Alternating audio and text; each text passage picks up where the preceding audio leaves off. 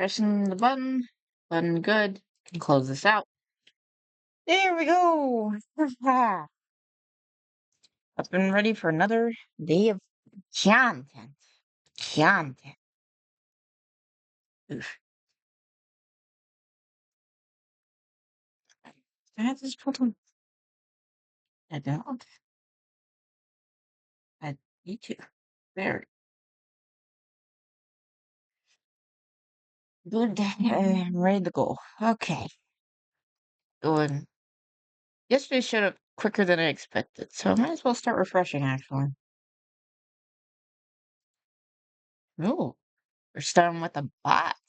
Nice. Oof.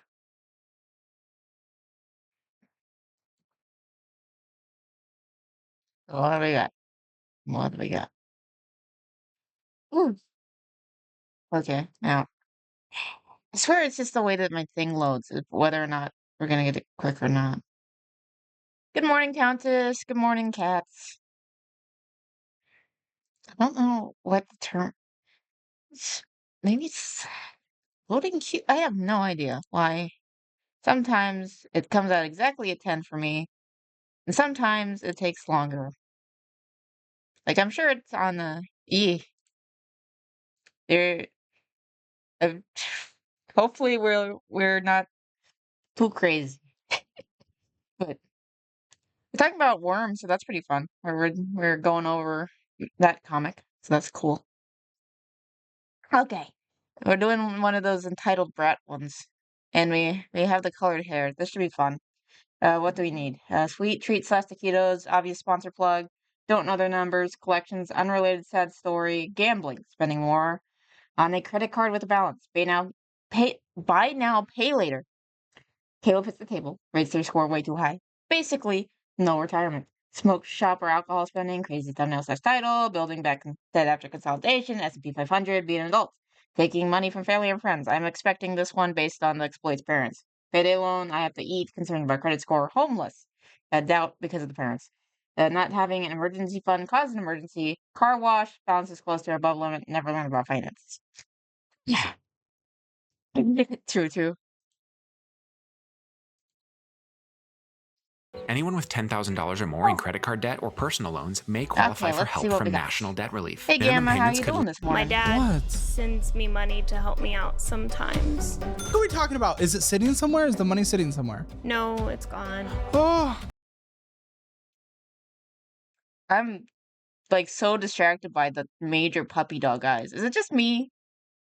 Just me? I don't know. Okay, I'm gonna like this before I forget. If you are on YouTube, please like and subscribe. Consider joining the Rat Pack over here and being cool. But yeah, I'll go ahead and continue the video. I've spent it. How much? Around 20,000. Oh! Does Pops know this? Probably not, because he sends me a little extra sometimes. Can you call him? Oh boy. Yeah. I would like to inform him on something. Hey. Oh, it's one of those that gotta call your dad one. That should be fun. Yeah, right on time, Binya. Right on time.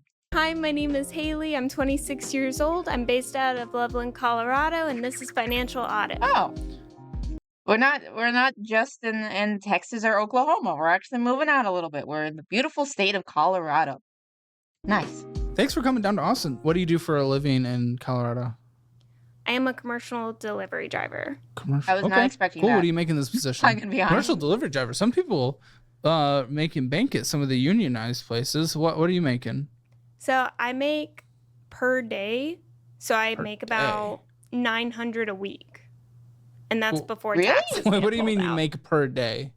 Well, everyone makes per day. So like, well, it's more of if you work a 9 to 5 and you get paid per hour. Instead, I work 8 hours and get paid. Is the 900 with taxes already accounted for? Because that sounds like a pretty decent wage. This much. So technically, it's like 20. So it's always 8 hours. You know? It's never a single minute over. Oh no! As long as I run, I can finish within 4 to 6 hours and still get paid the exact same. Oh, okay. So you're paid for an 8-hour day, but it's more about the task completion. Yes. Okay. And what do you make? $900 a week. Okay. So about $22.50. So you track it by the week, and you're paid weekly? Yes. Okay. All right. So let's see. I have income coming in 2,614. Does that sound right? Yes. Okay, so it's after taxes, any things like 401k. That's a lot less than what you're saying, isn't it? Oh boy. Health insurance, all those good stuff. They go before that as well. So 2,614 came in. DoorDash pay as well. 128. Yes, but It's very little. I only do that a little bit. It's mostly when I'm struggling on money. Why are you struggling on money? I just end up not having enough after All the fun emojis. All the fun emojis. paying bills. And so I have to work DoorDash to try to... That's interesting. How much did you spend in this most recent month? And that includes on debt. I honestly can't remember. Well, go ahead and give me an answer. Maybe about 2,000? I'm thinking 2,000. Okay, so again, payroll, 2,614 came in. Huh. You do a little extra because every time you pay your bill, there's not enough money left over. Yeah. Huh. It's like I'm living But you're paycheck telling to me paycheck. you spent 2,000, which would Oh, be boy. $600 less than came in. Okay. Uh-huh. Uh-huh. Huh? Oh, I might be a little off. Trying to think on it. Okay, you spent $3,560. Okay. Do I have spends more than I make? Damn it. Why don't I even read this if I never remember? At least it'd be So that looked at it once. $1,200 more than Commercial trucking, I was also not expecting that. I know, right? you brought in. Which, fun fact, that $1,200 more than you brought in from your payroll, $128 from DoorDash is not going to make up for it. Which is also before the gas, the maintenance. Yeah. Yeah. It's whenever I'm really, really struggling. What's really why are you really struggling though? That's what I want to know. I don't know. I never look at my bank statements. I never I see a look at lot of numbers. Stop it. I think I don't know their numbers. Because if you're not looking at them, how are you supposed to know? Come on. Yeah. No, definitely trucking pays well. It should, I think, because of like it sounds like a very tough job being stuck on the road so much. So I wouldn't be surprised if it pays well. I'd expect it to. Otherwise, I don't know who would do it, to be honest. in front of me that you have written down on a thing right there. That suggests to me that you have some kind of knowledge of your situation. Because it like keeps you away from home too. So it's also like, because I think like petroleum generally pays well, partially because it keeps you away from home so much. Right there. That suggests to me that you have some kind of knowledge of your situation. I pay some of my credit cards and whatever I have left, then that's what I'll use. So like if I want What do you mean you pay some of your credit cards? So I try to pay them Like all as much as I can, but or- most of the time I can only pay the minimums. Okay. And then I'll pay like 100, and then all of a sudden I get charged an interest of like interest accrues. $50 out of nowhere. Yeah, well, not out of nowhere. It hits monthly. And someone, we really do need classes if people don't know what interest is. Oh God. It's just getting higher and higher, and I Yeah. don't really know what to do. Well, with if you're that. making $50 of progress, technically $100 of payments, $50 of interest. If that's what it is, as you say, it shouldn't be going higher and higher. It should actually be So she's technically spending lower and on lower, it. but very slowly, probably. Well, I know. Perfect for introvert. Perfect for introverts. Bro went from lower level management to trucker so much happier. His social battery isn't taken up by work anymore. That's true. I could see that. Hello. Oh God. Hello, Spoon. Happy Fraudulent Friday, Vivi, and my fellow rats. Oof. Oh, this month in particular, my fiance lost his job, so I had to pay more. Oh, she has a fiance. Wait, how old is she? How old was she? We're at 425. Let me remember that. How old is she? So I made. And Austin. And Okay, this there is financial. My name is Haley. I'm 26 years old. Wait, she's 26? She looks good for her age. I wasn't expecting that. Oh yeah, true. Why isn't the fiance here if you're gonna combine finances? Or at least you should. Because otherwise, kind of what's the point? Oh, it's Friday the 13th? We should watch something spooky afterwards. I get too sleepy when I drive to be a trucker. Yeah. She does look way younger. I was not expecting her to be 26. Of interest, if that's what it is, as you say, it shouldn't If you guys have spooky suggestions for Friday the 13th, let me know. be going higher and higher. It should actually be technically lower and lower, but very slowly, probably. Well, I know this month in particular, my fiance lost his job, so I had to... Yeah, she does look like she's in the beginning of college for sure. Friday the 13th. Oof. Pay more with credit cards. Do you guys normally split bills? Yes. Oh, okay. What kind of If you split bills, why isn't he here? job did he lose?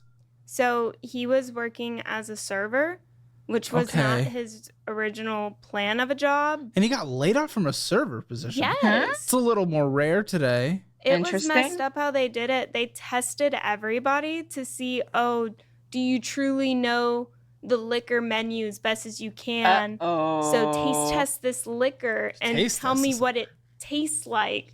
That's and weird. I've been a Sounds like- bartender for 10 years and I can't do that. Sounds like Wait. She's been a bartender for 10 years. She's 26.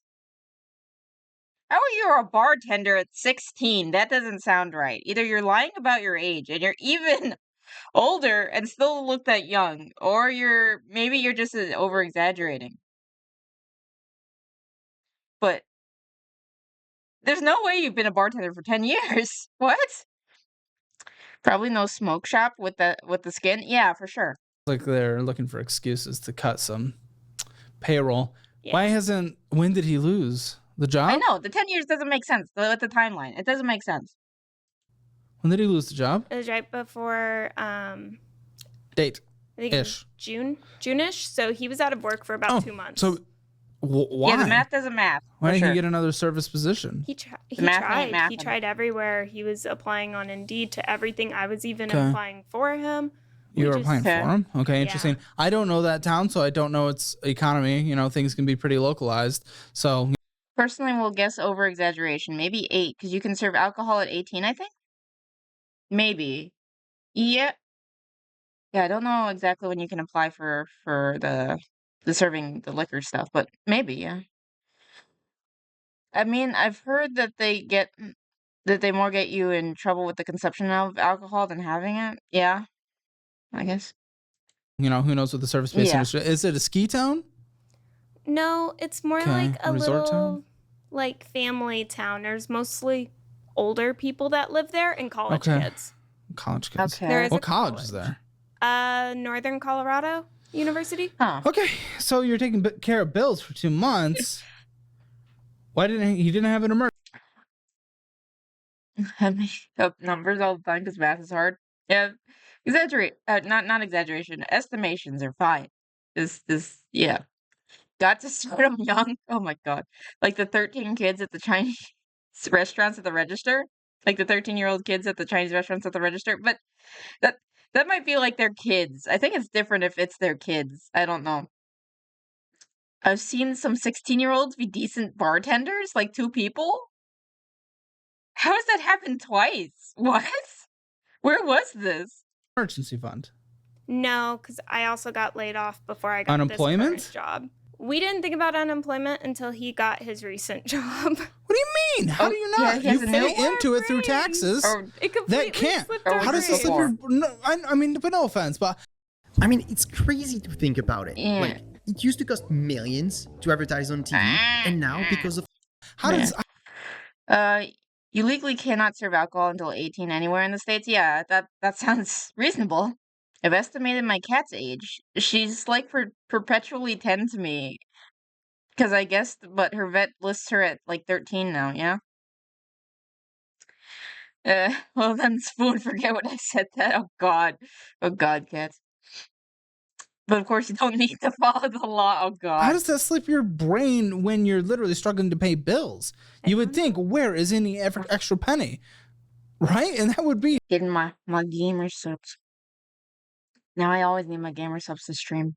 It's like a good luck charm. Yeah. a pretty clear answer. I mean, dude was paying taxes into the unemployment system so that if he was laid off, the safety net was there for him to use it for a bit. I think it was more of me What? What you? What? Like I was the safety net.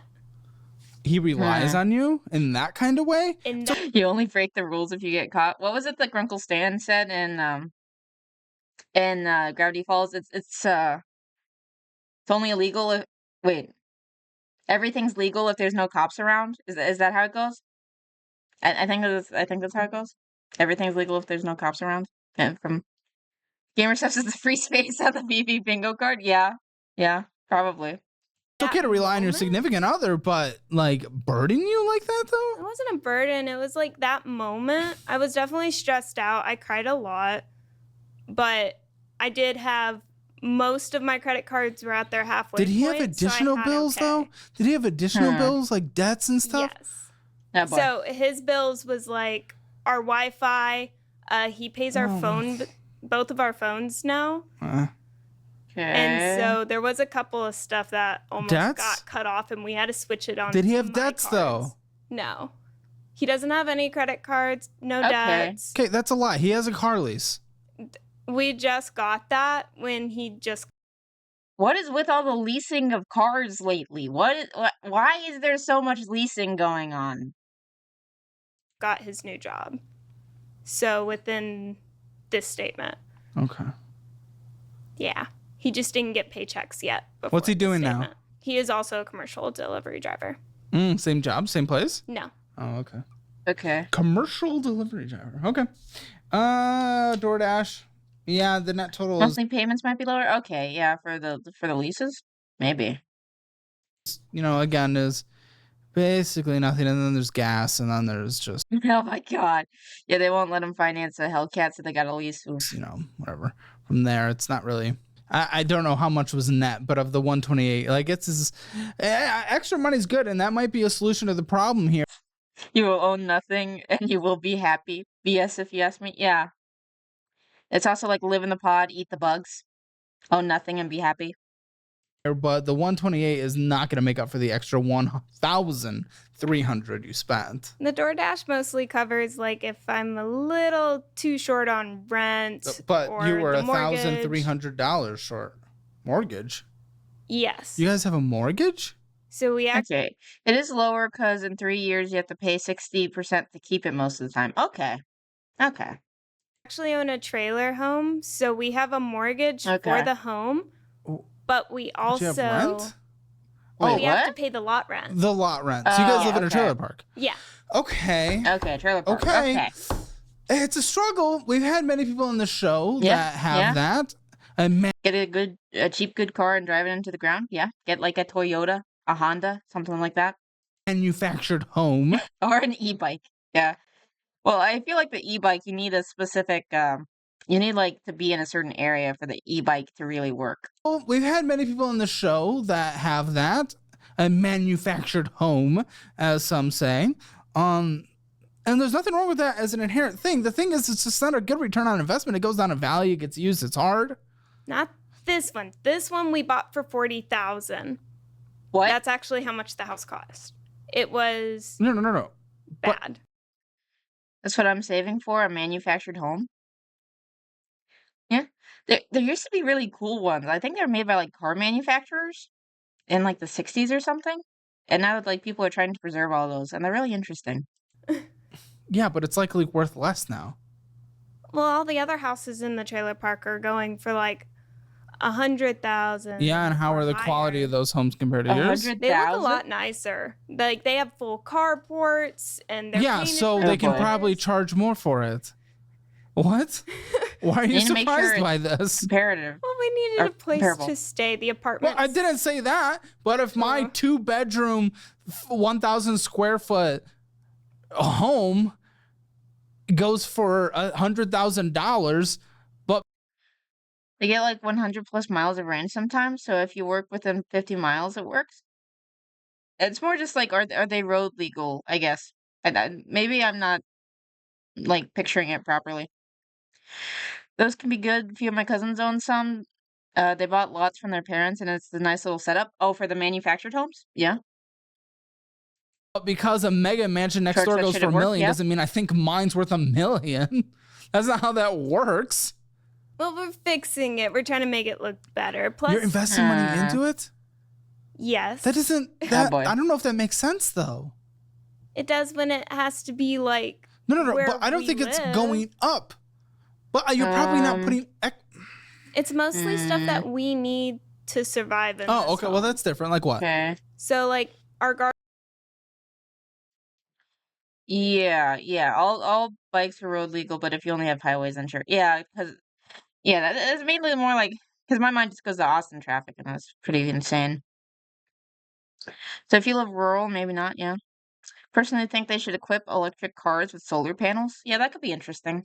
Garbage disposal was rusted. Of course, like solar panels aren't like the most efficient with how we have them, so I don't know how much they'd help, but they could help a little bit at least. You're probably not putting. It's mostly stuff that we need to survive in. Oh, okay. Well, that's different. Like what?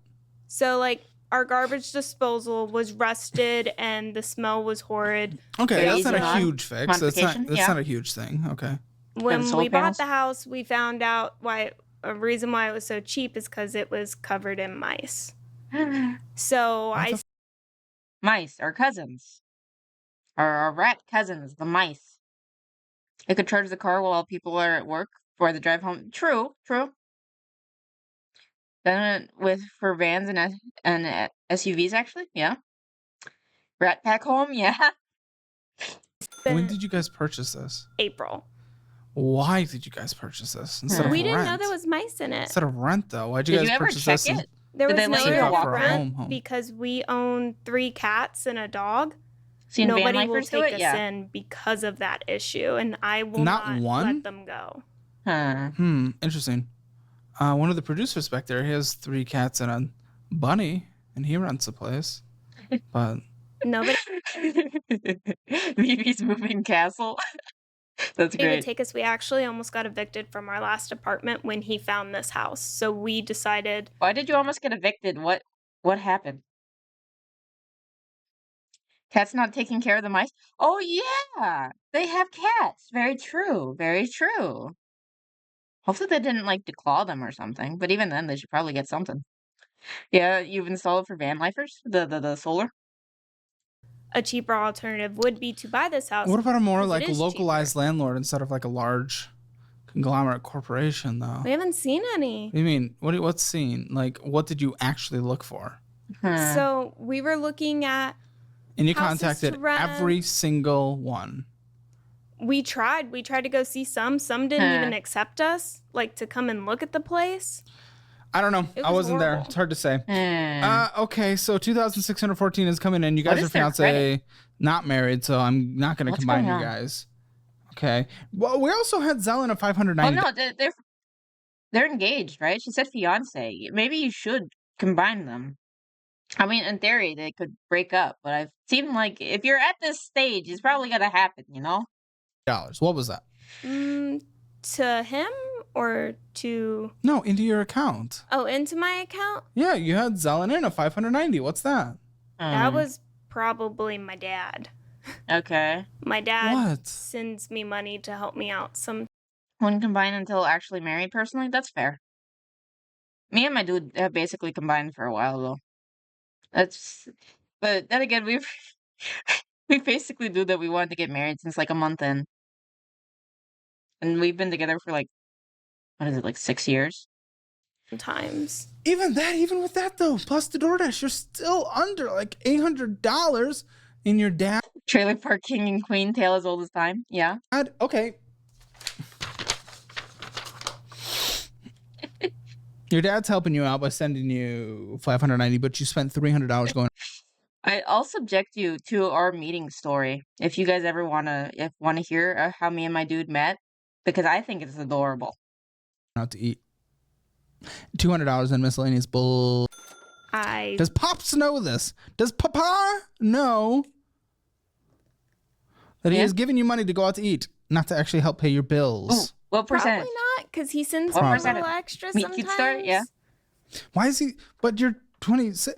Okay. I get the help out, especially on a situation going down, but it sounds like this is ongoing. Sounds like this is just a consistent in life. Okay. Let's finish this bit to see how much she goes out to eat, and then I'll put in the story. Allowance instead of like a, oh, you are in need right now, let me help. Well, it's hard to cook food when you're constantly on the road. Girl, what the f are you talking about? You spent $1,195 at grocery stores. That's grocery stores? So I guess technically they didn't spend more on fast food. It's all gross. Why is it all groceries? What? Does it have to do with the pets? What's going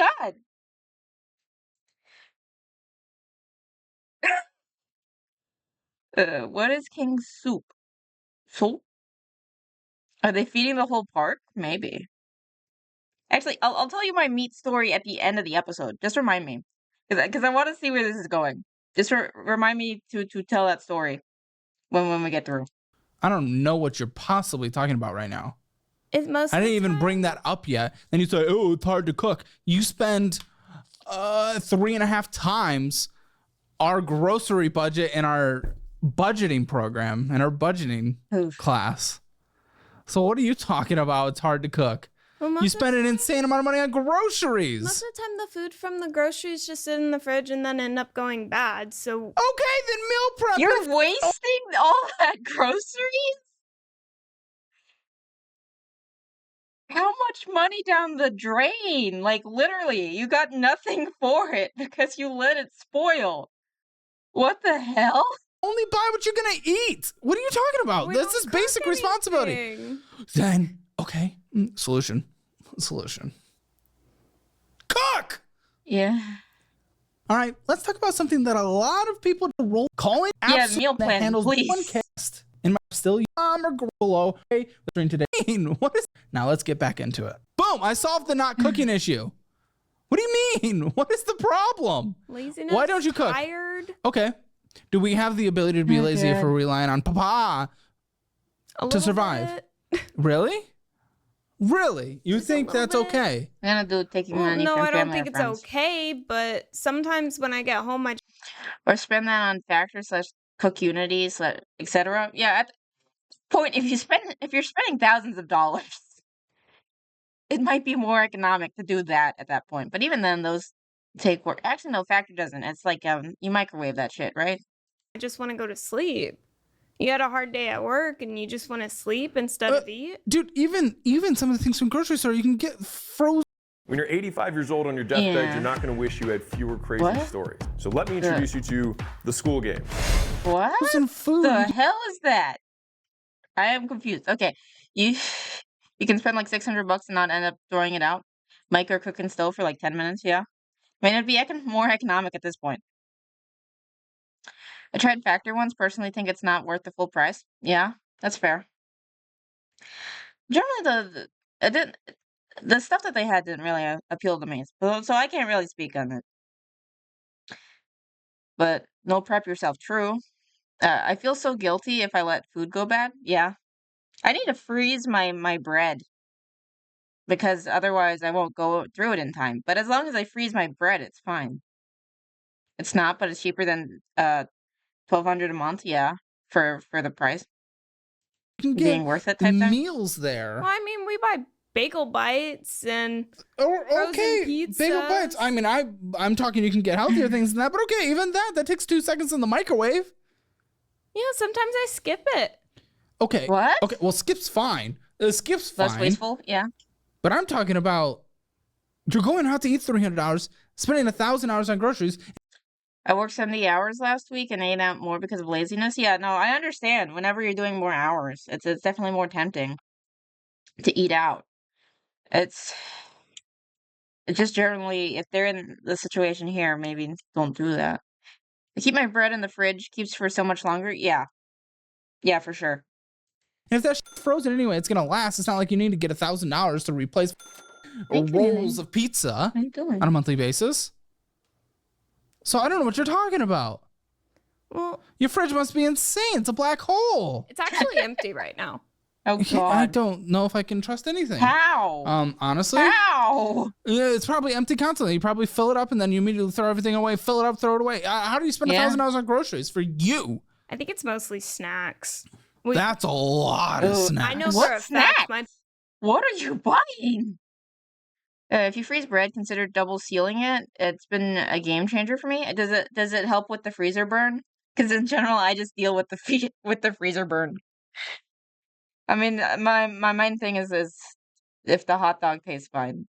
I don't care as much if the bread kind of sucks. my pantry is full and my fridge is empty. Okay, then maybe we're not getting snacks. Okay, I'll have to remember that. So it's like as many, like a fourth.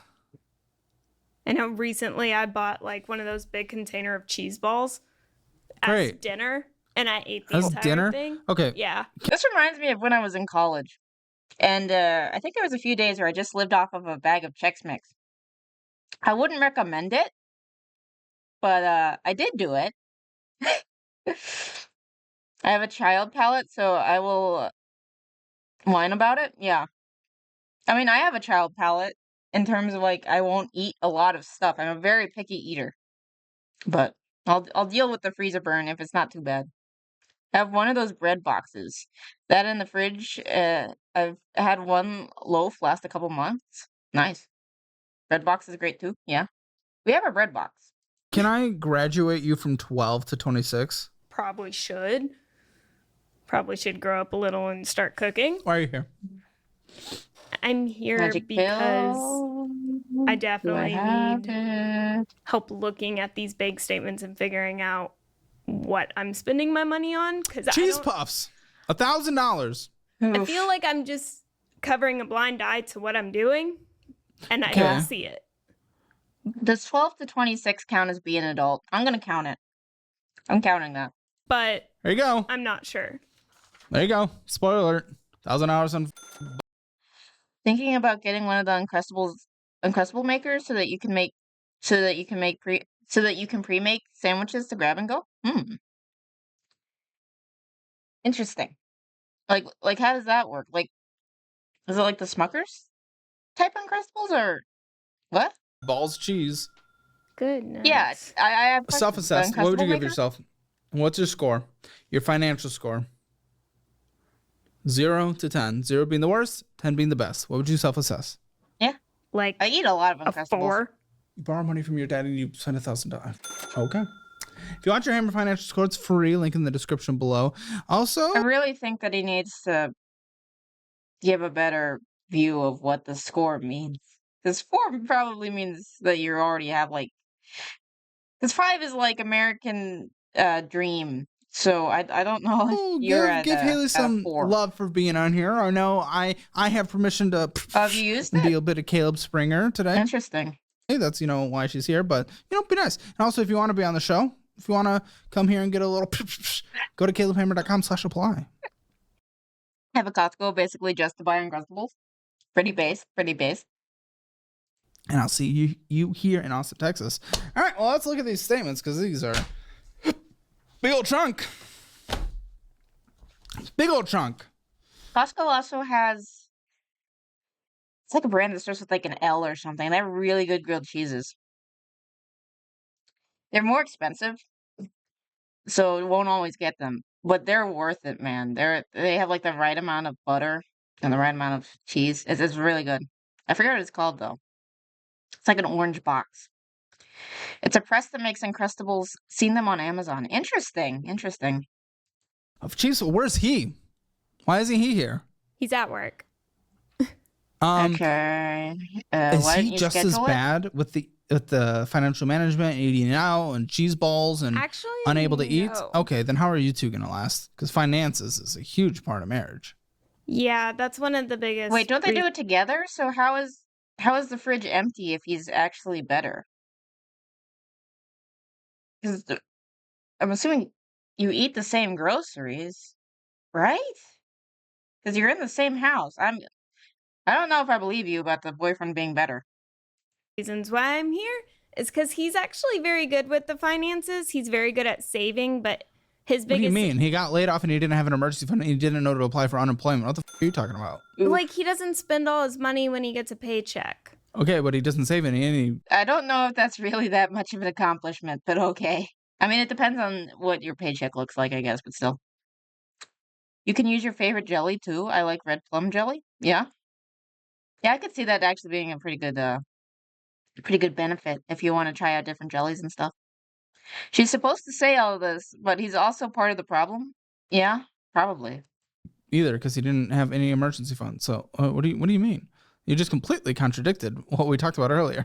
I don't know. I don't share a bank account with him. I just Also, know I'm he gonna say always that has not money having on him emergency fund somehow. caused emergency with like the extra like burden whenever. Yeah. Spicy jalapeno jam Uncrustables. Oh my gosh. But that's why we have separate bank accounts, because we know I'm gonna spend it all. So you were willing to Please work on that before you get married. Please. For the love of God. If you need to have separate accounts because he's worried you're gonna spend all the money, for the love of God, please work on that. Please. You really should be here? Yes, you should. Pepper jelly? It's good on crackers and cream cheese, yes. That's not the reason to have separate accounts. Yeah. cover his entire existence without knowing what was going on in his own finances at all? I ask him every now and then, how much money do you have? And oh my God. And he'll tell me exactly how much, but I'll never ask him. Like, he just sends me over. So, like, for rent, if I have the money and I'm missing $200, I ask him for $200 and he'll send it to me. I don't really ask how much money he has. How much do you guys send over? 200? Is your rent 400? Do you guys not split it? No, so our rent's actually $1,035. So do you guys not split it? No, we do. He's just like, y'all's relationship and communication around finances specifically is weird. I can already tell. Yeah, like very weird. Why aren't you guys communicating? Wi-Fi, and I'll pay rent, the mortgage. But the biggest rent, issue, mortgage, I forgot, because that's another reason why mobile homes suck. Unless you're building it on your own property, you're paying rent to someone forever. Yeah, that does suck. Yeah, that really does suck. It's different definitely different if you do own the property or you have family who does. But yeah. I think you should, because of something. For the separate accounts. I think you should have separate accounts because if something happens, it can be a nightmare to deal with. Like if one of them gets sued or something. Yeah, they should really go through pre-marriage counseling to go through questions like this. Told my boyfriend that was a needed requirement before we get married.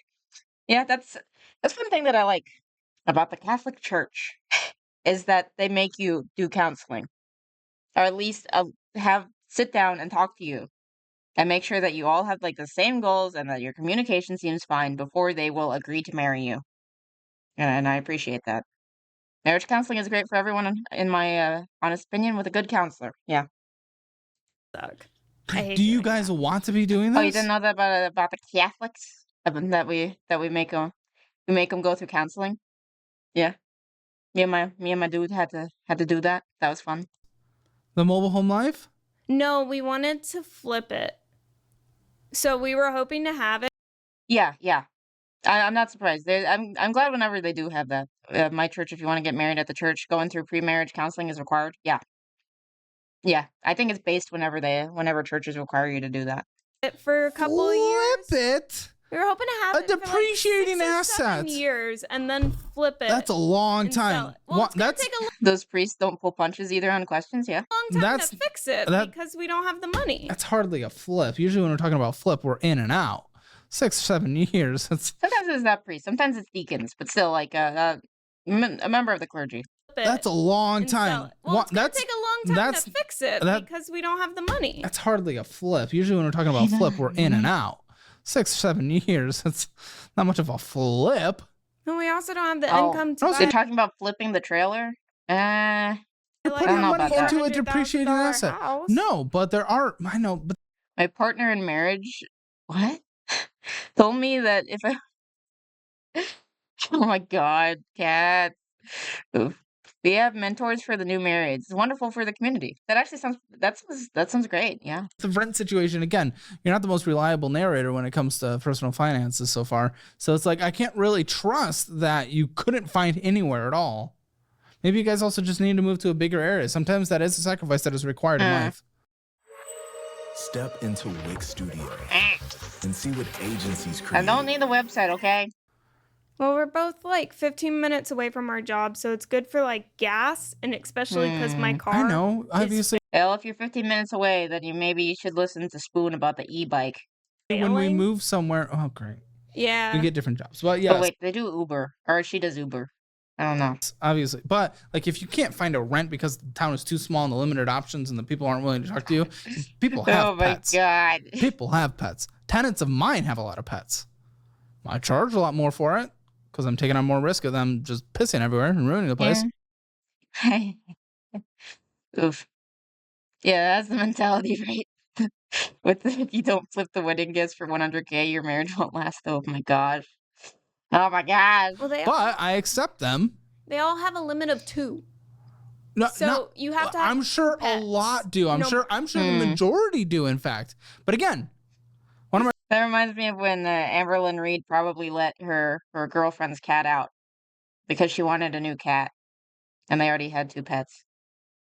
So, justice for Gracie. Mentors and good marriage models is great too. Yeah. My producers, 4 pets in his place right now. Which he signed the rent. Yeah, true. Yeah, Amber isn't a nice person. That's very true. I wonder how this new saga is gonna go with what is it, Tommy can I say feeding? Can I say feeder? I don't know. I was so flustered and stressed out and scared and crying because I thought we were going to have to get rid of our dog and one of our cats to find another place, that I gave him that opportunity to go find a freaking place and not have me bother. Great. Well, that's not necessarily a mode of success. Okay, whatever. Capital One, it happened. So we are where we are. So I'm not going to harp on it too much. But for you out there, okay, $509.80 is owed. We are already canceled. Fair enough. On this Capital One. But the credit limit is $500 and you're purchasing on it. I'm debating whether or not to post yesterday's VOD because I don't want to get Mally in trouble. Because it's just because someone collabs with me doesn't mean that they endorse everything I'm saying. I'm assuming he doesn't. So I don't want to get him in trouble. We're at the credit limit and you're purchasing on it. Because towards the end, I kind of went a little bit more based than I probably should have. In what world are we possibly doing that? You say you're struggling to make it, but you make your life harder? By going above a credit limit, you're going to get a fee this next month with a $25 minimum monthly payment and $13.07 of interest accruing. That one's still in the negative. I haven't paid anything on it. Why? Why spend on a card that is accruing interest that you can't pay off? Yes, of course I am. I probably might have to re-record one that we did the other day because I messed up the audio with like a big old echo for like half the episode. So I might have to redo it. I don't know. Make a super secret VOD channel on YouTube Kids. Good lord. Good lord. More than a minimum monthly payment and it's above the credit limit. Why? Last spend wasn't me. That's actually the only credit card. Who was it? I do need to put up at least part of the VOD because like his voice changer where he sounds exactly like the Shark Loli VTuber is kind of insane. The financially responsible fiance? Yeah, that's the only one we actually share, but it's still under me. That was to actually give him a credit score so we could get so he's on it. His own car. Yeah. Which he pays for by himself. I don't. All right, and he's financially responsibly spending on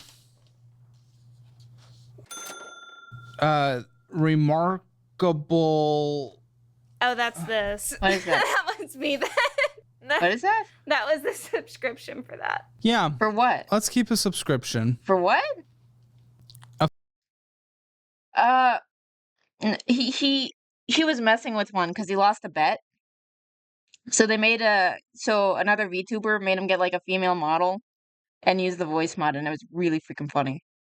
But I'll have to show you that. It's pretty good. Yeah. Of something that's monthly reoccurring. Normally it doesn't use a voice mod. That we're over the limit on. That's wonderful. And also shields all sports. That was him. And gas, potentially. That was him.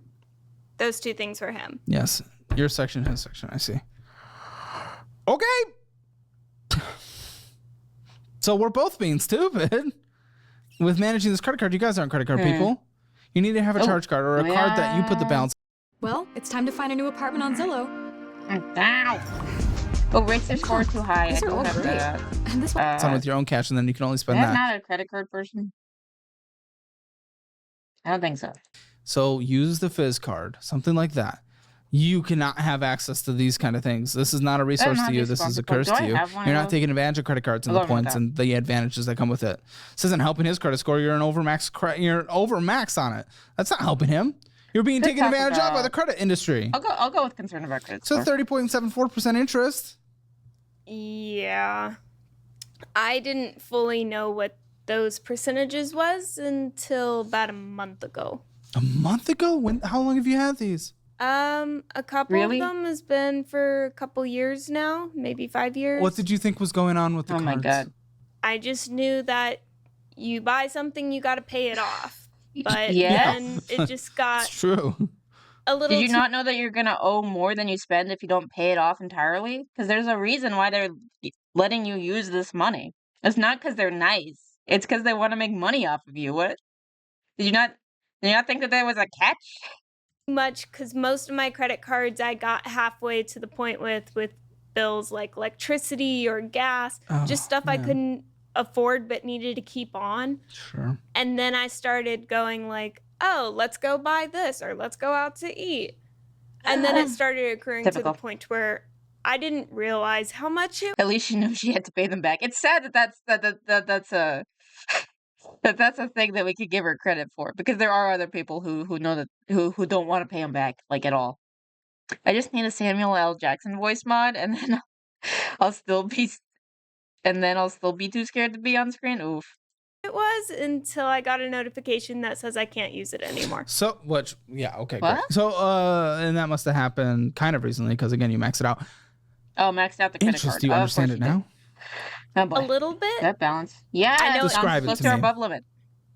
It's a fee that keeps popping up on your account and gets bigger and bigger the more you don't pay it. That's what I understand from it. Kind of. I mean, honestly, the interest? In general, if that's how you think about it, it works. Yeah. In reality, so that 30%, or was it again? Here it is. That 30.74% interest rate. Essentially, it's applied to the balance that you have, and it's amortized over the course of the year. So it's essentially divided by 12, and that's the interest that accrues this next month. So this next month, the balance subject to interest rate right now on here is previously from this previous statement was $500.41. Now it's higher, $509. So you're going to get that 30.74% applied to that, and essentially divided by 12. That's a good way to think about it. Okay. So the higher the balance goes, the more in interest you're going to pay, which is kind of what you've been talking about. And it compounds up. It continues to compound up.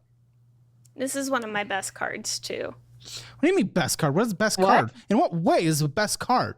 It's going to get worse. What do you mean? Oh, boy. Oh, you mean through here. Okay. Yeah. She's confused about having to pay more than what she spent, though, because 30% APR is robbery and shouldn't exist. Very true. If you want, I do have this documentary that I've had like saved up for a while, and I keep on meaning to go over it with you guys. But they talk about, guys, if we're not careful, the credit cards will be at like 30%. Wouldn't that be insane? And it's like from like 10 years ago. And it's funny because like everything they said has already happened, so who knows how much worse it'll get from there. Interest is bad if you owe it, great if you get it. Yes, very true. At the statements, it's gonna get worse. For example, by the way, just to let you know how bad 30% is, if I open up my investing app, Moomoo. It's also weird because you see like a young Pocahontas before she was in a government official. I open it, wonderful. I get into the S&P 500. Or younger. One of the best return index funds. I'm only getting about 10% a year with dividends reinvested, all up years and down years combined. 10% as an investment. That's 3 times that going against you. That's how bad it is. Okay, we have a City Double Cash, and I love the City Double Cash. It's a classic card. I use it. So it's just really easy for, just simple cash back. Obviously, you're giving them cash as... Oh, things are up here. What's happening here? Okay, you are below the credit... No, you started below the... You're above the credit limit now. Ooh. What happened here? Okay. We'll She's got to spend more on a card with the balance, $32. 23 cents. Minimum monthly payment of $114. You must be late. I was. I missed a pay because when you purchased again. How? There we go. Spending more. And last time we know there wasn't any necessities on the last card anyways. That stupid thing. And we just some sports bullshit. You purchased $18.57. Oh, fees. $30 of fees. Oof. And then $5.76 of interest. What are the fees? Five Below? In straps? Oof. We're getting straps? What is that? Late fee. Yeah. The Five Below, that's... High pitch Caleb is amazing. Very true. Do I have a squeaking? I do not have a squeaking. Damn it. I think has he hit the table already? He might have. That one's an issue because I go there for snacks and then I end up spending a little too much. Oh, you're a snack addict! Oof. That wasn't even in the grocery budget. That was probably in the unknown category where we don't know what you got. Because you can get anything at Five Below. Now, legitimately, guys, don't let this opportunity pass you. Snacks? What snacks are you getting? What's your addiction to snacks? Oh, cheese puffs. That's right. And little, Japanese Pocky sticks. Of course. Like, the little tree stumps. I love those. Yeah, we already won the war. I watch this and keep track of my budget. I always feel a little guilty on doing it, realizing how much I spend. Yeah. Yeah, no, it wasn't really until after this show that I kind of got my eating out under control. Now it's in the proper percentage range, and I feel better. Pocky is worth the debt, though. Oh my gosh. But I got that card specifically because it's really good. It's not that filling, though. Sure, it tastes good, but it's not that filling. What do you mean? You had a late fee and you're above the credit limit. Well, it's because I tried to pay it and then my debit card blocked it. Debit card? You mean you're checking it? Oh boy. Okay, why did it block it? I don't know.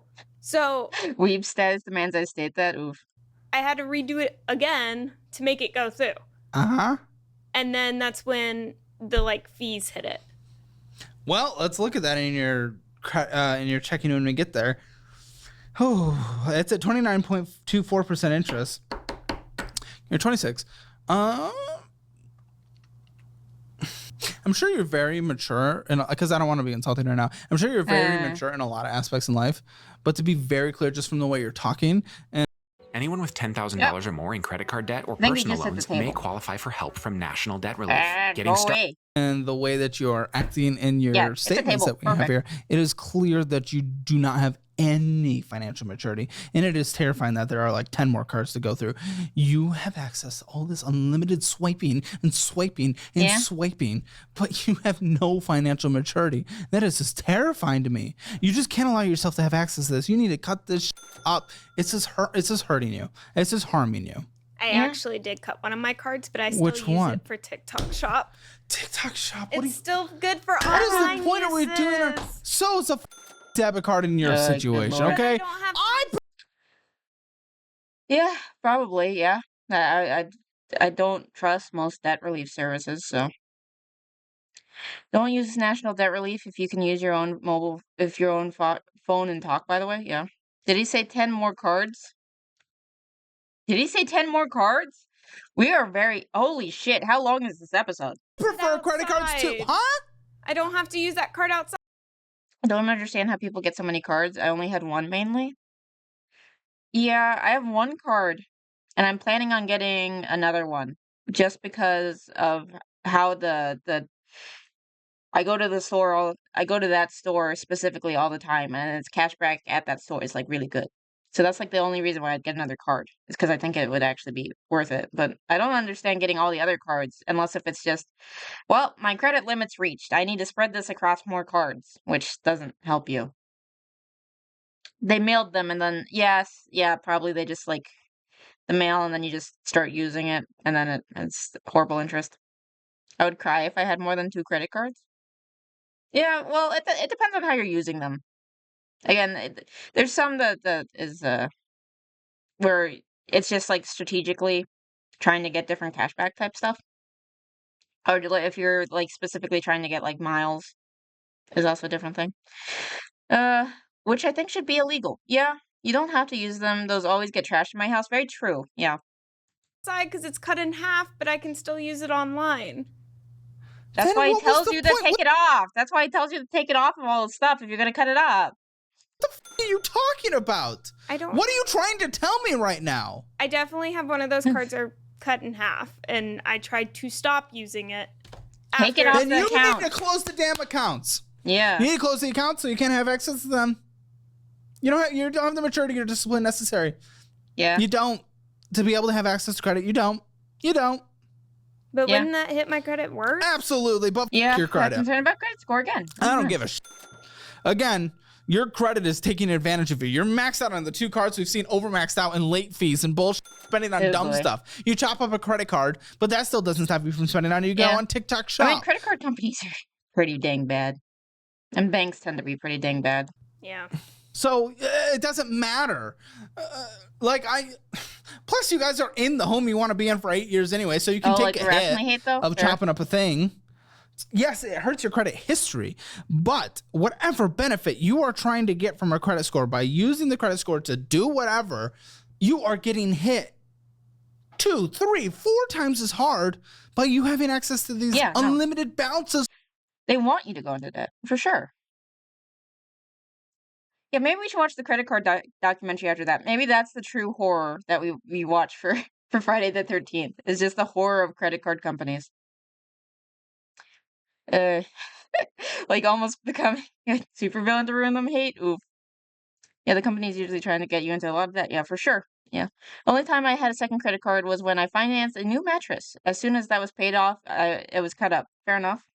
This is swiping. You're harming yourself. And in today's world, it's not if you have the money to buy it. It's if you can manage your debt really well, which almost never works. I guess, yeah. And as someone who you are going to get married as... Yeah, you need financial education to utilize debt properly, but even then, be very careful with that. Bounces of swiping. You're harming yourself. And as someone who you are going to get married as while you are fiancé, you are harming the future relationship. Well, I also still need a new car. Well, okay. All right. So we'll get there. We'll get for that. So obviously you have no money. You guys are just going to go to the courthouse, right? You guys are just going to get the thing, right? You're not going to do like an actual wedding, right? Well, that's what we were planning on doing. Which one? Was just going to go to the courthouse. Good. Okay, good. Elope, do a ceremony later when you can afford it if you really want to. You need a new e-bike? Yeah, she needs a new e-bike. It's like, she said it was like 15 minutes away from work, so. But at the same time... I saw a butt on your face. I saw a butt coming. He wants me to get this figured out first. Well, yeah, no, I would too. This is a disaster. This is just some sense, praise God, yeah. But you're making it worse. So okay, so dude is like holding back. It's like we're not getting married until you get your finance stuff sorted out. Probably good. Maybe still do marriage counseling or pre-marriage counseling. Yeah, thankfully no 45K wedding. Yeah. Well, you obviously care more about spending on TikTok Shop than you do your marriage, because that's what you're prioritizing. I don't want to. But you do. Yeah, I'm not trying to. But you do. Regardless, it's still happening. This isn't something that just happens. That's not a subscription. You are pushing the button.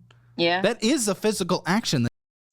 You ever get annoyed hearing friends/family tell you horrible financial advice? I mean, I don't leave my house very, very, very often. So the people that I interact with is my dude and my parents. And my parents give me good financial advice. And my dude has a good head on his shoulders. So generally, I don't get bad financial advice from family and friends. But I can imagine that would be very annoying. I just laugh now, Gamma? Yeah. That you are doing. That's a subscription. That I can be, oh, we f***ed up once, let's cancel it or move it to a different thing. TikTok Shop, you are going, click. But I mean, some of the stuff. Oh my, I'm gonna just on TikTok Shop. Or I want and oh, there or I. How about stop. Oh, wait, there you go. Someone told me you can't buy a new car in just cash right after I bought my townhome in straight cash. Oh my god. Dunk on them. Just dunk on them with your accomplishments. Sure, Aunt Sally. Oof. But my dad's like hobby, other than Pokemon Go, which he's obsessed with, and has gotten to level 50 on several accounts. He's also really into finance. That's like his hobby, and he likes talking about it a lot, and he has a lot of really good advice. Want. Yes, those are two very different things. Do you know what a need is versus a want? I mean, that's completely different. What did you get on TikTok Shop? I think I bought a cooling blanket, and then I got the bad one that wasn't even like the actual cooling blanket. It's true. I did learn in health sciences as a kid that I need a broken cooling blanket to survive, and if I don't have that, I will die. Oof. Yeah. Oof. Yeah. They show that part of science before they show us the birthing video. I mean, that's how I felt at the time. God. Now I'm looking at it and I'm kind of second guessing myself. Now I'm a little worried about more of the cards. Have you ever looked at any of these? A little worried? No. I've never looked at. My dad does DoorDash for fun. I'm just happy he's doing something while retired. My dad's gonna retire soonish. I have no idea. He needs to do something. Otherwise, he'll go crazy because he's that type of person. So I'm not sure what to do. He's talked about like volunteering for a dog shelter, but we're not gonna let him do that because he'd want to adopt every single dog. So I don't know what he's gonna do. We need to find something for him. Otherwise, he'll go crazy. At any of my bank statements. Please, you, since you're a guest on the show, you get access to our budgeting program. Please go through it. Go through the quiz. Take all the education. Oh yeah, because you said that your parents like really take care of their pool, right? DoorDash is fun when it's a hobby. Yeah, I could see that. Please go through it. I am in your 5-day email. That's good. Yeah. So I'm doing that. I read it this morning. That's good. And watch the videos. That's fun. It's a fun little thing we're doing. But go through the budgeting program. It's so much more in depth. You know, your little thing's an intro thing, but the thing we want to give you, it's full on. So make sure you're going through the budgeting class. Okay. Highly recommend it. Okay, Quicksilver. For what it's worth, we filmed a very positive follow-up this morning for an episode that an uncle of mine started raising cows when he retired. Interesting. That could be a lot of work. I have a family friend who raises cows. It was a complete disaster the first time. Right now, this is a complete disaster, but it is proving that you can work the system. You can come back. And you can show us a positive outcome. That's what I'm hoping to do. You need to enclose straight up mini rancher. Yeah. So on here, $492. Wow. Homesteading is my future retirement plan. Yeah. And if you do like any type of agriculture, it helps with your taxes, I want to say, if you have acreage. Oh. Guys, we did it. We're under the credit limit. Woo-hoo. By $7. But, okay. Oh. But we didn't fail to purchase, did we? Because you just all these like tiny balances. This one's stuff. Actually, I take back the congratulations. All the tiny balances. It's her credit score's got to be awful. Goats and solar farms, yeah. I've seen a lot of bees. Bees are pretty popular too. Congratulations. This one's headed to the credit limit because you started with a lower balance. You made the minimum monthly payment, but after the interest and the $55.28 of course, you're in of the purchases, airport again. You're $7. Cat's always on the move. You were move. $50 away from the limit. Now you're $7. You're on your way, just like the other cards, to being at. Oh yeah, you're training. Was it like the whole week? I guess. Most people that come on this show and that I dig into, they've made almost a month or two of progress before coming on because they watch the show, they get into it, and then they come on. You've literally gotten worse the moment before coming on. Oh my God. Wow, she broke the rule. Holy cow. Whole week of training, yeah. I want to try raising rabbits and make yarn from their fur from their fur that sheds. That actually sounds really dang cool. Bees are also very useful. Yes. It's the pollen. They help with pollination, and you get honey. And honey is cool, especially local honey, because it helps with your allergies. Going to Tulsa on Sunday? Forever, forever traveling, cats. Pay someone to say, and get the money back plus some for snitching on them cats. Oh my gosh. Yell at TSA for me, cats. I had an Angora fur sweater. It was probably the softest thing I've ever worn. Didn't do any But you've been better. watching the show. Well, I paid like $100 and then I end up spending more and then Well, it yeah, no, stays you almost the same. paid $25. Oh, You paid the God. minimum monthly payment. Well, I always pay the minimum monthlies because that's Yeah, but you're one not thing I paying know more. to You didn't pay do. 100. Well, no, I didn't mean like that. Like I buy more. Buying and paying, it's different. Okay. You went inside and you got a fucking snack from the gas station. Sweet treats plus taquitos. And then you went to McDonald's. Jellyfish Oh, Lighting McDonald's, is an Mickey all-in-one D's. permanent exterior lighting system. Through an app on your phone, you are able to decorate for all holidays. It's $20 at McDonald's. Spoon, no, your Yeah, friends I against you. remember Like 100 nugs. Sneak on 5 ounces of toothpaste. Oh. Group TSA first to establish dominance. Oh my gosh. No, I get stuff for me and my fiance, so that's why it's normally always around $20-$30. Is because it's. I think it's time to have a conversation with the fiance. Hello, fiance. Yeah. I love you. I love your face. I can no longer afford. I'm trying to get out of debt so that we can conclude this fiancé-ship into a marriage. Yeah. I think we have that open and honest conversation and be like, I can't get you no more McFries. I feel bad eating without him, so like I would get. You don't get the McFries either. Nobody gets McFries. It's a tragedy, but it needs to happen. I'm sorry. That was a laudable statement. Honestly, yeah, that's fair. Oh my god. Get off work and Hold then go on. to McDonald's. Hold on. To be very clear, to be incredibly fucking clear, you're not going to McDonald's for yourself either, girlie. Did she not It understand ain't that? happening. No more sweet treats. No more girl math. The face. It's not you just not The getting disbelief. stuff for him. You're not getting stuff for you. Yeah. You can't afford it. But I get hungry. Oh my god. I have to eat. I'm going with it. Holy shit. I'm gonna. This is just insane.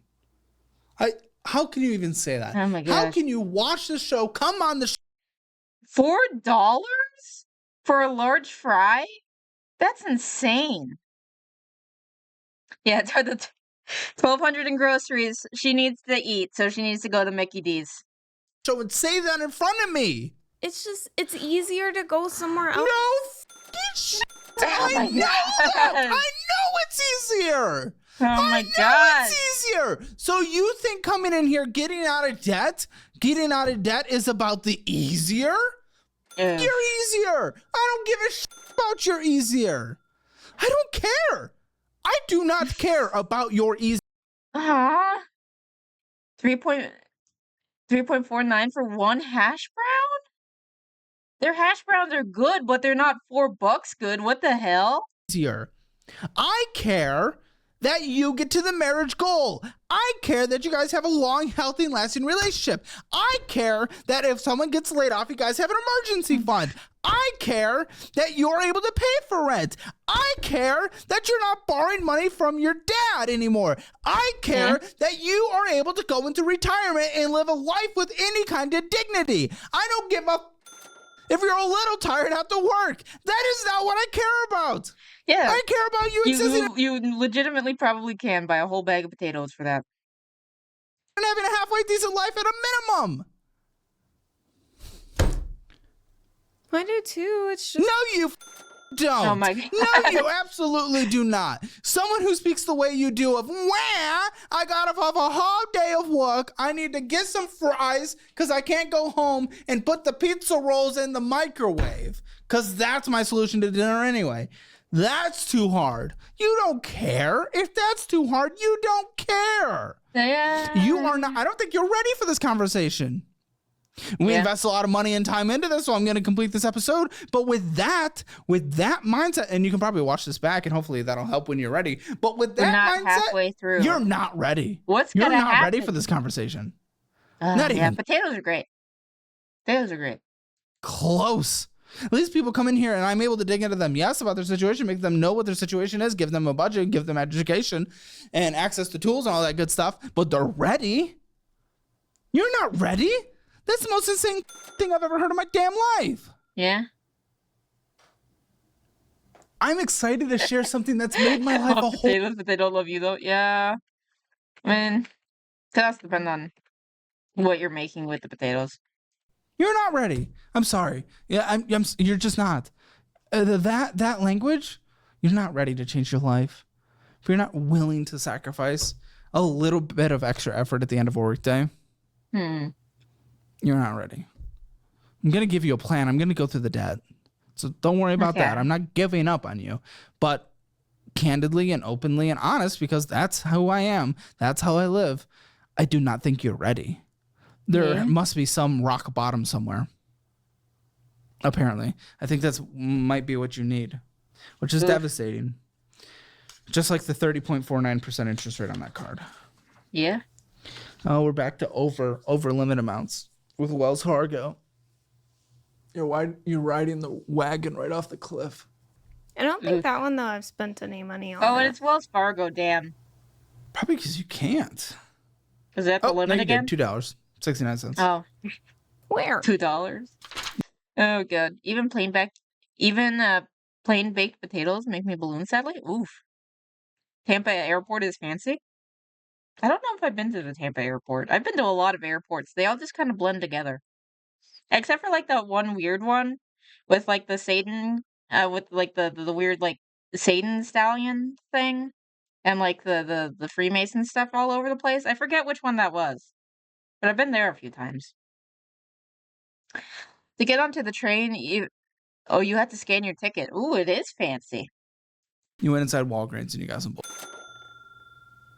Pringles. Did you at least get the sour cream and onion? Those are some good things right there. It was in the middle of a work day. Oh my God. That was the only card I had on me. I remember now. Why did you get Pringles? It's not even filling. They taste good. Yeah, I think it's Denver.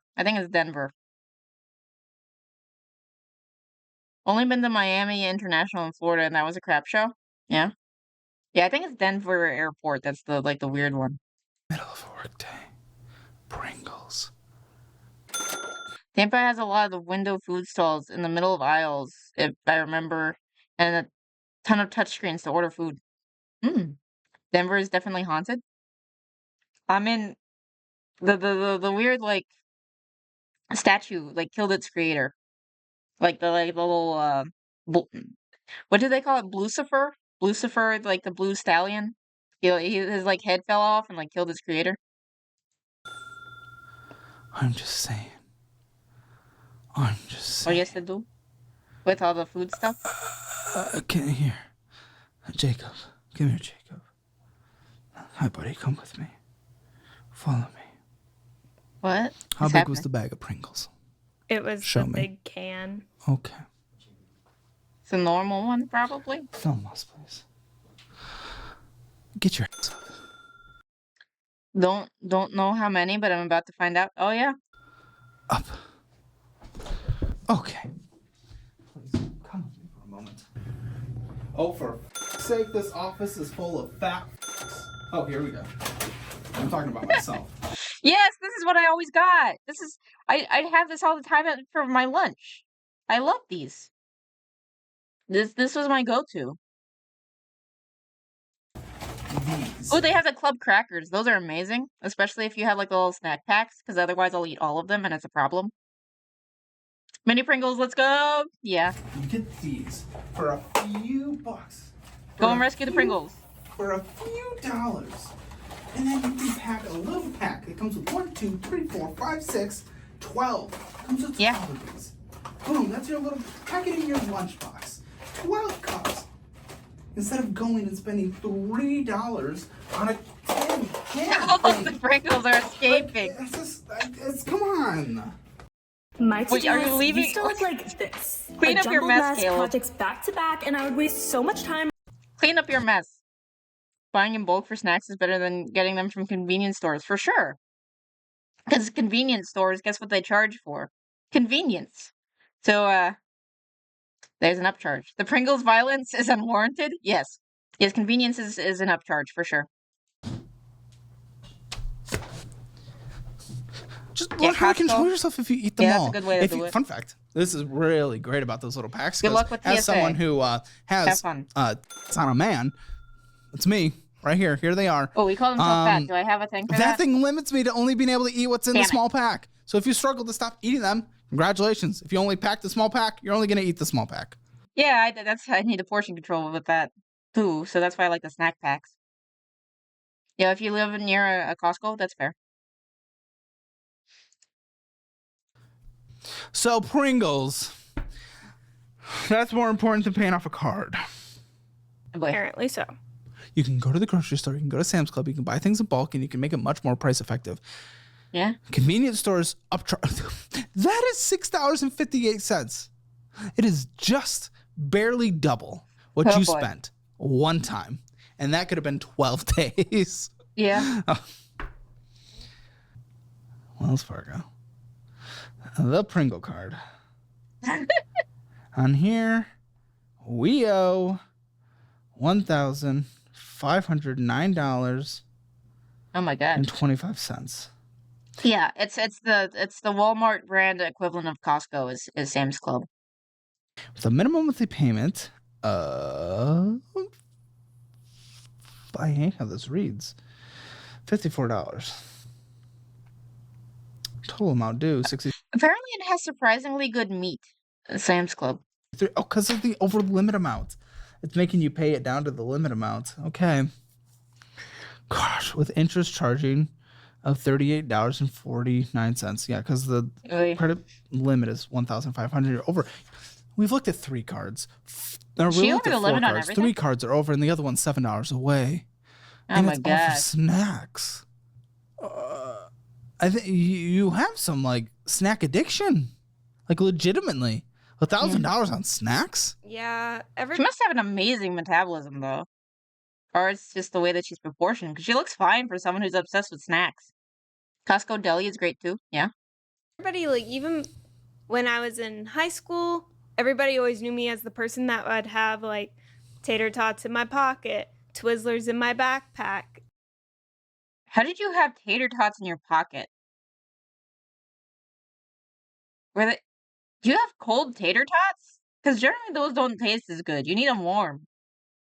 And there's M&Ms in my purse right now, and I'm betting you in my backpack back there, I have at least 4 different kinds of snacks. Okay, wait till your metabolism is no longer very efficient. Trust me, that sucks. And 2, your metabolism must be on fire. You just simply can't afford it. So I mean, you can choose. You can do that if you want. And also live in a financially insecure place for the rest of your life. Like you can. That is a choice that you are allowed to make as an adult. I don't think we have Sam's Club here, I think. I take back the no smoking. She might be token? What? That is the choice you're making right now. But I think you deserve a better future, and I think you can live a better future. She's still thin despite the snacks? And my producers are telling me or because she might have the munchies? I'm skinny. Snack goddess, though. Respect. Because I can't afford food. Spend $1,000 at the grocery store. $300 going out to eat. I mostly don't eat breakfast, lunch, or dinner most of the time. You know why? Because you snack and eat every second of every day except for mealtime. I didn't realize how much I snack until we're going through this, and then I'm like, oh my gosh, how much do I actually eat? Walmart. Oh, okay. The devil's lettuce. Okay, and that's why And that's why you think she snacks so much? $2,268.38. These balances are getting higher. You did not purchase. You did not purchase. Thank you. Thank you. You did not purchase. Is it close to the limit? That one was I only spent at Walmart when... I need you to stay as far away as you possibly can then. That was when my fiance you're still only, you're like $30 away from the credit limit. Oh my gosh. How can you eat only snacks and look healthy? Well, in theory, if they were healthy snacks, you could say that. But she's having like the cheese balls and stuff, so I have no idea. Really good genetics, maybe. How long do you think it's gonna? I think in theory, like eating just snacks, if in terms of like when you eat throughout the day, could be fine depending on what it is. But I don't know. How long do you think it's gonna? You're only paying your minimum monthly payment towards it. How long do you think it's gonna take to pay off with the minimum monthly payment? Hey, boy. Forever. No, give me a real answer. How long do you think? Probably a couple years at least. Yeah, 13 years. Oh. Yeah, you're gonna be almost 40 by the time this is paid off in your current method, without putting a single cent more on it. Oof. This is why I go hard, folks. People don't know how bad their situation is. Yeah. You didn't. You said it. Yeah, I thought that I heard that before. Yeah, that eating multiple small meals is actually a viable weight control strat. Yeah. A couple years. I literally thought maybe 3 or 4 years. I wasn't thinking exactly. That much. You're off by like 10. The people in our consumerism culture, which there's nothing wrong with being a consumer, but the people need a wake-up call. Let me tell you. Consume product and then consume next product. I don't know what the income is like in your area. I wonder if we can increase your income. Is this what you both want to be doing for a living? So we both really like our jobs, and it's also That's great. For both of us, it's the highest paying job for people that have not gone to college. Yeah. Which his actually gives him an opportunity for a college degree and to move up in the company. Mine does not. Why? I'm contracted owned. He's company owned. So I have to stay where I am, which I love what I do. I love it to death. I actually came back to this in particular because I love it so much. Well, I'm happy to give either one of you you're probably gonna be the certification through Course Careers, which can help boost your resume and get into a new industry if that's something you're interested in. Okay, Fred, time to find our perfect apartment on Zillow. Don't worry, change will be good. Just let me know. Why do they have like the ads are basically identical, but it's just the dog version and then cat version? So, not sure where Pocket Tots fall into the mini meals though. Yeah. I'm happy to gift you guys one. There's a mini meal plan though. Okay. Yeah. Again, this New Balance, you're not over the limit, but we're literally $6 away.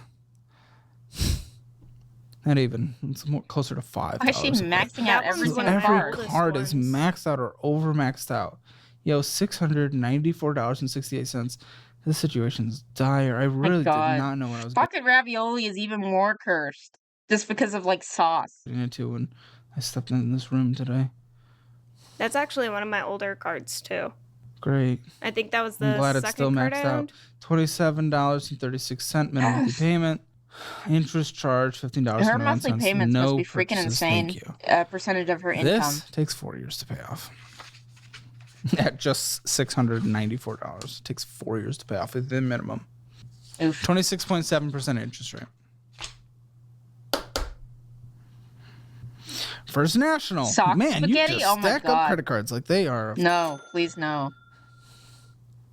Like they're snacks. $781.06. That's what you owe on here. What's the limit on this bad boy? On this here card. $750. Oh, you're over it. Damn it, we're back to this. I thought we moved beyond it. Purchase it. You know what's crazy? It's weird. You don't purchase on the credit cards that you're not over, but the credit cards that you are over, you purchase on. I don't know how you're going about life. Because I'll pay it and then I have like $10 left on it. And so then you spend like... I spend like $5 on it and then a fee hits No. No. Spend more than that. Then you also did have $49 of fees and $18.99 of interest. Oh my gosh. The annual charge was you're not even getting any benefits from this. Just cancel this card. There's no point. Then you went to Target. Who knows? It could be clothes. It could be groceries. It could be electronics. It could be snacks, but it was $15.99. Oh my I don't god. remember what Spoon, that no. is. Oh, wait. Don't pull a pizza out of there. What the hell? I'm waiting. That card in particular screwed me over. You'll get extra sauce on there that you do not want to eat, okay? Sock spaghetti is clearly the base of the food pyramid. Oh my gosh. My car got put in the shop and I went to budget, had to rent a car for 3 days, but luckily they finished my car sooner, so I took it back and was like, hey, I don't need it for this full amount. Can I get my money back? And just charged me what was owed. And they said yes, and then all of a sudden they flipped it on me. And they charged me a full $600 on that card for having that car for so long, even though I only had it for 1 day. And so when I called the credit card company to get it removed and disputed, I lost. And it got stuck on the card. If you lost, you lost. Well, that's why I was like, okay, well, that's, screwed. I mean, that doesn't, Interesting. that didn't put you above the credit limit. I mean, But your that card target was purchased empty it. before that Well, card even thing. still, the $600, you have an extra $150, but you're putting yourself over with the target purchase. Yeah. So, I mean, that sucks. I'm sorry. That doesn't all of a sudden give us an excuse to just f yourself worse, though. Like, I'm sorry. That does suck. Yeah. And you lost the dispute. Sounds like when the credit card company reached out to them, they had the evidence necessary to say that the charge Sounds was like Hertz? Maybe. justified. But they really didn't. It was just a Did stupid. Hertz make her hurt? They gave enough to the credit card company that the credit card company is like, oh. It was stupid. It was. Never used Hertz, by the way? I think we've used Hertz. I think we just use whatever car company my dad gets a better deal with because he's always searching for the deals. Oh my god. Yeah, but I imagine Cats is being frisked currently. Yeah. It sucked. Okay. Well, total interest charges here so far on this card, $117 and 29% interest. Yay. Oh, he's back. Yeah, let us continue. Because, oh man, we really just have every credit card ever invented in the history of the world. Oh my god. Dude. So, we're waiting to get out of... Dude, you're making... I'll allow it, I guess, but dude, chill. Chill, please. Please. Credit card debt before we can get married, huh? So we're getting married at, like, at least according to your pattern, in our 60s? Don't want to. I wanted it to be a year ago, actually. And it's still being be chill, pushed. please. Okay. Which sucks. You know, I do have sympathy for that. But again, we're over the credit limit. And we know that you spend $1,000 a month, if not more, $1,300 on just snacks. So it's just like, you are literally choosing snacks over your marriage. Like, if we want to break it down to the most simple form, you are. And I have sympathy for the marriage. Fan hammer the spoon? No. I would love you guys to get married. I'm sure you guys are a very pleasant couple. You're choosing snacks over your marriage.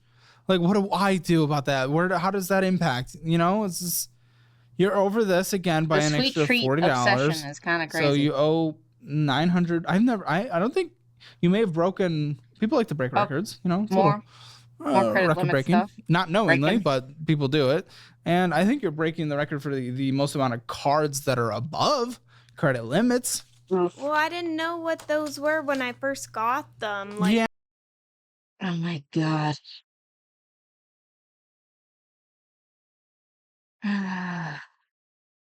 We really do need classes or something. What the shit? Yeah, but you did recently, and you're still above, so. Yeah. How did you not know what a credit limit was? If you got a credit card. Oh my gosh. I forgot to say $63.06 is your minimum monthly. And then on this card, your minimum monthly is $102. These are definitely stacking up, these minimum monthly payments. Dramatically. Oh, good. $35 fee. $22.46. Yeah, I don't blame boyfriend for like holding off on the marriage. This is kind of insane. All the finances. Cents of interest. Why do I not see a payment? A late fee. There it is. Oh, that card in particular, it will not go through with my bank. Contact your bank. Open a new bank. That's what I've been trying to do. I've been trying to deal with that one. So, How have you tried to deal with it? So I've been calling Someone them. that comes back on snacks. How'd you try to deal with this? I've been calling them. I've been trying to pay We need to make a decision. What does the data say? Hopefully. I'm not. Hope the guy. Why not use that and I'm glad personal finance is getting tons of schools more now. Hopefully they pick it up. No. You've been calling them. Okay, tell me. So there's also the whole thing that the U.S. economy is probably propped up on people who don't know and are getting abused by the system. So that's part of why our economy can generally do pretty well. So what happens when we actually have informed people? You've been calling them? I called them. How does that go? I talked to a freaking robot, pressing how much I want to pay, what I wanted to pay, and then it doesn't speak go to a human. through. Push 0 as many times as you need. Speak to a human. You can speak to a human at a bank. I regret that card. I hate that card. If they only taught me that during my time in school, yeah. Oh, you're calling them, not your checking account? I called them. I called my checking account. Yeah, but it sounds like you're not even doing. You're not even. Oh, they just made it required here in my state a few years ago. Nice. We would have less megacorps, probably, maybe. Even talking to a person. At least talk to a person. I finally got it paid, but I could only pay the minimum because I didn't have that much in my checkings account to actually. Because you spent $1,000 going to grocery. Yeah. Snacks. Oh my! Really, just does keep going. My gosh. That's the one I cut in half. Mission Lane. It doesn't matter though, because you spend on TikTok Shop, so I don't give a shit. I want to be happy for that. It's impossible. Oof. This is the furthest away you are from hitting the credit limit. With a $400 credit limit, you know $338 and 68 cents. So close. Interest charge $8.85. Purchases. Her credit score must be horrific with this utilization going on. $42.95. I want to walk away right now. $25 was the payment. So you're going up. So it's going up. It's going up from $311 to $338. So we're going to the credit limit. We're going. We're flying to it. And $25 minimum monthly payment. Wonderful. I'm guessing it's TikTok Shop. Oh, it is. $42 for a cooling blanket that didn't work. Cool. Yeah. Because it's a blanket. Generally it's not keep even you a warm. good blanket. Yeah, you got it from TikTok Shop. I assume that's the Temu of. Yeah. Also, she looks like someone who grocery shops hungry. Yeah. Like that really thin one that just kind of lays on you and a blanket that lays on you? Yeah. What? Okay. It what are you saying? Fits your body almost the same way a tight dress would. Never worn one. Like a Snuggie? What? Dang, I'm trying to get a cooling blanket? Oh, I'm sorry. I can't relate. But that's the kind of material it is. It's so thin. And that's probably why it's a cooling blanket. What were you expecting? A blanket to let air come through. It doesn't. How would a blanket cool you? I don't know. That's why I was so mystified by it. It has vents and AC on it or something. That's what blankets can heat you. I mean, there's materials that help. Like if you've seen the cooling pillows. So maybe it was a materials thing. Yeah. I'm getting myself a Java chip drink right now. On the picture, this thing was thick, and then when I got it, it was super thin. You purchased through TikTok. I mean, that kind of sounds like your fault, Could you your return problem it? type of situation. Also on a card that you shouldn't have purchased on because you're not paying on, and there's been multiple fees. You didn't just miss one payment. There's been multiple fees this year, and then lots of interest accruing at a 32.24% interest rate. That's the worst yet. Place for collections. We have collections too. Also, I'm going to say she never learned about finances if she doesn't know what a credit limit is. So I'm declaring bingo victory. Collecting just every bad debt you can get. So what was this? This was original creditors named the bureaus. Is that an apartment? No, that was... I've seen moist blankets that cool, but nothing else, yeah? When I was about 18, I got a Victoria's Secret credit card. Why? No, this would have fallen off. But okay, sorry. Go ahead. No, I spent $100 on it for my friend for Christmas as her Christmas present, and then I got kidney failure. Oh. Oh gosh. Yeah, the Victoria's Secret credit card. Oof. And I ended up getting fired because I never sent the doctor's note, which I did, to my employer at HEB. I will do unrelated to that story. HEB? They have HEB in Colorado? No, this isn't when I lived in Texas. You lived in Texas? Yes. You lived in Texas? Oh, where'd you live? I lived in Houston, Texas. Oh, cool. Yeah. Why are there so many Houston people on this show?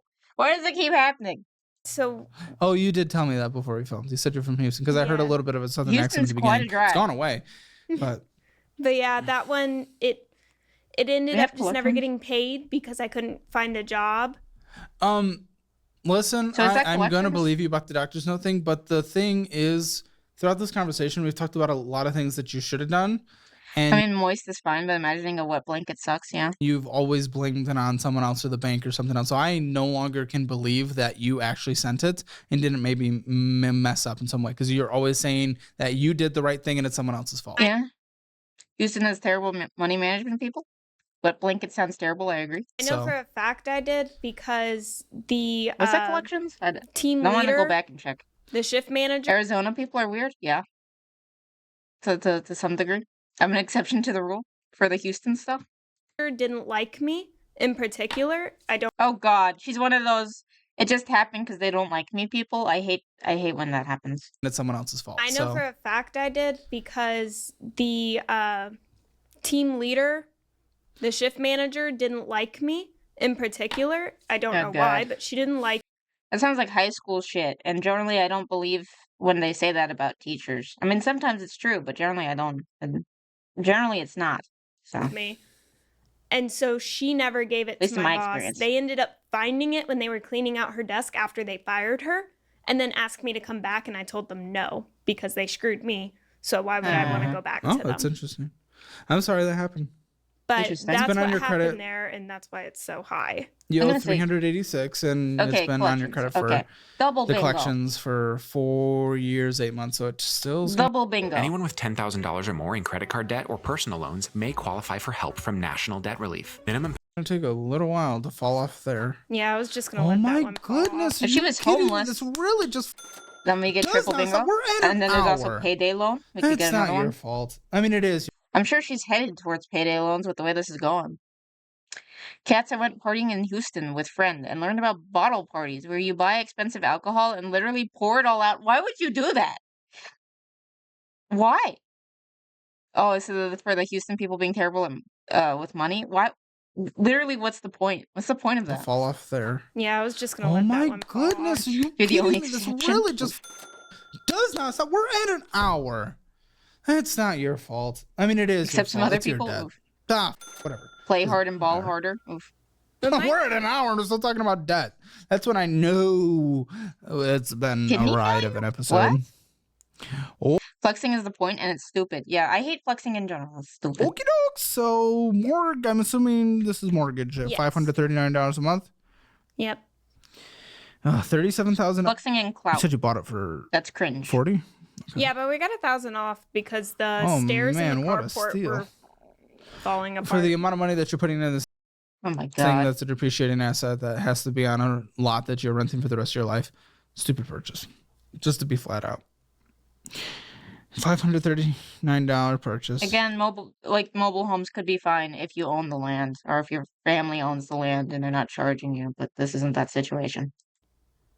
Like I would have sent, I would have put even just a pet in one of my parents' homes for a bit or something. Yeah. Until we found the right place. But also the fact that you made it sound like you couldn't find anywhere at the beginning. And then you eventually told us that you put it in his hands and you stopped looking. It's like, at that point, again, you're not putting in the work necessary. You're not, you're lazy. You're lazy. Yeah. Oof. I was not joining that. I like my alcohol aiding in poor relationship decisions personally. Oof. Buy land? Yes. Got my paycheck advance to get ready for a bottle party, rolling in my leased Hellcat. I was gonna get mad at you for a second, but then you're just joking. So that's good. Don't do pay advances. Maybe you. I mean, isn't pouring out the alcohol a poor decision spoon? Yeah. And you stop looking. It's like. At that point, again, if only you're not putting in the work necessary. You're lazy. You're lazy. Maybe you also get overwhelmed and that makes you shut down as well. Like that's a big thing. That can happen to me. I get it. That's a very natural human response. But you're also lazy. There's lots of laziness in here. Yeah, I mean, you get off work and you're like, oh, hungry. What do I do? McDonald's.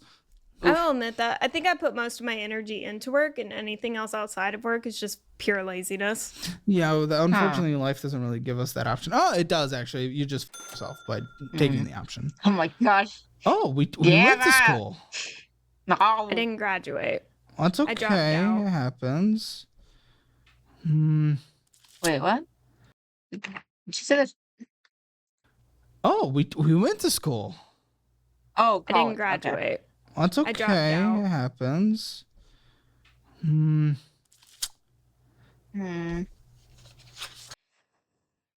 Cats, it is, but how is that going to get me with Amber with an Amber that will stab me 2 days later? Oh my gosh. I hate that some people view being able to waste as being successful. Yeah, that's dumb. That's dumb. My lifestyle, sis, made up on cheap chicken nuggets and lemonade. I only did 1 semester. So you only owe the 1,709 and the 1,014. That's Okay, it. so Yeah. okay. Are you paying? Oh, we don't I have can't student figure loans. out how to log into Otherwise, we it, could and have they've gotten been that. trying to call me since Oh God. I've tried, but I just keep avoiding the phone call. There it is. It's not that you can't figure out how to log into it, because I use this debt service provider of Nelnet. You can reset your password. You can talk to them. They are not difficult to talk to. Again, this is you. This is you. Don't blame them. Don't blame the system. This is you. No, that now one I I can't avoid. trust. I can't trust you. Honestly, I don't know if she's gonna be able to have like a budget, or she'll be able to pay this off without getting additional jobs or working additional hours. Just because her minimum monthly must be freaking insane. Anything that involves you putting an effort. I really can't. And also, gosh, you might be able to get onto like Safe Plan or something. Well, I don't know if you can get on it right now with its being under pause in federal courts. But it's saying what the minimum monthly payment is. So I'm wondering if you're paying it and you just don't know it because it's attached to your account from before, or if you're missing it, in which case they can garnish your wages. Yeah. Like, it's the government. And this one, they'll come in. I don't think they've been garnishing my waivers, but I also don't think I've been paying it because I changed my debit card so it wouldn't pull out anymore. What do you mean you change your debit card? Dude. What does that mean?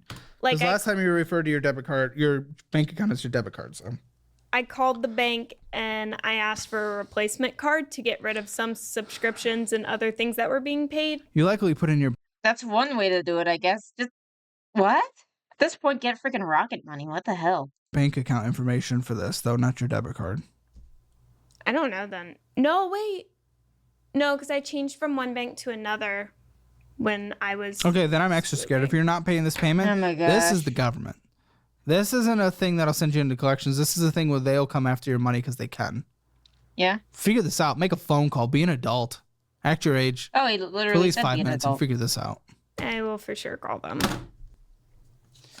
Please tell me. Oh, If your account has your social security number, the government can still rate it. Yeah.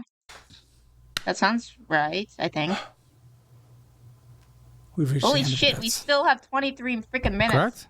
Or is there any more I don't know about? Actually, like I 20. think that's really Is it it 24? besides the money I owe my dad. 24. Wow. Which he doesn't really want me to pay him back. He wants me to use it for like Use what? either a savings or a funeral fund. Like if I can What? Hold make on. that money back, What do you mean you... then put it into Funeral? savings. What? What the fuck are we talking about? Is it sitting somewhere? Is the money sitting somewhere? No, it's gone. If it's for his funeral, just have a will. What? Oh, I've spent it. how much? From adding up everything that Oh my my dad has gosh. sent me, around 20,000. Oh! Oof. Well, why are you saying pay back and he's saying not pay back? I'm confused. What the f- Oh my god. So I wanted to pay him back. Oh, My you gosh, want to, Boone. but it's not agreed upon that you're going to? Well, his thing was he wanted me to put it into a savings. Didn't happen? Does he know For it the didn't day happen? that Does he he know it didn't passes. happen? Does he know it didn't happen? Yeah, he knows. And? That's Oof. why he sent me money to help me get here. And now what's the status God. of the $20,000? Is he's accepting it as a loss, or does he want it back? He wants it as a savings for me. So I'm But it's gone. Sure It's gone though. Yeah. So what does he I want think with he the accepted 20,000 it that's as a gone? loss. I guess he sees it as a loss. He just wants me to get on my feet Okay. and Oof. Stop. Aye. be my own person. So he still does Always not come want prepared. it back. Oof. No, not that I know of. Not like for himself. Can you call him? Yeah. How can this get crazier? Have we even really looked at her spending? We've like seen a little bit. But, holy cow. Yeah, please. Okay, let me grab it. He bought you a motorcycle? He bought you a car too? Oh my gosh. Wait, he got you a motorcycle? Why aren't you using the motorcycle? What's happening? Monthly pay. What is happening? He bought my fiance the motorcycle before we got the car. Enabled so hard and spoiled, and you're not. Oh my gosh. I don't think you've had to grow up because you're just relying on him. But I don't want to rely on him. Oh my gosh. I think she should think about repaying after all this is done, if she's in a better place then, yeah. Today, I'm a small 12-year-old girl. Tomorrow, I'm a 70-year-old grandfather. What? A lie. That's a lie. You might not actively, consciously recognize it, but your actions are showing that you would rather I want a dad that loves me that much? Yeah. I mean, it would also be loving you to cut you off, maybe. It'd just be tough love. put your cheese puffs over relying on him. So Or at least not budget relying on you. him. So yes, you do. Subconsciously, your actions are showing that you do. So I don't want to hear that. Let me see if he answers. Daddy? Hey, I'm doing the interview right now, and Do you guys remember the episode where a girl called her dad and he like threatened to murder Caleb? That was funny. wants to talk to you because I brought up. Can I speak to him anonymously? Yes. He brought up something. So I'm going to put you on speaker real quick. Hello, sir. Can I speak to you anonymously? Yeah. So I know you send your daughter a few $100 a month, it looks like. I got $500 from you this last month. Did you know that she spends that immediately going out to eat, not towards her necessity bills, and she spends it on snacks at the gas station, all of it and more? Oof. No, I don't know what she does with it. Okay. Do you still support sending her that $500 even though she blows it all on things like that? To be fair, financial audit sounds like a scam if you try to explain it. Very true, very true. And not any of her bills?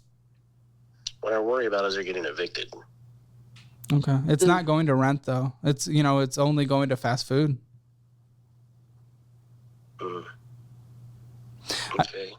I just wanted to inform you of that, just because unfortunately in a lot of situations we see a lot of people through loving parents want to help their kids and they give them money. What they don't know necessarily is where that's going, and it actually ends up enabling bad behavior from their kids. And this is not your fault. You may not have been knowledgeable. Insert joke about government and here. In the situation because you're just trying to be a loving person, a great father, but it actually ends up hurting their children because their children never end up becoming independent and they end up spending that Insert money joke about government here. on bad behavior instead of what you're actually intending it to be. I appreciate that. Yes, sir. Just wanted to let you know. I'll give you back to her. Okay, thank you. Okay, I'm going to let you go now so we can get back. Okay, bye. Bye. He sounds like a sleepy man. He has COVID right now. Oh, poor guy. Oh no, he's sick. Add on to his suffering. Yeah. Oh, good for him for answering and talking. Nice guy. He always answers. He tries to. That's good. No, he's, seems like a good dude. With his actions, he seems like a loving parent. Bought your car, bought your motorcycle, apparently, and all this stuff. Government will not be happy about the insert. Yeah. He wants to support his kid. Love that. But again, for you. Oh, I'm sure the government is. Everyone talks about how they waste money. Okay, it's fine. It's not actually helping you, because it's a safety net. And you just go. Actually, no. There's two camps. There's the people who talk about how the government wastes the money, or there's people who want the government to waste more money. Those are the camps generally. Put it all on bullshit. You've never had to rely on yourself and be independent. Yeah. It's just unless there's like a massive nest egg, which you would blow through anyway. Yeah. Oh no, poor dad. Sounds like a good dad that is doing what he thinks is best. Yeah. Yeah, for sure. At the time of his passing, you're just gonna not even know what to do. That's what I'm afraid of. Okay, how old is he? Oh God. He's 50. Oh, okay, well. He's fine. He's 50. Why are you acting like he's gonna die? He's freaking 50. He's fine. Unless if he has like a horrible medical condition, he's fine. you know, we got a long time going then still. Yeah. But Don't get me started on universal income, okay? my parents are the same age as well, so better be a long time. All right, and your checking account, $91. Oof. ATM withdrawal, who knows where the that went? An Apple bill. Cigars, $20. Ooh, smoke shop or alcohol spending. I didn't expect cigars, but that gets us. What are we on? Like triple bingo? I think we're on triple bingo.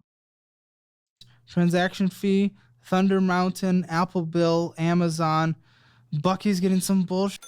Going inside getting some snacks from a gas station. Target, that looks like snacks at I guess she had to do her pilgrimage to Bucky's if she was going to Texas. Enough. Same with the Dollar General. Same with the 7-Eleven. Looks like you're getting stupid snacks. And Barbara Hurt and Sauce Daddy and Scottfield's Fruit and King's. I was wrong. Cigars, though. Respect. And another in-app Apple thing. I mean, if the Pentagon can lose 2.3 trillion.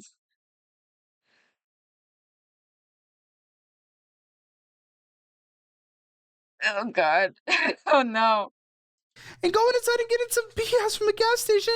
Daddy-O's. You're taking money from Daddy and going to Daddy-O's with it. Sonic Drive-In, Dutch Bros, King Scoop, Domino's, ATM withdrawal, $80. Who knows where the that went? Office Depot, 34 cents. What are we doing? Slice and roll. Went inside, got some BS. IHOP. Went inside, got some BS. Overdraft. Oh, great. She's overdrafting. I haven't seen an overdraft in a hot minute. That may be why a payment failed, because you didn't have any damn money in your account. Oof. Did you ever think about that? No.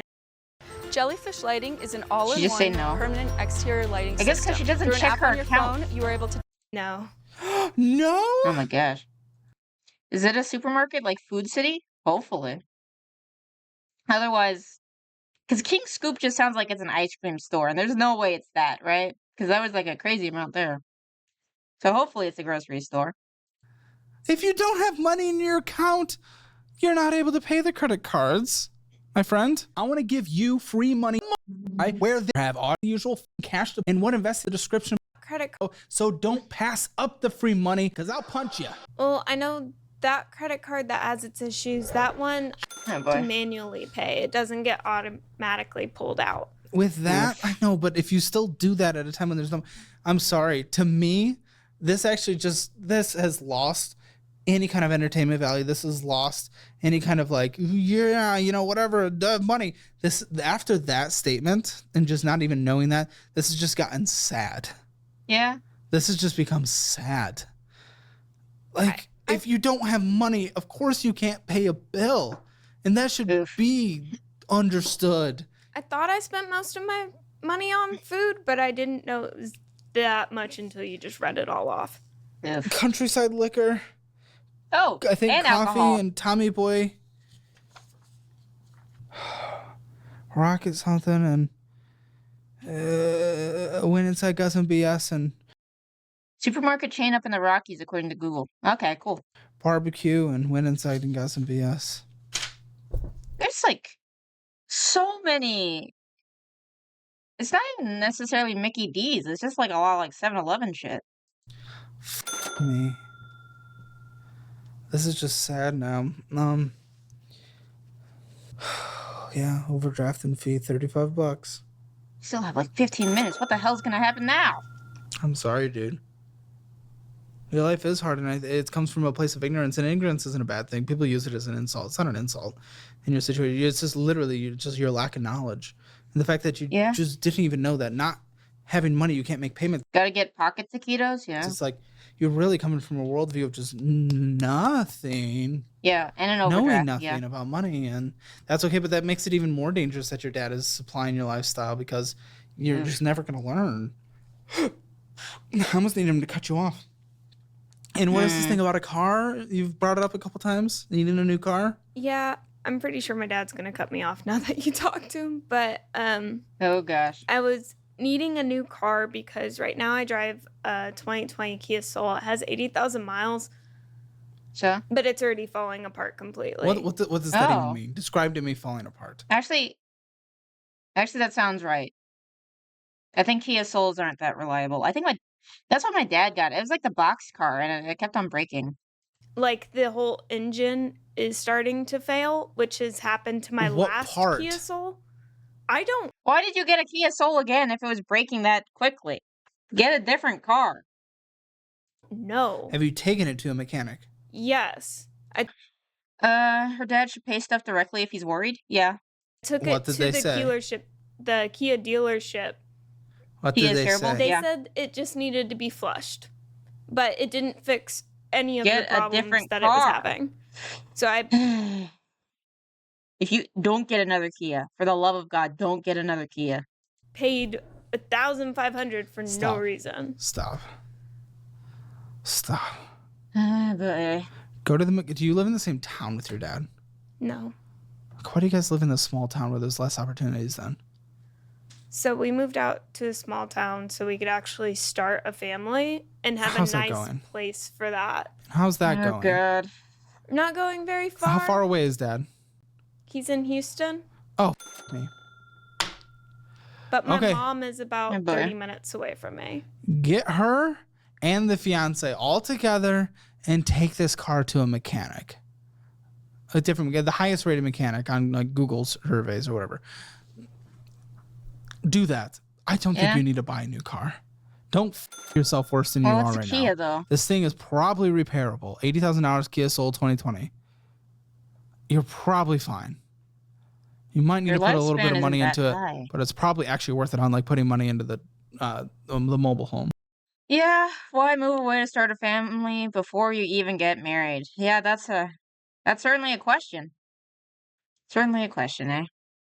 Get an old RAV4 or RAV4 hybrid for the same price and not drive a Kia. The teenagers will steal them with their iPhones. Oh yeah, I forgot it's the Kia. You can do that with the Kias because of the TikTok hack where you use like a USB or something. Which I don't even know what you guys are doing there. Like, do we even talk about that? We haven't done much to it. And what about this motorcycle? What about this motorcycle? The motorcycle, we were pushing it to the side to use it. Oh yeah, especially because they're in the city. Teenagers will definitely steal the cars. No, they're in like a small town, but still. They are doing things out of order. Bangs head against desk. Yes, no. I feel like that's typical nowadays. Like whenever it's like we hang out, we do the scootily pooping, and then we get emotionally connected, and you have the kids, and then you get married. Like I feel like that's how it tends to go now, which is like completely out of order and very strange. As like if I needed to buy a new car, it's worth about $7,000. Okay, sell it and use that to repair this car. Unless, of course, the value of the car. Get it on Kelly Blue Book. Do the value of the car. Search the VIN. Do everything all at once, no order. Oof. If it's going to cost more than even half the value of the car to repair it, then maybe we're considering potentially getting a different car that gets mechanic approved for longevity and safety. But I highly doubt it will. You're just saying, the whole engine's dying. That means nothing. And I'm not even a car person. There's going to be specific things happening. You need to then take it to a mechanic. Schooly poopin', I'm stealing that. I still Schooly poopin'. Schooly poopin's from Crash Course. That's what Crash Course calls it. I usually call it the horizontal tango, but VV says it's funny. Yeah, like you don't even know, and you're willing to go get another car. Yeah. Schooly poop is a John Green thing. Yeah, you don't even know, so just stop. So right now, because of winter's coming up, the motorcycles were $2,700 because we just got it appraised. And why the f are you telling me it's worth $7,000? What are you talking about? It's worth in the summer. So. Hey everyone, big heads up, Paleo Valley's running a sale on all their meat sticks right now. You can get 30 sticks for $36. Oh my gosh, it changes in Colorado specifically because... The entire value of the car? Yes. Sell it in Texas with where your dad is. Oh then we have to take it down there. I have to get somebody to come up here. Road trip, woo! I don't want to. I don't want to do a lot of things. Oh my god. is what your life is. Okay, so I wish she was as young as she looked and not 26. I feel like I'd feel a lot better for her future if she was as young as she looks and not 26. in summer, I mean, cash flow the repair, we can get you there probably. And then I know the Kia is weird worth that the market about is that flux. $4,000 right now. The 2020, $80,000 worth $4,000. Yeah, because it got rear-ended by a Silverado at a red light. Oy, so oy. it has a big old in the back. Vey. But besides that, it's only worth about $4,000. I want an app so bad.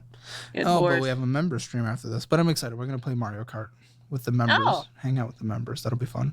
That sounds fun. If you guys want to watch that and join us for the post show, feel free to join our membership. It's pretty fun. We'll hang out. But I need to play some more Mario Kart. I need that joy in my life. I need some Mario Sounds about right for a Kia, yeah. Kart to get here in an hour.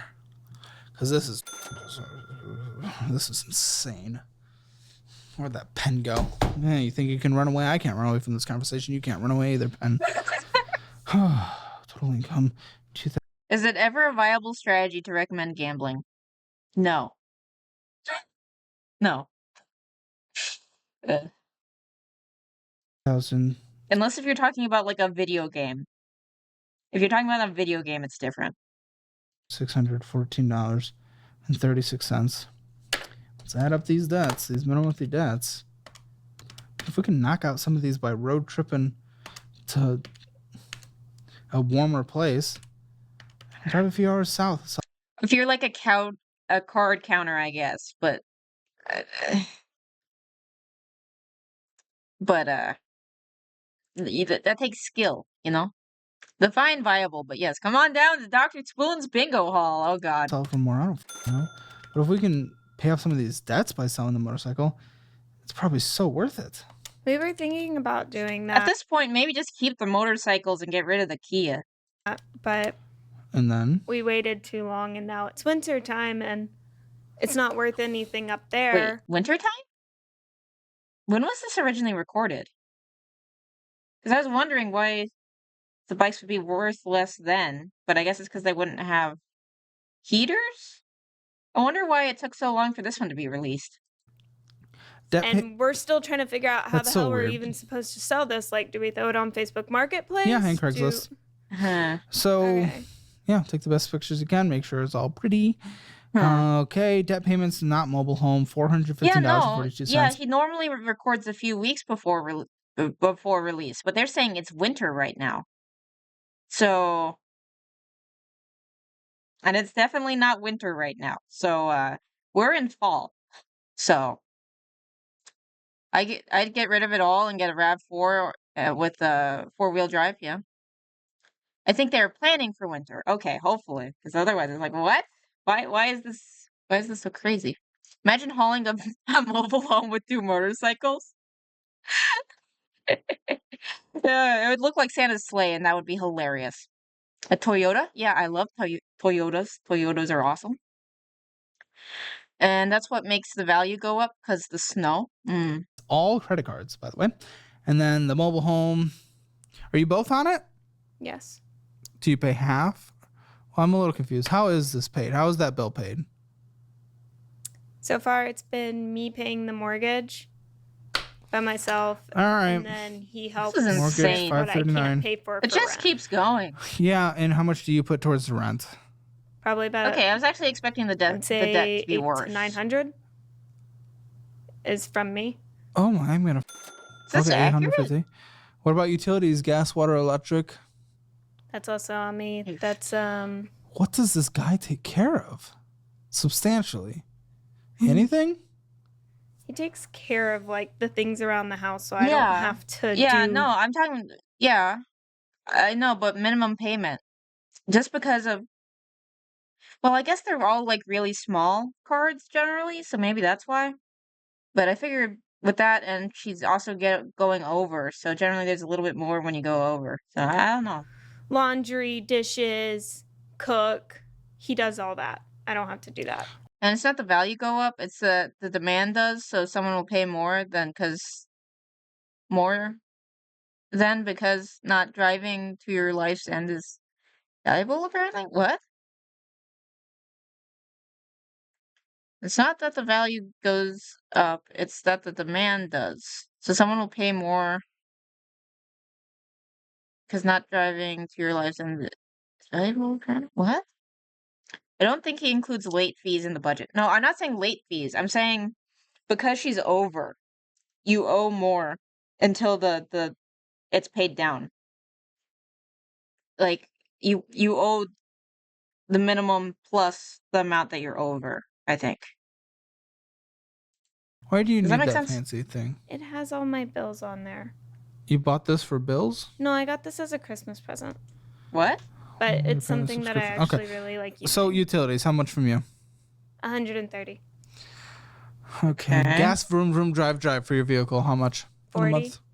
You will pay more for a car that can drive in the snow? Yeah, if you're in Colorado. Like she 40 a is. month. Oh, 40 a week. Sorry. That's okay. 160. Car insurance?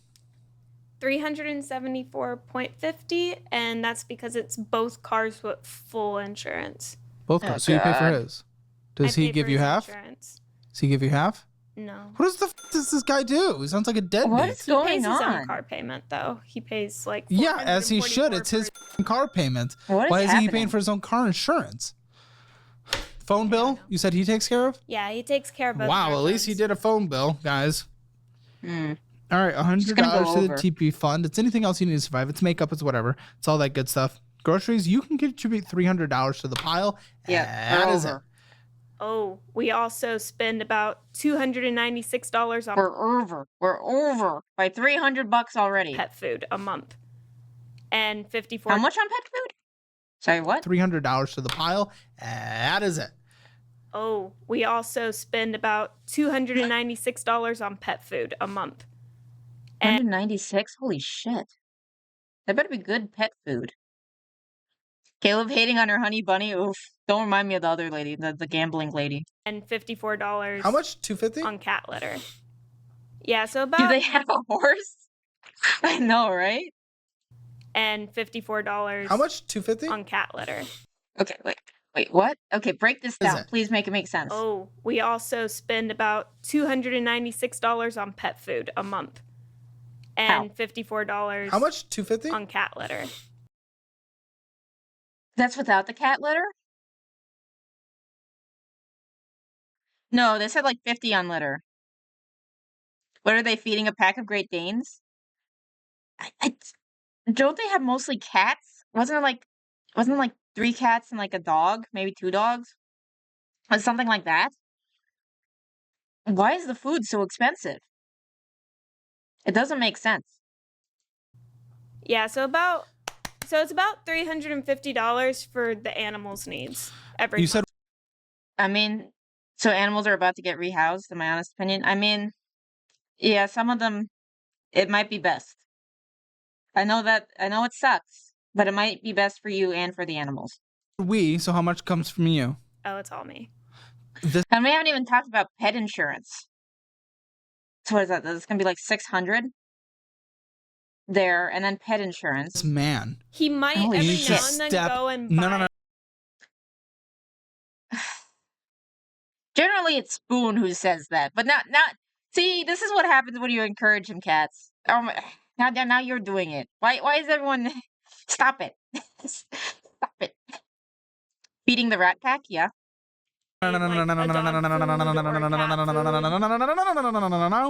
It's What is the guy paying for? Is he not paying for the pets either? What the hell is going on? $50 on litter makes sense. Minimum 2 litter boxes. A bag of pretty litter is like $25 each. Yeah. time he steps up and actually does something a little more than a phone bill. Okay. All right. It's happening. How much for the pets again? 3 what? About 350. That is insane. You need to use the meal prep thing and Yeah, 50. It was 50 for the litter. But that's the food is still do ridiculous. meal prepping, and I'm sorry, you're warming up shit, you're actually cooking shit. But $300 is all you can contribute to the grocery pile. He wants to spend more, he can. Medical healthcare copays. Anything? Nothing. Gym. Anything? Nope. Subscription. Hey Certainly. Rusty, how you doing? This is a pretty dang insane situation. How much are we over budget now? Or even if we follow the budget, we're how much over? Like 650? Oh, so you're the one in Springfield, Ohio? Who is from Springfield, Ohio? What wasn't that trending? Can someone explain the Springfield, Ohio? I feel dumb. Okay, this guy is stringing her along, is giving stringing her along and taking advantage vibes. I mean, maybe that's how he's avoiding debt. It's just she's taking on all the debt. Not. No, all our subscriptions actually go through our Verizon plan. Oh, God. So I think he pays? Yeah. Okay, well, you're not paying anything. And that's a lie because you were paying for that. Oh, my gosh. A loaf of bread cost 50% more today I'm losing my mind. I am losing my mind. I got this one. Anything else I need to put in this here budget? Don't think so. I think that's everything. Yes, I asked. Okay, so you also don't understand the Springfield thing. Okay. Great. I mean, I don't think anyone's going to be surprised here. Dude needs to step up a little if he cares about you at all, because you bring in $2,614.32, 36 cents, and what you need to survive on a minimum monthly basis, cutting back to the bare minimum, is $3,218.92. I forgot it's Friday. I felt like it's Monday. My sense of time. Oh my God. Oh my gosh, no! Don't talk about Trying to make it to the weekend. I think we're past the most hectic part at work. And on the plus side, I should be making close to 4 hours in overtime. That's good. How much are they paying you for the overtime? Like what's the over for the overtime? Is that where the migrants are eating pets? Oof. Have you seen the AI art of him Trump running with like the cats and stuff? It's really funny. My dad has been sending me so many memes involving that, and he wants to get like a MAGA hat for Nez to go along with the joke and have her wear it for Halloween. But yeah. Some dude was caught eating animals over there, I'm pretty sure. Well, yeah. I got 6 hours of overtime, so it's gonna be a good payday. Yeah. So yeah, it was the migrants that were eating random pets. Yeah. But yeah. So where you are under by $604.56. Let's see here. If he takes care of half the cat food. Oh, I understand the joke now. It took me a while because cats threaten to eat the pets, and then I'm slow. It's fine. I got the joke now. I understand. Gamma. Half the car insurance, or half the pets, half the car insurance. What's the 300 there, and then I can't remember if overtime is time and a half or double time, huh? Yeah. They usually never give overtime, so hey, I'm not complaining. Yeah. How much does he put towards rent? You put $850. How much is he? What's the total of rent? What's rent total? About $1,030.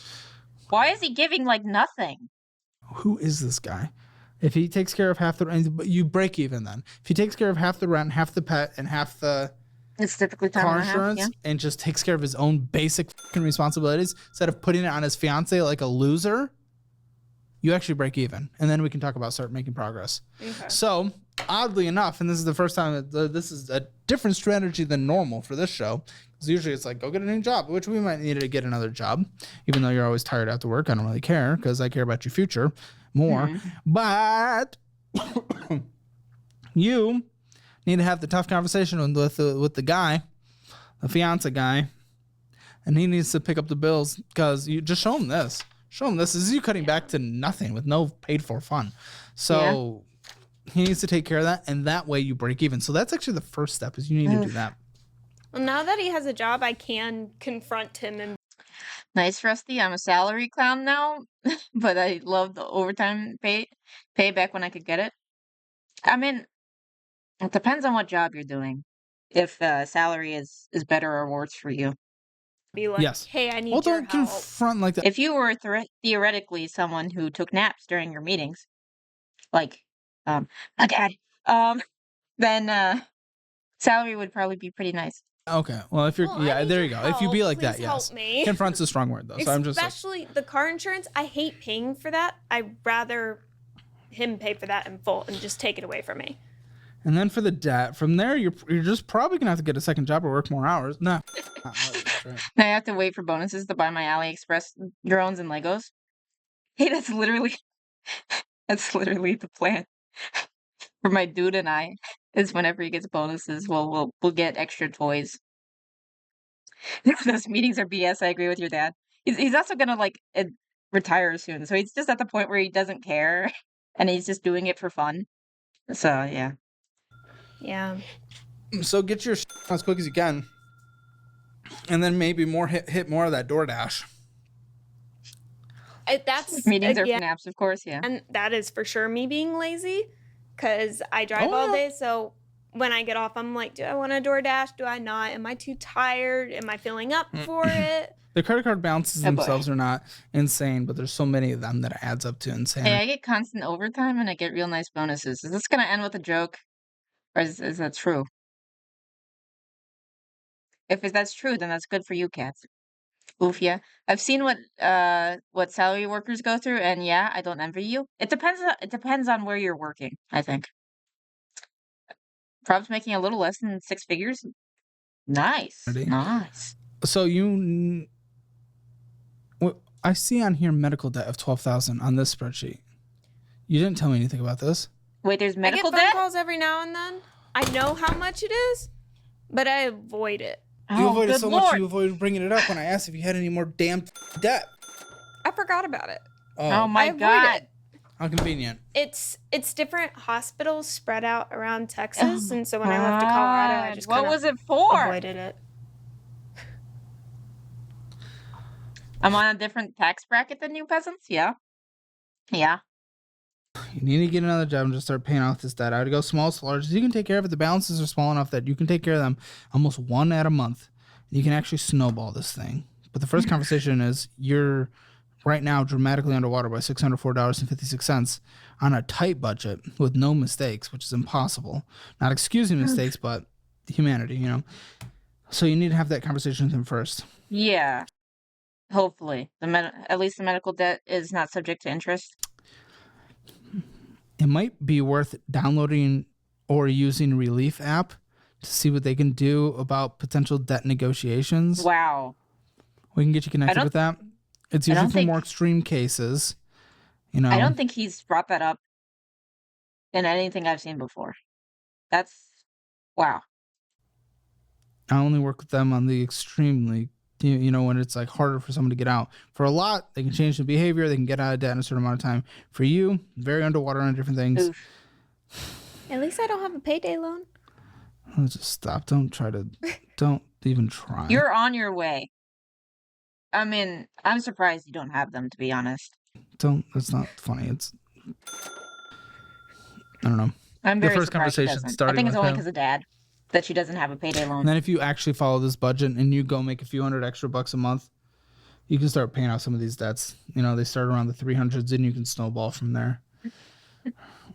But depending on how quick you get, you know, this could take the mobile home. I don't even know the interest in. You guys are going to put more money into that. So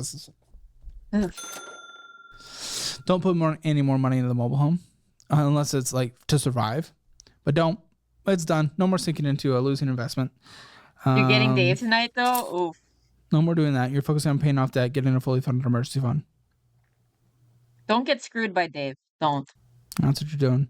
And he needs to step up and pay some of his own damn bills. Adult. Okay. So that's step number one. This could take a couple years. What happens if they break up, though? What's the new plan? Like, what if he's like, oh, you want me to share the bills? No. And what happens then? I think even less if you bring in some more money than if we don't throw money to the trailer. But this is about you going and having a tough conversation. That's part number one. Yeah. And if you do receive any money from Dad, it goes to debt. It doesn't go to having fun. Okay. Yeah. That's not an option. Spending a budget you overspent, so 0 out of 10. Debt you have collections, 0 out of 10. Emergency fund, nothing in savings, 0 out of 10. Retirement, do you have any retirement? No. All right. Hammer Financial score 0 out of 10. That's as good as possible. Join us for the post show. We're going to bring in the producers. We're going to talk about more of the drama side of things. Some of the...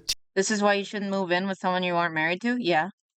side of things and have another 20-minute discussion after every episode. And then also check out other resources linked in the description below, as they are what I use or would use in specific situations, including the best budgeting and investment. She'll have to search for a new trailer park. Yeah. Program, Maybe. which are bundled at a 15% discount. I think she'd still be obligated to pay it though. Check it out. Today on the Financial Audit Post Show. I can get very paranoid about making sure bills are paid on time, and he will forget sometimes. Yeah. And he I really will that be much on his better? butt about it. It gets to where I'm nagging him 24/7. Did you pay this bill? And that's why I have so many bills on me. I thought you said that you were that he was better at finances than you. What the hell? He's not. He can't pay off his own bills because he forgets. Just put on freaking auto pay. Are you guys right for each other? Every relation has that little thing that kind of... This is a big thing. Big thing. Couple... The guy drinks too much, spends all the money or whatever. That would be huge. He likes My dude to doesn't stay home. have He doesn't go anything out. like I'm that. more of a person that wants to go out. So again, are you guys right for each other? To watch the Financial Audit Post Show. If you're getting married and you already have those types of issues, maybe don't get married. Just like eventually you'll probably have issues. You're gonna grow up and you're gonna probably be a little bit of different people. But if you already have those fundamentally huge issues, maybe don't get married. As someone that grew up in a trailer, thank you for not making the title about trailer trash. I know it's clickbait for views, but I appreciate you not taking the low-hanging fruit. Yeah? How much do you make? Every guest ever. Well, here's where it gets tricky, yeah. My dad once told me a line. If you are buying what is not necessary, then one day you have to sell what is necessary. And I stuck to that line. It's an interesting one. She's probably tired and doesn't have the energy to cook because her body is fueled by cheese puffs, Pringles, and M&Ms. Oh, that's true. That's very true, actually. Bad nutrition. That's probably why I'm sleepy all the time, is because I have bad nutrition. Opposites attract, but they need shared values. Yes, that is the key. That is the key. It's crazy that she basically went into debt because of sweet treats. But yeah. Paying bills and not dying in debt should be a value. Yeah. Oh yeah, now I'll give you guys my story. My meet cute with my dude. So, I had never dated anyone in my life. He had dated one person. And that is a totally different story. I'll ask him if I'm ever allowed to tell that story because it's pretty embarrassing. But so I probably won't tell you those stories. But so a little preamble. So me and my dude are both socially awkward nerds. We prefer to stay inside and play video games. But we're in college. We did not have any friends who went to the same college. So we had to go and try to make friends. I found a group and I was hanging out with them. But my poor dude, he was trying to talk to people and everyone would just ghost him and it sucked. So he was ready to finally just give up. And he would just go to his room and then play his video games. And then it was first day of school. And we were both taking a computer programming class. And the teacher was late. And he said it was like there was a quest marker above my head. He also thought I looked 12. So he's worried I was a child genius, which I find hilarious. But he went up to me and said, "I like your shirt," because I was wearing a Pi Day Star Wars shirt. And he was wearing a fairy tale shirt, even though he has never watched fairy tale. I told him his shirt was also cool, even though I had never watched fairy tale. We have still both not seen fairy tale. And then we just did the usual, this is my major. This is where I'm from. And that type of stuff. And we just talked from there. And then we ended up going to class. And we sat kind of near each other. And the teacher just kept on talking about his stupid chart of successfulness for like 30 minutes.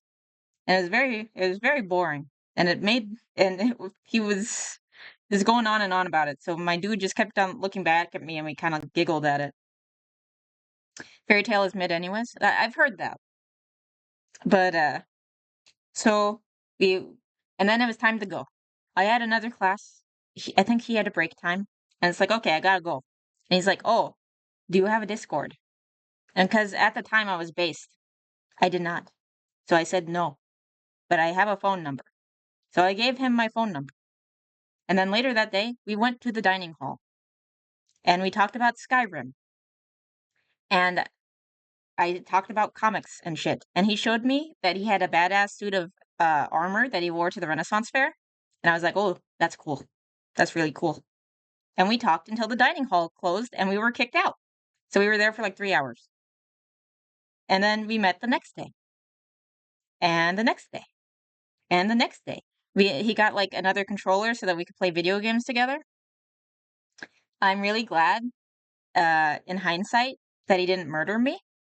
Because I was like going to his room and stuff, and I got into his car in the first week of knowing him. So it's really good that he wasn't like a murderer or a rapist.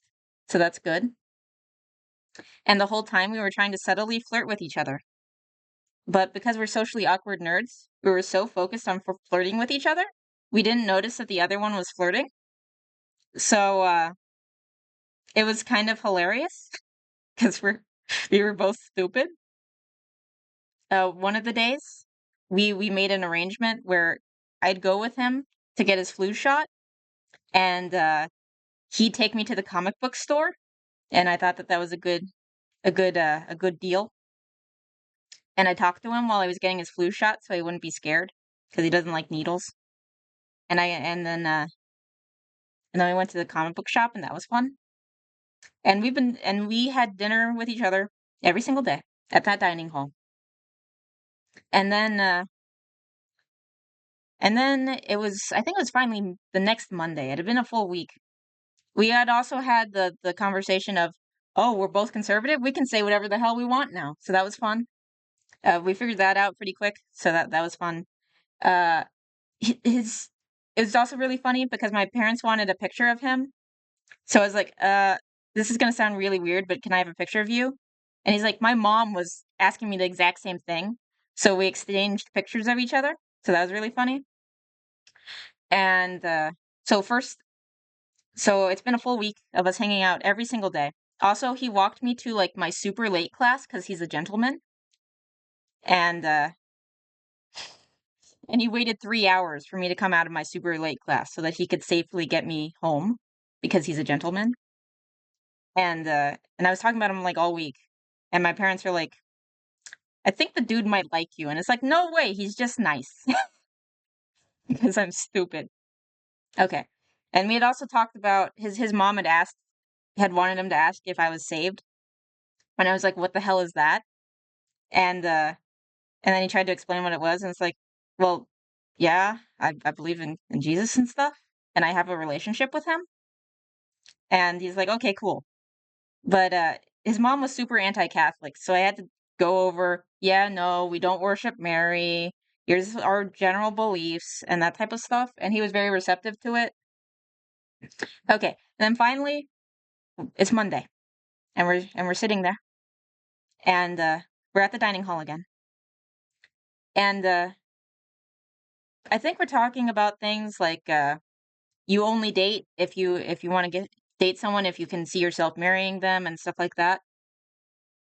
And then he's like, "Oh, I know you've never dated anyone, but like, is there anyone at this college that you like so far? Because it's been like a week." And I'm like, "I think this is an opening.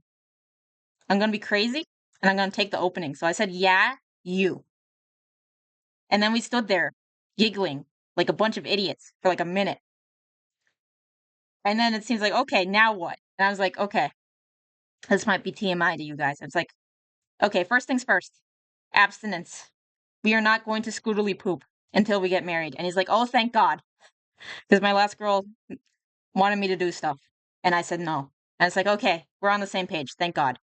And we both agreed the only reason you date is because you think that you can marry a person. So we were doing purposeful dating. We had already agreed. We knew our values were the same. And we started dating. And within like a month, we were talking about like how many kids we want to have and stuff like that. But and then he proposed to me at a Renaissance fair a few years later, and it was great. My dude's the best. I had the best dude in the whole wide world. I have a literal knight in shining armor, and he's so chivalrous and stuff. He'll hold the door open. He's a very, very gentlemanly dude. He is the best. I can't believe he's a real person, and I can't believe he deals with me. It's kind of crazy. But yeah, so that's that's the main gist. The main gist of how I met my dude and how he's the best thing ever. But yeah. Also, it was kind of funny. Apparently, when he was in his youth group, they had him write a card and describe everything that they wanted in a spouse. And apparently, I met every single thing on his card. So, I think that's cool. And he also talked about basically praying for me since at least high school to meet me. So, that's pretty great. I really like that story. Getting kicked out of the dining hall is the sign of a good relationship. Yeah. This is way too adorable. Walking to and fro is nice. Waiting is love. Yeah. This is wholesome. Only scootily, no poop before marriage. What? This is so sweet. I have diabetes from this also. Yeah. Yeah. My dude is best dude. But yeah. In honor of Friday the 13th, we can go over the most horrifying thing that I know of. Credit cards. Because I've been holding on to this documentary since forever. You can scoodle, but no scoodly poop. Yeah, I mean, we'll cuddle, but we don't scoodly poop. Because scoodly poopum is for married couples, and we are not married yet. It's very hard. I will say, we are living together right now. We're in separate rooms, but like it gets more and more tempting. So I don't recommend necessarily doing it, necessarily living together, because it gets more and more tempting the more that you're there without getting married. But it's fine. But yeah, let's like this because I've seen it before. But yeah, the horror of credit cards. Let me get rid of the bingo card here real quick. Let's look into the horror of credit cards. The scariest thing for Friday the 13th. Yeah, you couldn't live together and not schooly poop. That's fair. Tonight on Frontline, the average American family has 0% for life on transfer balances. Okay, and this was originally 2004. So keep in mind how prophetic this is going to be. Keep in mind 2004. Plastic money have become both a necessity and a ticket to a better life. Hawaii! A credit card is an Don't pay for Hawaii on a credit card. Unless if you're trying to get miles and you can just pay it off immediately. Me, personally, because I can't even walk past Panda Express, yeah. Unbelievably great convenience for the consumer. But the credit card industry plays by its own rules. I don't know any merchant in America who can Look, it's Pocahontas. Here she is, back in 2004. So I don't think she was in office yet. But she's been in office since freaking forever, hasn't she? Another one of those forever politicians. Change the price after you've bought the item, except a credit card company. Credit card banks earn record profits. MB&A's profits last year, 1.5 times that of McDonald's. Yeah. McDonald's did too well last year. But the profits come at a price. Now they've raised my rate to 19.98, and I have not been late ever. There are. Remember, that's considered bad at this time period. 20%. I mean, 20% is still bad, but still. I don't trust myself with credit cards. I get in enough trouble with the debit card I already have. Yeah. Can you change? Oh, can you charge with all the colors of the cards? Oh my God. Irritated, unhappy, dissatisfied customers in this industry. They are the new loan sharks in America. I mean, I certainly didn't imagine that someday Pocahontas said something right, I guess. So good on her. Might have ended up creating a Frankenstein. Frankenstein? What do you mean, Frankenstein? Tonight, Frontline correspondent Lowell Bergman and the New I think York... he means Frankenstein's monster, because Frankenstein was the guy who made the monster. So technically, Frankenstein is the monster because he didn't take care of him, of the creature, and he didn't nurture it. And that's probably why things went so bad. Times investigate the secrets of your credit card.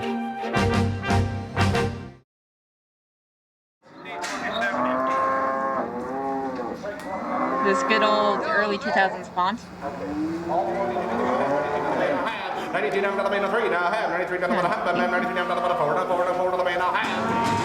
This may seem an unlikely place to begin a modern history of... Yes, Frankenstein is the doctor and the monster. Very true. Very true. What is it? Knowledge is knowing that Frankenstein made a monster, and then wisdom is knowing that he was the monster. I think there's a saying like that. The credit card. More than 1,000 miles from Wall Street. Yeah, well, he wasn't even like The creation just did what he was designed to do. He didn't have like a purpose though, and he kept on trying to look for a purpose. That was part of his struggle, was trying to find his purpose in the world. Paneled halls of the Federal Reserve in Washington.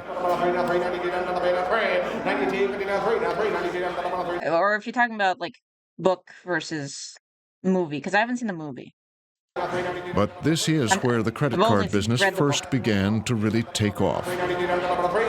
It's one of my favorite books because I have a thing for lab creations trying to do their best. That's why like X-23 is my favorite superhero, probably one of my favorite probably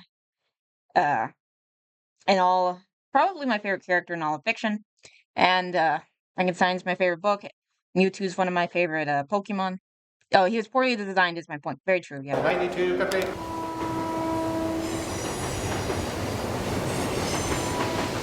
This is Sioux Falls, South Dakota, a modest town of 140,000, known for its cattle auctions and meatpacking industry. It's a town which my favorite character is Elizabeth from Persona 3. I don't know that one, actually. I wrote a whole term paper on this, obviously. Ah, okay. The epitome of sleeper build? Ooh. boasts a huge post office, big enough to service a city several times its size. Air-headed truck? Oh, that sounds hilarious. Every day, millions of pieces of mail pass through here. And from here, millions of credit card solicitations. I worry about my mom with credit cards. She mentioned she had to start using a new one, and I asked, how many credit cards do you have? And she wouldn't give me an answer. Oh, God. That's not a good sign. Solicitations and bills are sent to mailboxes across America. Because, again, it's not fine. It's fine if you have multiple credit cards if you know how to use them, and they have different purposes, and you're paying them all off. But if you're not paying them off, and it's just trying to keep ahead of the debt, that doesn't work. She looks like a dainty girl, but she's the hardest boss in terms of difficulty. That sounds hilarious. I also kind of like that trope, too. Especially if they're, like, a kid. I just find it funny. Big enough to service a city several times its size. Every day, millions of pieces of mail pass through here. And from here, millions of credit card solicitations and bills are sent to mailboxes across America. And billions of dollars in credit card payments come in from around the world. Today, Sioux Falls is one of the major credit card processing centers in the country.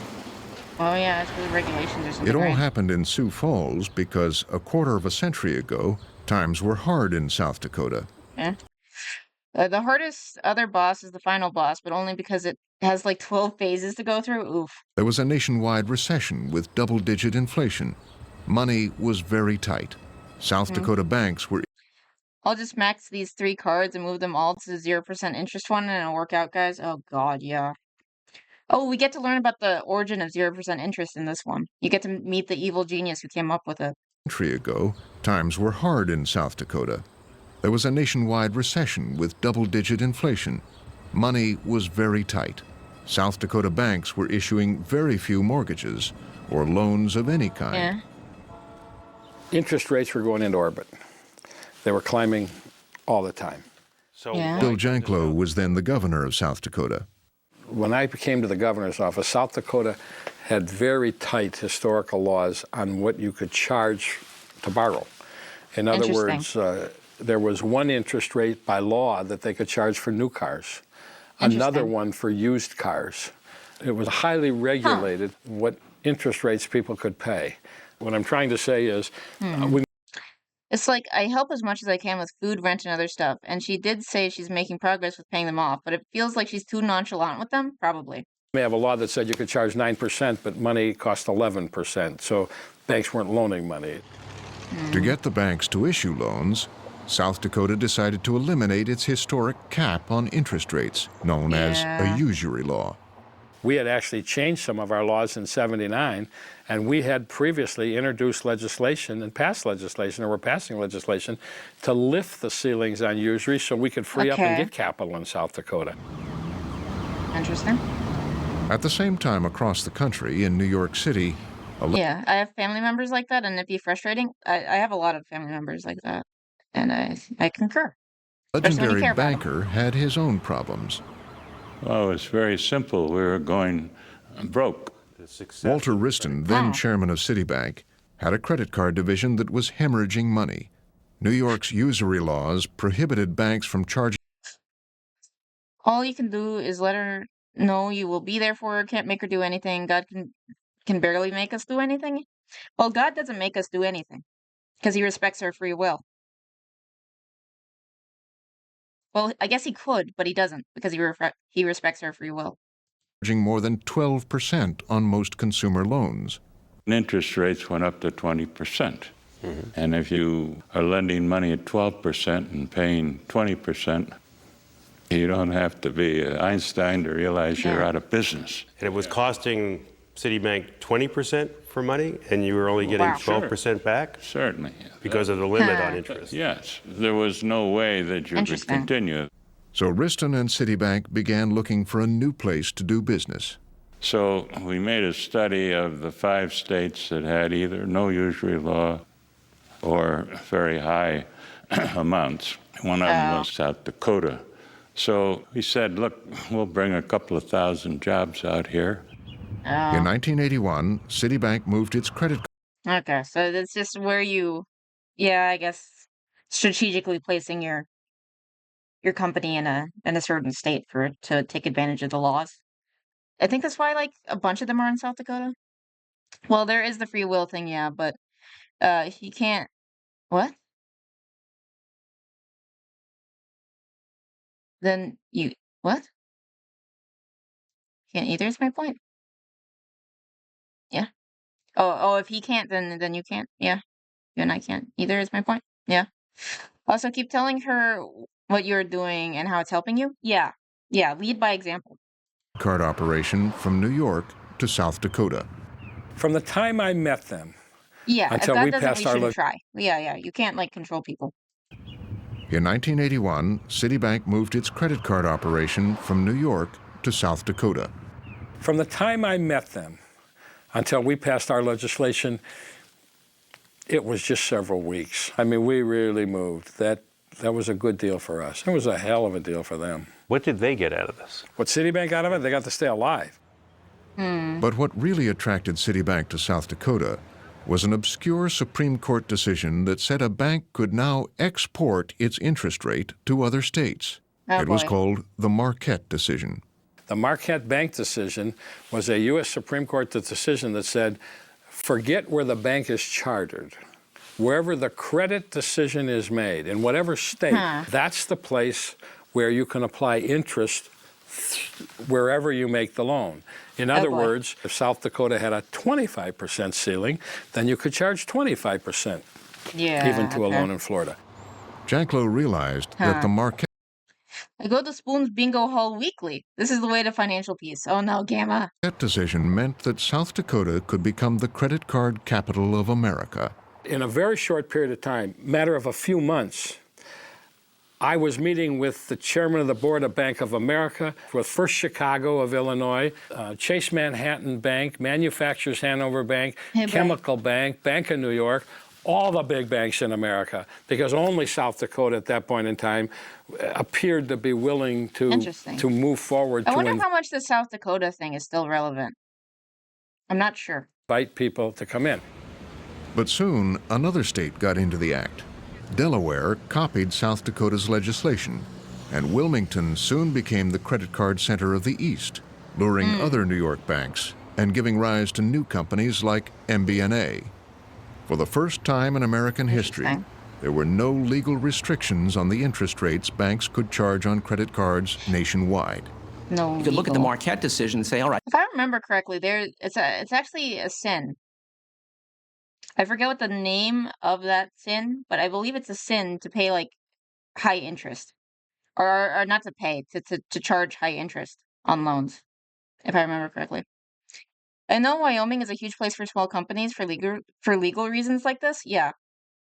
Right, maybe it took the lid off, but what it did was it had a very egalitarian effect. Duncan McDonald is the former general counsel of Citibank's credit card division. He says the Marquette decision allowed bankers to charge higher interest rates to riskier customers. The minute Marquette came along, you could jack the price up a little bit more to cover those people, and as a result, tens of millions of people who were paying 30 and 35% interest rates to small loan companies all of a sudden got the product at 19% interest rate and an annual fee of $20. Well, now it's like a similar. Well, I guess now just the payday loan stuff is higher. And does it really help them if they're taking out more money and getting more debt? So in that sense, it was very egalitarian and very good. And very good for banking.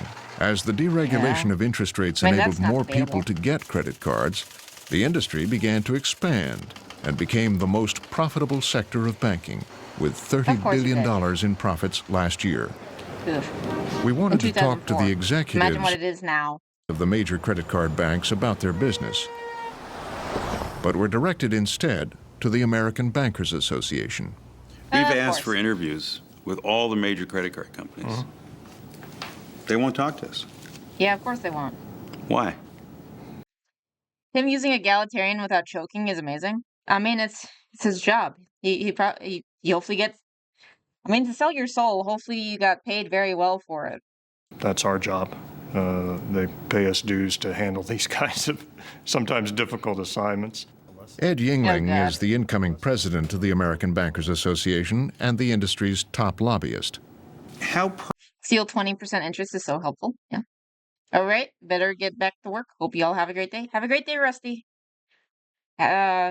Hope your overtime is lucrative. Profitable is the credit card business. The credit card business is profitable. You would expect the credit card business to be somewhat more profitable than the rest of the industry or why is that? Parts of the industry because it's riskier.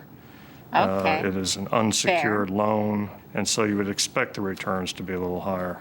Wasn't last year record profits for this industry, and they're expected again this year? Yeah, but compared to what? It is not an unusually profitable business compared to other businesses. MBNA's profits last year, 1.5 times that of McDonald's. Well, McDonald's didn't do too well last year, and MBNA is a big company. Citibank more profitable than Microsoft, Walmart, and the executives are highly paid. Right. These are really big businesses, and they do make money. Poor dude in the hot seat. Today, nearly 144 million Americans have credit cards, and they are using their cards like never before, charging $1.5 trillion.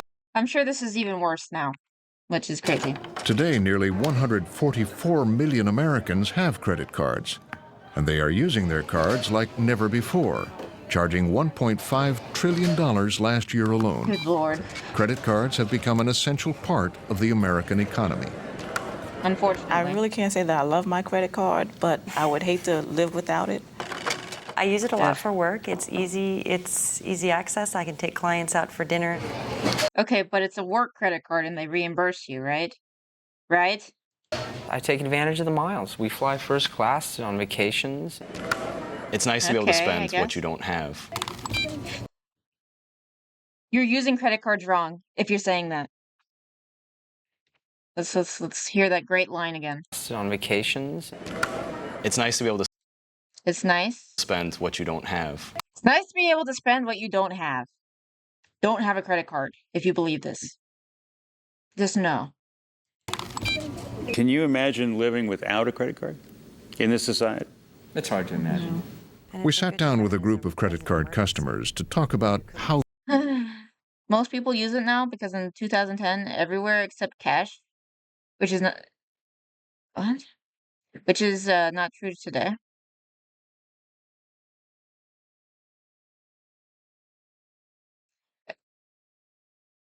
Like accept cash maybe, because now you can't. Yeah, because now a lot of the times they don't accept cash. That's true. how they use their cards.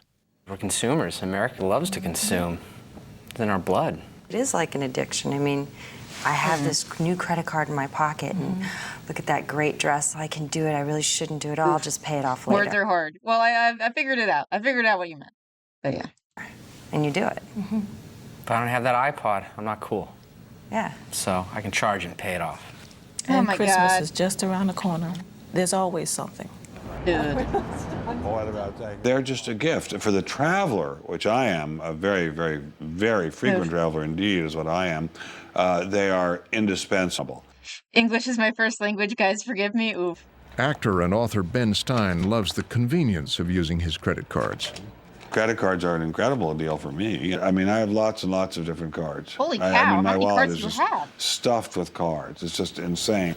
It's just ridiculous. I look like I've got a third breast from my carrying around my wallet with so many credit cards in it. Thank you very much. That's insane. Have a nice afternoon. Thank you very much. Stein says he charges thousands of dollars a month in business expenses on his credit cards. Well, I use all their good services, and they don't make any money from me. I mean, none to speak of. Oh, wait, here's a kind of cute one. The credit card companies do make... Yeah, no, that's actually insane, that wallet of cards. Yeah. At least he pays him off. He's an actor, man. So if he wasn't paying him off, then, dude, you're misusing your money. ...make a percentage on each transaction. But Stein is not their ideal customer because, like 55 million Americans, he pays his bills off every month and doesn't pay any interest. The credit card companies hate people like me who pay off our bills every month. And I know that because I ran into a fellow I went to high school with on the street, and he told me he worked for a credit card company. And I told him about how much I use credit cards. Now I pay them off every month. And he said, oh, we hate you. We hate you guys. We call you deadbeats. Oh, my God. Deadbeat. Yeah. Based deadbeat. All that mental energy to know what each is or what each is for has to be draining. Yeah, for sure. But you get to dunk on the credit card companies, so might be worth it. In the upside-down world of the credit card business are the people like Ben Stein, who pay off their bills on time. The industry's best customers are the 90 million Americans who don't pay off their credit card debt. Oof. They're called the revolvers. People in the industry tell us that revolvers, people who borrow money basically with their credit card, that's where the profits are. I don't think that's where all the profits are. Well, I think yes, it is. Generally understood that those that use the All the revolving substantial profits come from there. Because those interest rates. part of the credit card are kind of the sweet spot. Today, the sweet spot, as Mr. Yingling calls it, continues to grow, and the top interest rates charged are higher than ever before, according to Robert McKinley, who founded... Only 98% of the profits, not all. Yeah, just the actually. Cardweb, a research firm. Credit card company still wins with your little dunk, though? No, because you're just getting cash back from them. And, no interest. Or overall, they still win. Yeah. That tracks the industry. The top 10 issuers in the country are charging interest rates of 25 to 30% to some of their customers. Yeah. And this is in a market where interest rates are at a 40-year low. We have consumers paying interest rates that would be considered loan sharks in my day. At the same time, Americans with credit card balances are carrying a record amount of debt. How much credit card debt is the average American family carrying? About $8,000 for those who are carrying some debt. It must be Elizabeth so much Warren worse is now. It has to be so much worse now. And yes, this is younger Pocahontas. Harvard law professor. She has researched the growing credit card debt held by middle-class families and how it can lead to big trouble. And what families are discovering, even with mom and dad in the workplace, is they often can't make it to the end of the month. And so they often use credit cards to bridge. Is it because they're overspending on things that they can't afford because they're trying to keep up with the Joneses, even though that's toxic and you shouldn't do that because you shouldn't compare yourself to others because comparison is the thief of joy? It's even said that comparison is the root of all evil. Yeah. You get to be you get to be used as a winner for the company to show off and entice other people who will never be able to replicate what you're doing? Maybe, I guess. So you think you are winning because Hawaii vacay that you could always afford, but they just win? I guess you could see it that way. The gap. They borrow to make ends meet. And then what happens is something goes wrong.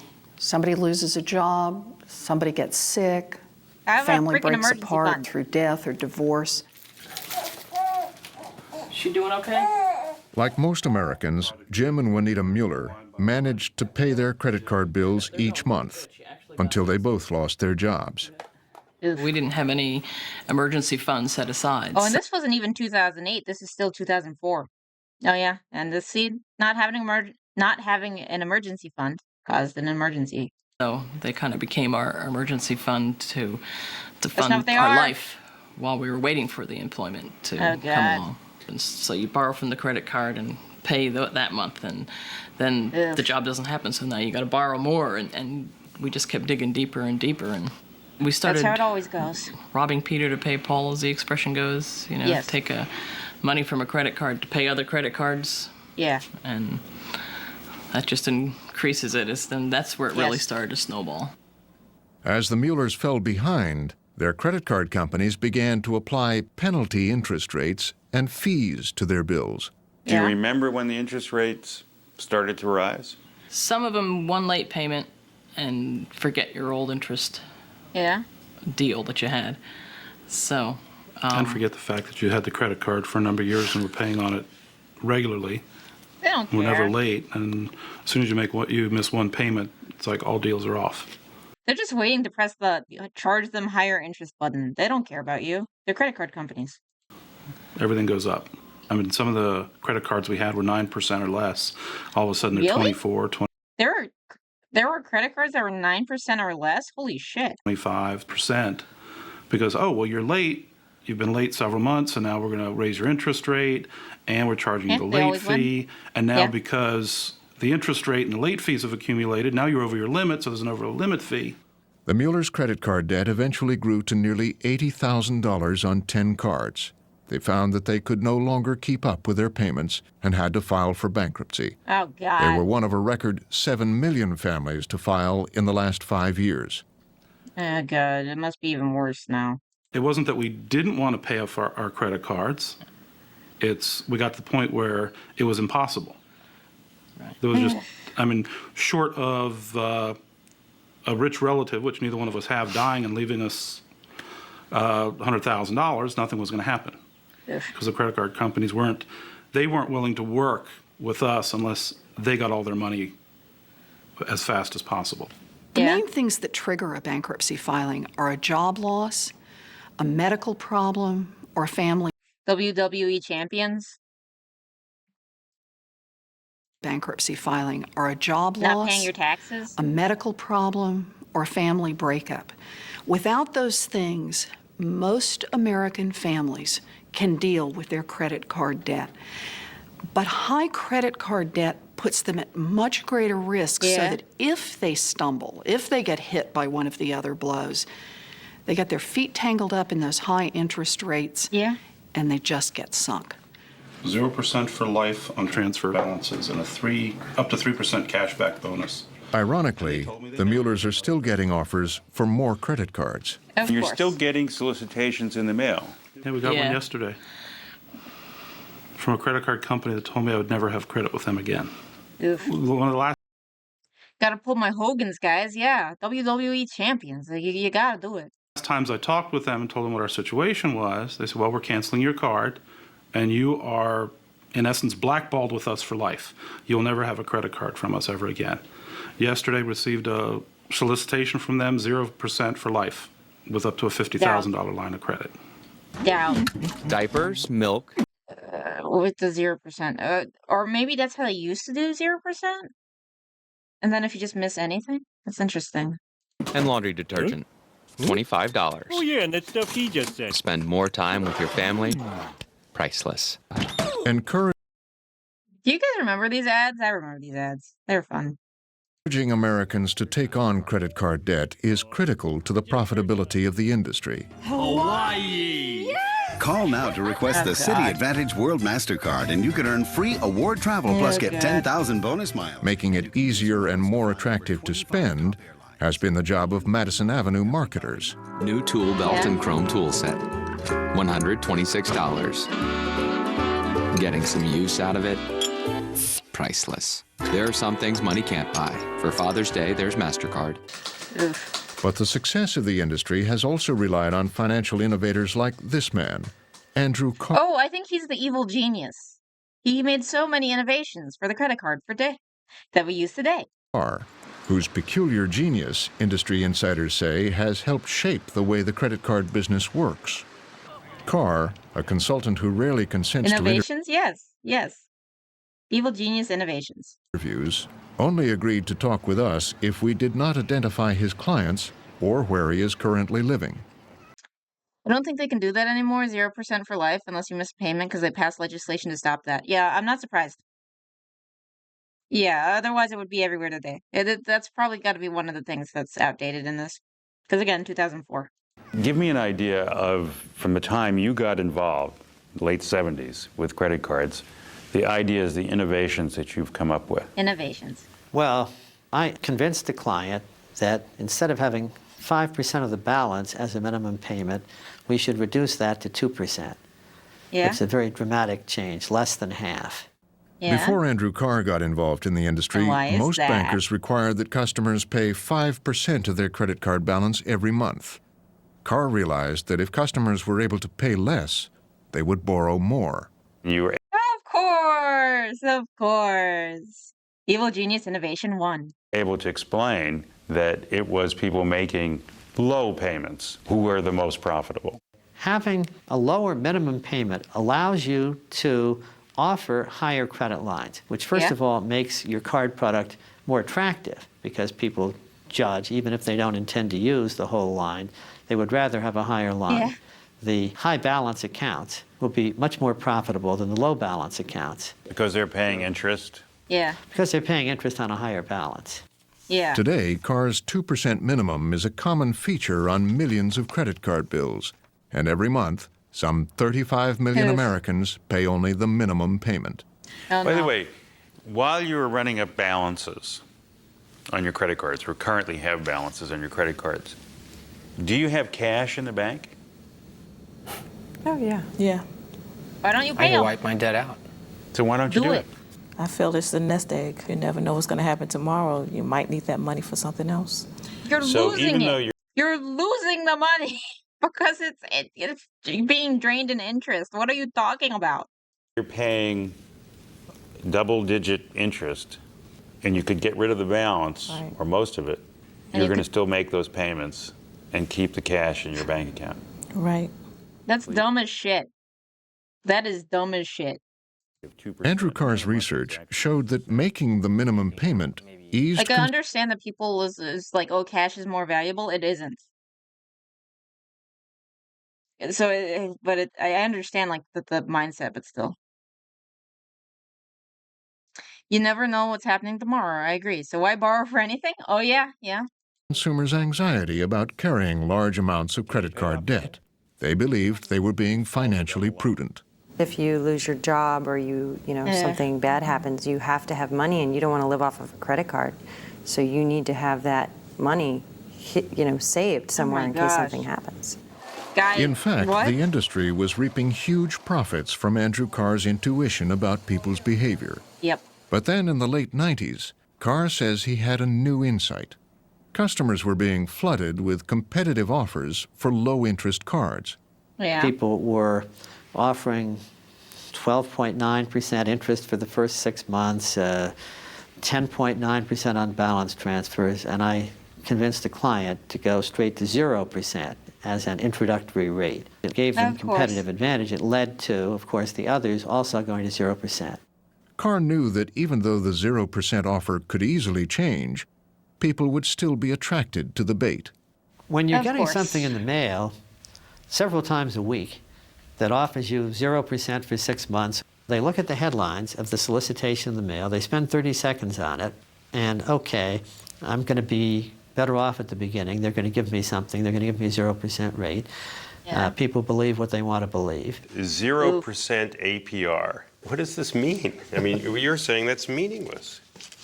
In most cases, if you were to sign up for this card, the bank will honor that rate through that period of time. But there's a lot of fine print that goes with what could happen. For example, if you were to miss one payment, this rate... Okay, so this is probably the bit that's changed with legislation. Now we just have deferred interest.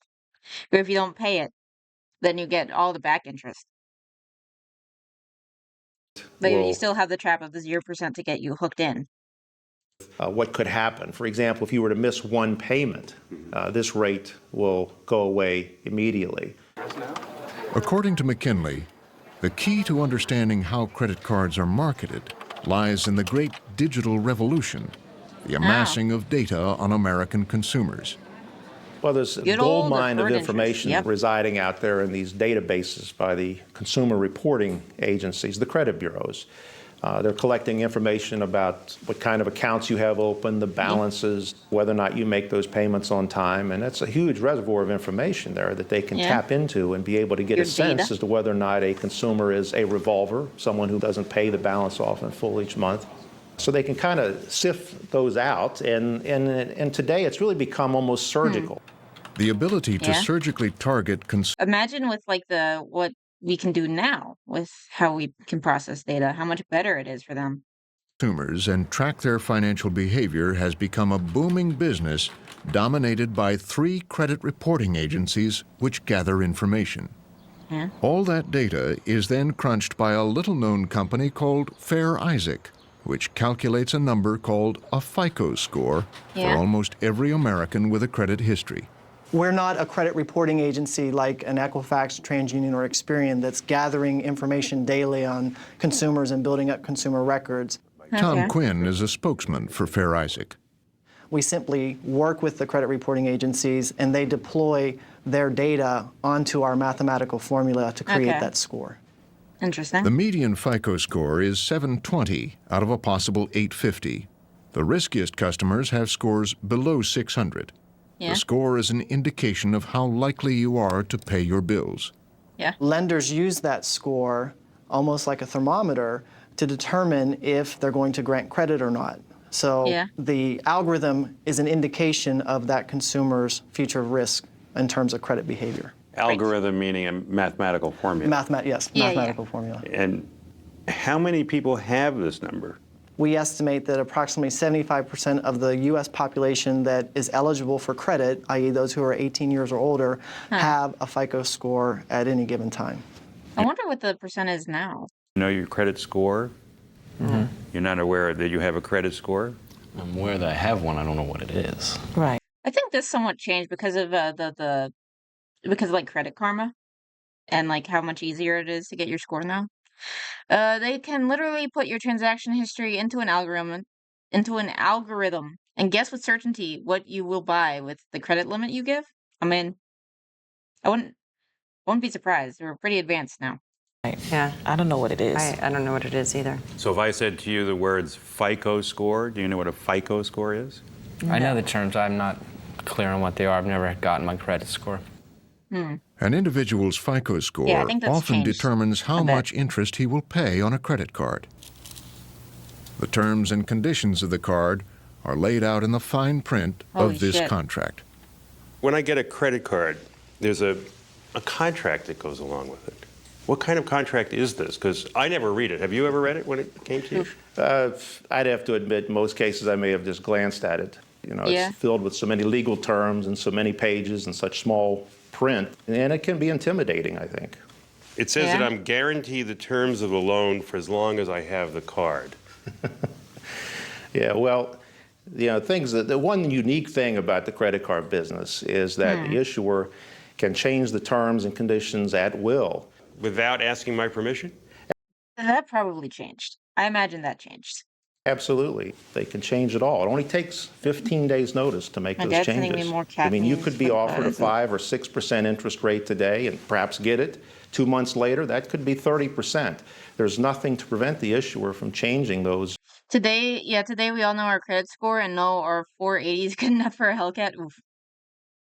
Conditions. Even Professor Elizabeth Warren, an expert on contract law, says she has a hard time deciphering her contract. I've read my credit card agreement, and I can't figure out the terms. I teach contract law. I don't know what to say about that one. And the underlying premise of contract law is the two parties to the contract understand what the terms are. Have you ever read the contract that's sent to you with your credit card?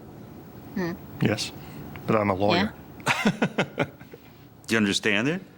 I do understand it. I think it'd be very hard for a lot of people to understand. And I think it's a constant battle to try to figure out how you make disclosures and those types of things in plain English so that somebody will read them.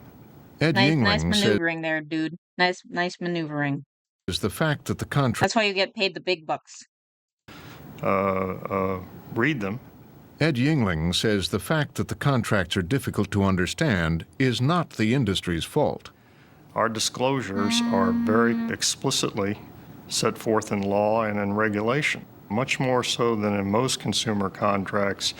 Ours are heavily regulated. They say You could write them in plain English, maybe? That would be nice. the contract contains information, even the typeface, that's mandated by law. But the laws, that's the point now. The laws are inadequate. There's not enough there. These guys have figured out the. Don't we all need a criminal lawyer? I mean, if you're doing Katz's favorite activity, maybe. Best way to compete is to put a smiley face in your commercials, a low introductory rate, and hire a team of MBAs to lay traps in the fine print. One of those Fair enough, I traps, guess. according to Warren and other critics, is something called universal default. If you do miss a mortgage payment, you do miss a car payment, any other, it can trigger what is called a universal default. They actually have the right to change it if you Okay, Katz. miss a payment with another creditor. Or in some cases, even if there's a change in your credit worthiness. In fact, you don't have to miss a payment. You don't have to go over your credit limit to be in default. You could have, for example, maybe your balances are too high.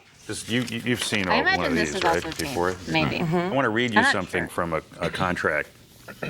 Your APRs also may vary if you are in default under this agreement or any other agreement that you have with us or any other related companies for any of the following reasons. You failed to make a payment to another creditor when due. Do you understand what this means? Fine. You do. Do you know that it means that if you fail to make a payment and are late on anything else that you're paying on, your house, your car, anything else, they will find out and they can change your interest rate? Did you know that? I had no idea. I had no idea. This is the Really? first I've ever heard that. Well, why is it legal? But you said you understood it. What? Oh, well. I think this has changed. I think. Well, because it's disclosed in the contract. It doesn't seem fair. You've done no harm to the company themselves. You're late with someone else. You haven't affected your standing with that company. No, it doesn't seem fair that they would suddenly say, oh, well, now we can raise your rate. They're taking advantage of someone who is in that position. That's what Andrew Guile of Wilmington, Yeah, I guess- Delaware, says happened to him. Yes. I had gotten a letter from MBNA several months ago that my rate was Why is it legal? Because you agreed to it? Yes. Yes. going to be increased. MBNA raised his 8.9% interest rate to 19.9%, and his minimum monthly payments nearly doubled. They told me the first time that my rate had been raised because they found an occasion back in 1998 when I'd gone 60 days past due on a competitor's credit card. And I asked them, what in the world does that have to do with MBNA, especially being 6 years ago? I said, that has nothing to do with my... Okay, yeah, the 6 years ago is a point. Wait, shouldn't that fall off your... I guess another year and it falls off your credit? Or was that not implemented yet, where it could fall off your credit? account here. I mean, that absolutely took my breath away. When Guile protested, he says he was given another reason for the change. He had become riskier, he was told, because his account balances with other creditors were too high. I was a great customer at MBNA. Always paid my balances on time, paid more than the minimum balance, you know, many times paying it down completely. But I was never late, and I used the card in a wise and responsible manner. Frontline wanted to ask MBNA about Guile's problem, but we were told they never comment on an individual's account. Yeah. But just 2 months after our interview, Guile says he got a call from the office of the president of MBNA saying they would move his interest rate back to 8.9%. Oh no. The real They get question scared. here is whether or not you can change the price, not for new items you buy after your credit score has changed, but for old credit that you've already taken out. My mortgage company agreed to an interest rate, and if I lost my job, my mortgage company does not get The to closest double we my have to that mortgage. now is deferred interest, I think. So that did change, but it's still like kind of around-ish. Credit card companies can say, remember. But you agreed to it up front, so it's still your fault, if that makes sense. Does that make sense? How you bought the big screen TV at 9.8% interest? We've decided we want 29.9% interest. And there's not a darn thing you can do about it right now. The contract allows a credit card company to change the interest rate on money you borrow from them after you've borrowed it. Maybe it was partially because they got rid of like the little loopholes that now it's like 30% interest like all the time now. Some do. Yeah, it depends on the contract, but a lot of them do. If they find out they need to be more through upfront. this information system And they still that want you've that been late amount on of your interest. payment for your automobile, they can notify you and that you're going to change the interest rate on the money they've already lent you. Yeah, exactly. Exactly. The deal has changed. Freya, do not change it further. And I think Rip James Earl Jones, by the way. there is a misunderstanding about what the credit card agreement is. My agreement with you is you've come to me, you have a certain credit score.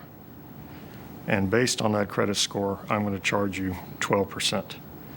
If in the future it turns out that your credit score has deteriorated and you now are more risky to me, I'm going to charge you the interest rate I would charge to somebody that has that credit score. Is it fair to change the price You didn't of know? the deal? Yeah. He passed away on, was it Wednesday? I think it was Wednesday. I want to say it was Wednesday.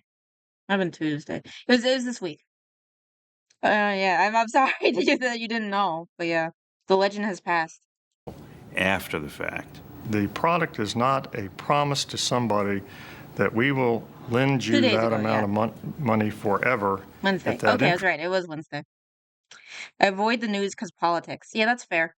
That's fair. interest rate. It is a very short-term revolving line of credit. It's dishonest. Plain and That's simple, fair. it's dishonest. They may say it's good business for their financial bottom line, but it is a very poor way to treat a customer. Yeah. Gone to the big Death Star in the sky? Which one? They both got blown up. I understand what you're saying, but still. Maybe say you joined the Force or something. 'Cause I don't know about In that. 1996, another important Supreme Court decision opened the door to bigger profits for the credit card industry and a raft of new complaints from their customers.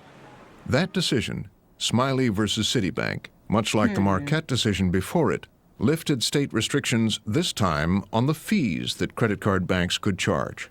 We were working this thing here for a good cause, free market pricing. Citibank guy, you were not doing a good cause. Don't lie. Just say that you want profits. I prefer it when they're just upfront and honest with me. Like when there was a Credit Karma commercial where it's like, okay, when they're like, "What's the catch?" and then one of them just says, "Oh, there's a lot of ads," and it's like, okay, I trust them now. It's like now I know what the catch is. I just tell me what I'm in for, please, and then I'll believe you. Be upfront about it. Don't hide it. Charge. We were working this thing here for a good cause, free market pricing. Duncan McDonald was one of the lawyers who worked on the Smiley. Hey, it could also be the road to hell thing with good intentions, you know? Maybe. Maybe. But I don't think so because it's a credit card company. But, yeah. Yes. Yes, exactly. Exactly. Nothing wrong with wanting to make money, but pretending to want to help is BS. Yes. Case. The late fees that were common across the industry up until Smiley were in the $5 and the $10 range. Yeah. And the economic thinking was that there had to be flexibility to allow up to $15. But when Smiley came along and took the lid off it, it went from 5 to 10 to 15 to 29, and recently it's gone up to 39. I would guess that it's probably going to go up to $50 a year and a half from now. I certainly did imagine that someday we might have ended up creating a Frankenstein. Yes. Oh, even he knows it's bad. That's good. I don't work for free, and everyone knows it. Very true. Very true. Well, I think they didn't realize what they had until they started jacking up people like really hard. True. True. Probably plenty of people didn't really see what they said in motion. Like this guy seems to be surprised a bit. I work for under the table cash. Oh my gosh. What do you mean, Frankenstein? I look at that and I say to myself, is $50 a fair fee? If for some reason, which I doubt will happen, if the tax-free tip thing happens, just say they're tips. They're just tips. Yeah, true role Plus a model 25% interest rate and all these other fees that are thrown on for folks who are probably not that risky. Is that fair? And I look at it and I say to myself, there's the Frankenstein. We've created something that has to be dealt with. Yeah. Since Smiley, credit So at the beginning, not really helping people, but it helped as a side effect, but then went full scam when they realized they could. Yes. Yes. card companies have doubled I'd the say amount that's of fair. revenue they generate from fees. Late fees, over-the-limit fees, return check fees, and the like. Fee income has gone up much faster than interest income in the business. So Interesting. the fees are meant as a penalty to make sure that you pay on time, or are they a profit stream? Well, they really have become a profit stream. It's not just the fees that they charge, even though they're 3 and 4 times higher than they were less than 10 years ago. That's the tip of the iceberg when it comes to the penalty that's inflicted on consumers with these situations where they make a late payment. It's the penalty interest rate that really does the damage. Your interest rate could double overnight. But just so I understand, that bit changed.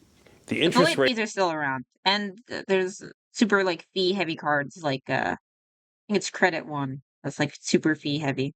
rates are not regulated. They can change the interest rate relationship that you have with them with 15 Yeah, well, those investors in stock prices demand they do this. Yeah. days notice. So that's a major source of profit for them. And the fees are now no longer regulated. That's exactly right. It's it's wide open. We're beginning to see banks do all this tweaking, where they're changing the interest rates and raising fees, adding new fees, all kinds of way they calculate interest, setting the due dates on a Sunday and a holiday on the hopes that maybe you'll trip up and get a payment in late. Oh my gosh. It's become a very anti-consumer marketplace. Even the industry's top lobbyist is concerned. I think it would be short-sighted for a credit card company to have fees that would make somebody angry because they're likely to lose that customer. And I think it's going to cost them more to replace that customer than they're likely to get out of the fee. You have bankers who've skyrocketed rates from 14% to 25% and $40 late fees and bad check fees and so on that fall on the shoulders of the less well-off. Yes, there's something bad has happened. So we need regulation. Well, we have regulation. We have regulation already. The control of the currency regulates all the national banks. And they have very vast powers.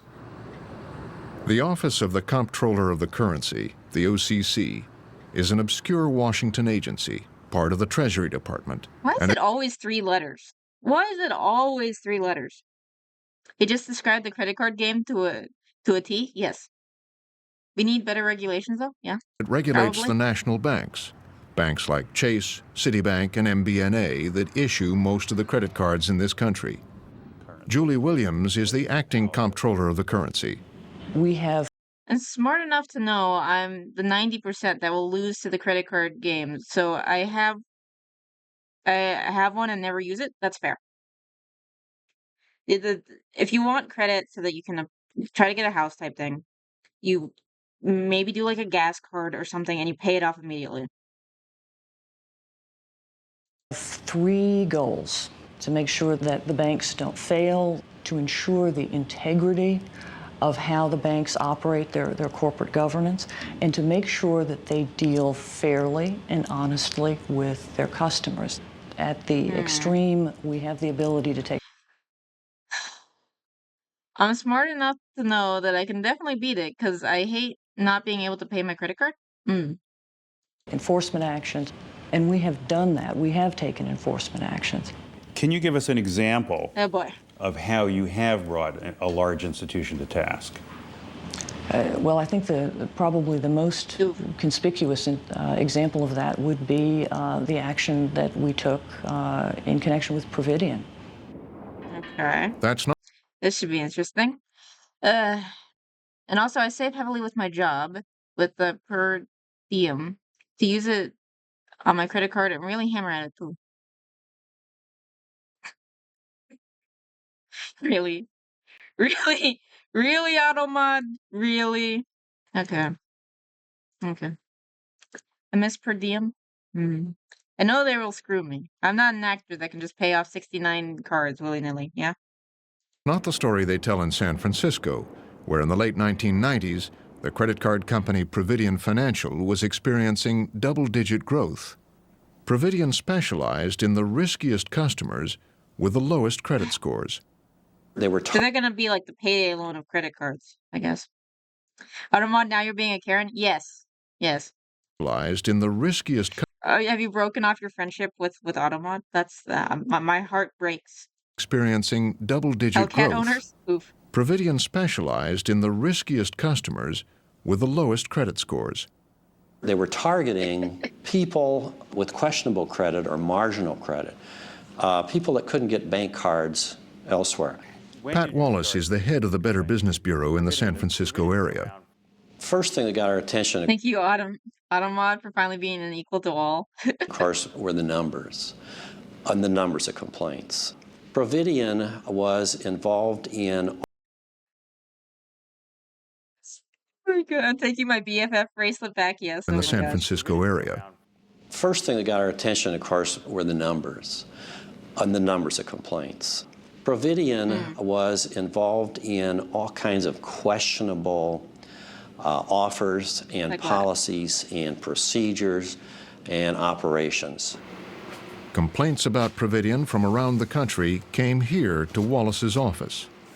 Providian, for example, was accepting payments from consumers on their accounts, depositing the checks, but not crediting the account for sometimes up to several weeks. What was the net result of that? Invariably, the consumer got a late charge. Oh my God. They were holding pay. That is bullshit. That is the most blatant bullshit I've heard in a while. Holy shit. That sounds like something that a straight up fraudster would do, not like a company. Yeah, no, that's straight up evil. That's straight up evil. Payments so that they could charge late fees and they could charge overdraft fees and, in a sense, Over-limit fees. 50% of their income were fees, not interest on the money loan. They were pushing the envelope. You gonna sing the song? And they got by with it for a period of time, and they made a lot of money. The Office of the Comptroller of the Currency is the main Yes, federal. exactly. Extreme BS. We fraud rats don't even approve. It's so evil. It's like the romance scammers. Do not approve. Unless if they're like super stupid and greedy, then you can. And sometimes the romance scamming can kind of be funny. Depends. Generally not though, especially if they're desperate and old. No spoon. No spoon. That's what's called the nuclear option. We do it, but it's nuclear. Oh God. Federal agency that takes complaints. Did they come to your assistance? You lose the payment and get 2 checks. Yeah, yeah, it's bullshit. With it for a period of time, and they made a lot of money. The Office of the Comptroller of the Currency is the main federal agency that takes complaints. Did they come to your assistance? No, they just simply weren't interested. You know, the response was, well, you know, we'll take it from here, we'll watch it from here. You know, it's not a problem at this time for us. Complaints about Providian were also coming to June Crevette at the San Francisco District Attorney's Consumer Protection Unit, and she. By the way, I've seen this before. And it pains me. Oh, how it pains me. But this was like 2004, so it was a very different time. But San Francisco does something right. And it pains me to admit that.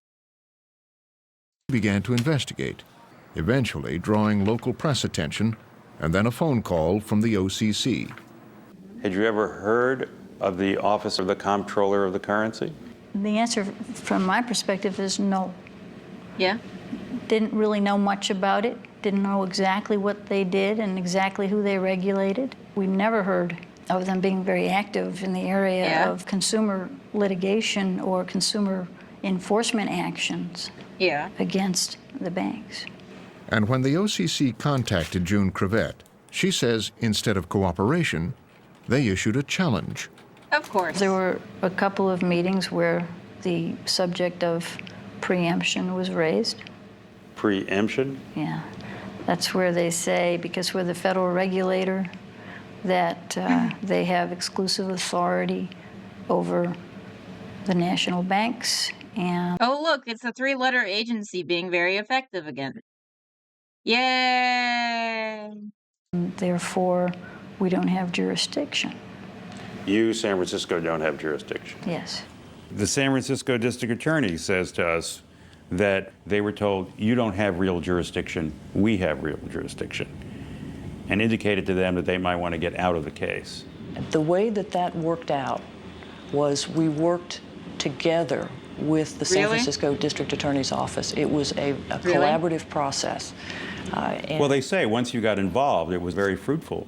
But what they're telling us is that the OCC only got involved once this whole situation became public, that prior to the news publicity that they were responsible for, they had no contact with the OCC.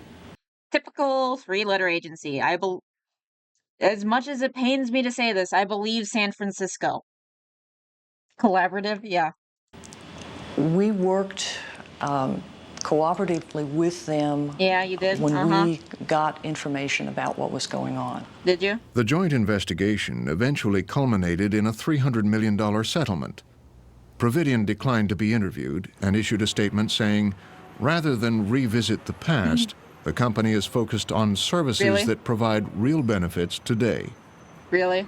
In Washington, the OCC has been increasingly asserting its authority and attempting to curb consumer enforcement actions by local prosecutors.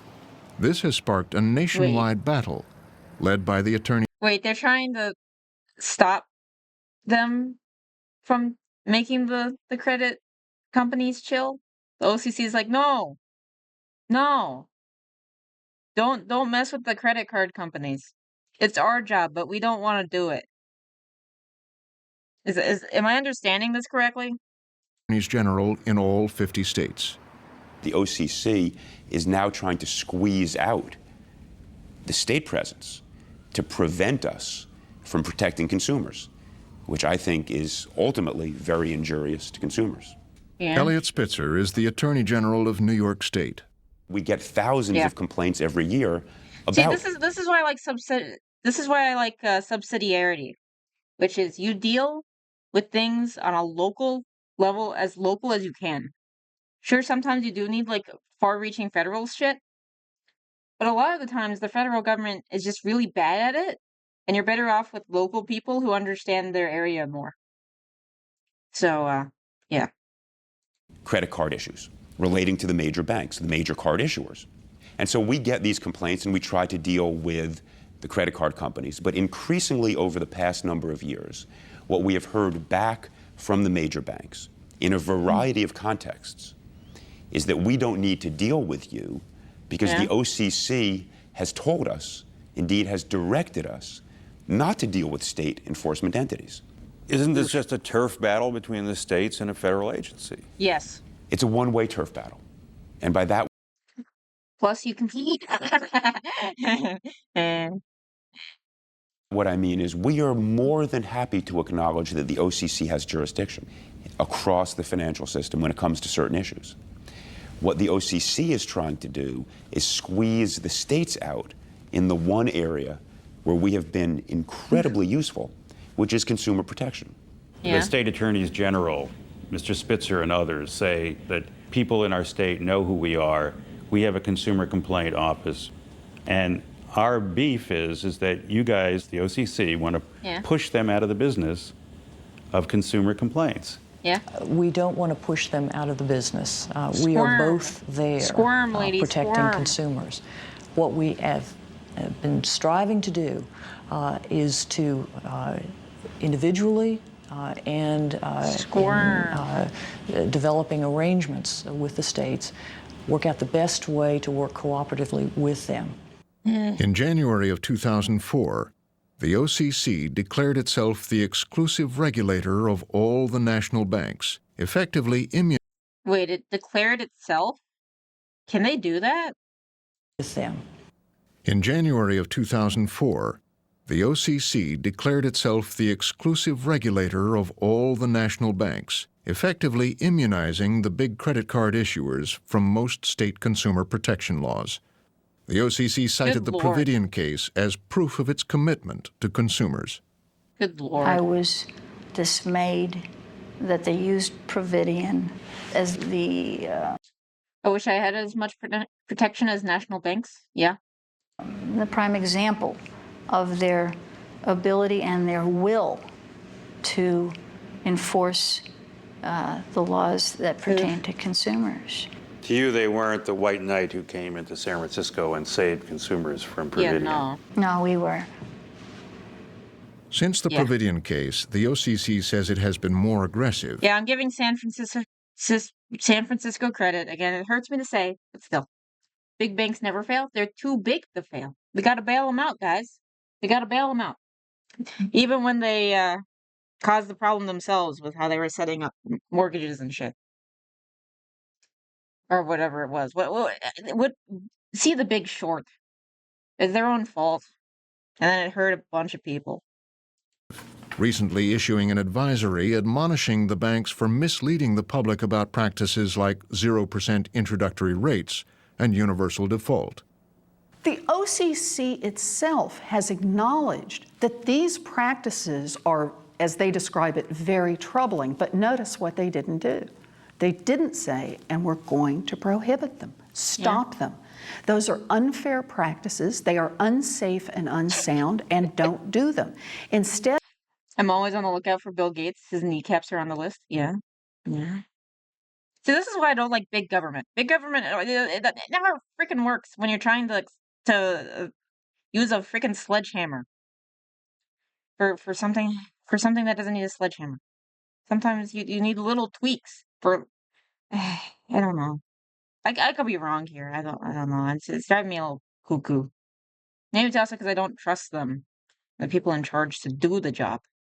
they said it's a problem. Look, if they think it's a problem, then tell the credit card companies to stop doing it. Well, you make the subprime loan, package 1,000, sell them, and they sell it, and then good stuff happens. Or sometimes it ruins the economy. Yes, the subprime loan, yes. Where they cause their own downfall and hurt a lot of innocent people with it. Why don't you simply stop them? Why don't you ban those practices? When we see practices that are potentially problematic, we take a variety of actions. So you could tell them to stop and they would have to do it.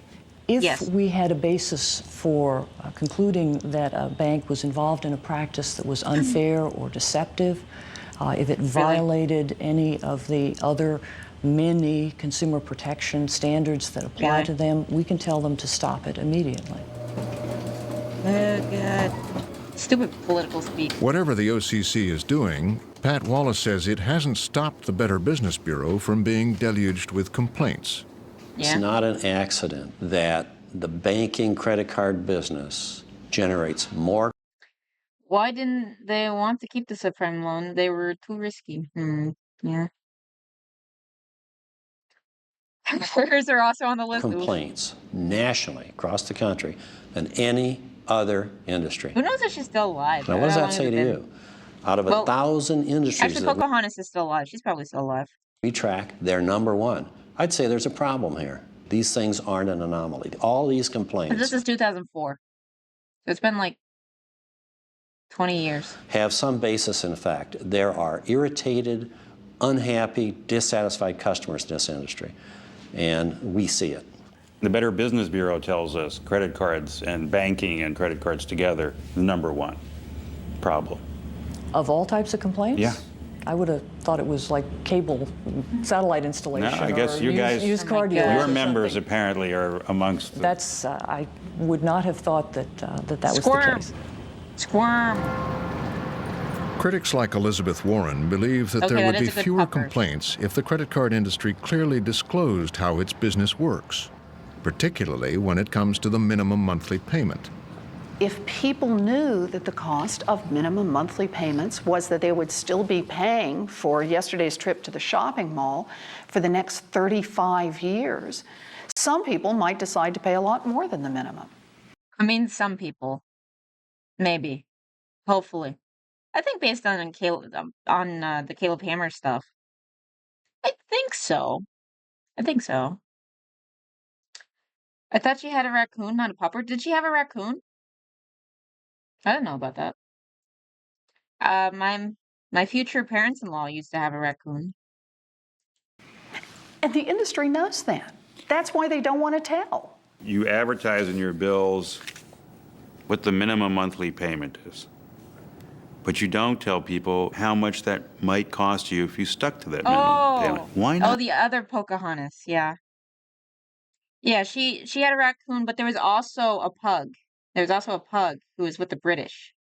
And the British, there was the microcosm of the British pug became friends with the Native American raccoon. And then we all lived happily ever after, and we never had troubles with the Native Americans and the British ever again. But you don't tell people how much that might Yes, John cost you Smith if had you the pug, stuck to yeah. that minimum payment. Why not? The disclosure would be wrong. Or was it the actually it might have been the purple man. I forget what the purple man's name was. Who had like the long hair and kind of looked like Farquaad, but taller and fatter. 9% of the time, because nobody, almost nobody, pays exactly the minimum, that minimum, every month for the 20 years and never charges another thing. This is going to be a hyper-technical, expensive disclosure that nobody would understand. Are you sure? So we are against disclosures that sounds like a nobody would lie. understand and that are wrong. We are for disclosures that help people understand. It sounds like a lie. This is a nonsense argument. Yes. In the line directly Don't make me under agree the with Pocahontas. I guess we can all agree on this. Please, please, credit card companies, you suck. line that says minimum monthly payment, there's a simple sentence that can be added. If you make minimum monthly payments, it will take you how many years? 35 years. I think they did add this to statements, though, didn't they? I could be wrong. I agreed with her in the past, sadly. Yeah. And how many months to pay off this bill. The man who takes credit for inventing the 2% minimum payment thinks more disclosure is useless. This you do? is a fascination that every now and then They were legally forced to say yes. What, to the disclosure? Yeah. The man who Not takes surprised. credit for inventing the 2% minimum payment thinks I wasn't expecting that they'd do it out of the goodness of their hearts. I'd assumed that it would be a legal issue. But okay, evil genius doesn't want there to be disclosure. Okay, let's see why. more disclosure is useless. This is a fascination that every now and then someone with an axe to grind or someone who thinks he's going to help consumers has on his mind. But if we had a tape and we ran a computer on transcripts of 10,000 customer service calls with questions, okay, I don't think you'd ever hear that question. So 'Cause they don't I'm know. kind of baffled at the artificiality of it. They I don't don't think that's know. what consumers want to know because they don't expect to make minimum payments forever. Do you know if you made the minimum payment, for instance, on your bill, how long it would take you to pay it off? I'm not in a hurry to find out. I'm just going to pay it off. Would you like to know? Sure. Curious, yeah. It would inspire me to put down more. It would inspire me. And I think that's probably why they don't put it down. It would inspire a lot more people to pay more than the minimum. If you know it's a problem, why don't you do anything about it? I'm kind of frustrated. If you have some knowledge, you should have done something, but I don't know. It's also on them to do. It's also on the credit card companies to do stuff, but it's also on your individual responsibility to do your best with what you're given, even if they're not the best cards. That's not how disclosure works. You can't ask questions about something you don't know about. Exactly. Yeah. Virtually everyone who holds a credit card, one way or the other, under existing laws today and provisions, can be completely taken advantage of by the credit card industry. So there is a deception going on to get you into the game. Once you're in, and I've got you in, then if you get out, I charge you. If you don't meet your obligations, I charge you. You move left, you move right, I've got you. Yeah. So what are you going to do about it? Well, I've got legislation, so I got a bill. There's always a quick answer here, and I don't know how far it'll go because I've tried this in the past. I'm not new to the issue. A good deal of the blame for the crisis of credit card debt we're seeing in America lies in how the practices are followed by credit card companies. In the summer of 2004, It's like me saying I never get asked about inverters. The customers must love them. Yeah. Senator Dodd introduced a credit card reform bill that would, among other things, require credit card companies to disclose how long it would take consumers to pay off their balance. But he is not optimistic that the bill will pass. Or at least a version. His many previous attempts to reform the credit card business have all failed. Why haven't you or other lawmakers been able to put some regulation into place? Is it their political power? Sure, there's no question about it. I mean, every time we've tried to offer legislation, this industry has become very, very powerful. And it's very successful in defeating every legislative attempt that's been made over the last several years to inject some responsibility on the part of this credit card industry. Your critics say that you block every attempt to pass industry reform or consumer protection legislation. You've blocked minimum monthly payment. Oh, yeah, the Dodd-Frank didn't pass until Obama, so after 2008, I guess. Legislation, interest cap rates, and a ban on marketing to college students. Oh, that didn't work. The way that happened, that didn't happen. You know how many credit cards you get when you go to college? Holy shit. Cap rates and a ban on marketing to college students. We've done our best to block bad bills. Those are bad bills. And we'll continue to do our best to block them. Bad for? Bad for consumers. How? I want to promise you something today. You know, keep on defeating me and keep on defeating ideas like this, and you'll look back and wished we had passed this legislation. Because I'll tell you, Congress will come along and they'll take steps far more egregious in their view than anything I'm suggesting. I'm discussing disclosure. Just let people know what the deal is. I think there's a time when the American consumer is going to hit the tipping point on this issue, and it's no longer going to be all right for credit card companies, once they're in financial trouble, to change the interest rates, to load them on with fees and penalties, to just decide that the terms of the contract they originally signed are no longer the terms of the contract. I think that day is coming. It's a mixture. A mixture of some of this has changed, some of this is the same. Like, we still have late fees. The 0% has changed its structure from how they used to do it.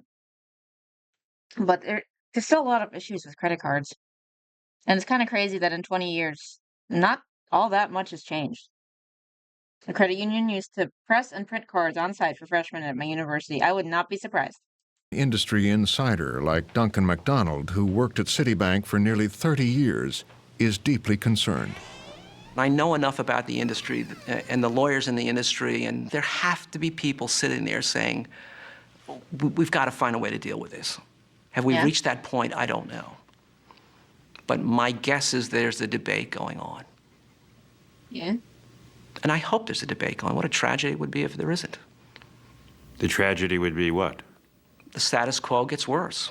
The status quo is bad, and then it gets worse. Profits keep increasing. 25% bad rates become 30% bad rates, and late fees become $50 and $60 and so on. Wah, wah, wah, wah, wah, wah, wah, wah, wah, wah, wah, wah, wah. Yeah, that all happened. That all happened. It all came true. It all came true. Oof. Back in South Dakota, The man who helped the industry take off in the 1980s has mixed feelings about what he helped create.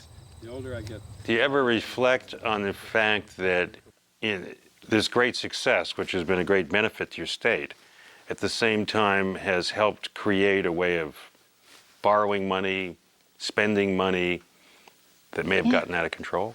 I think the answer to that is yes. I mean, we've become a plastic society. I mean, it wasn't hard to predict, but still was correct, yeah. Again, we are going to become a soft core cyberpunk in terms of mega corporations? Maybe. Maybe. Become a plastic society. A lot of times you want to give people cash, they look at That's another game I need to play.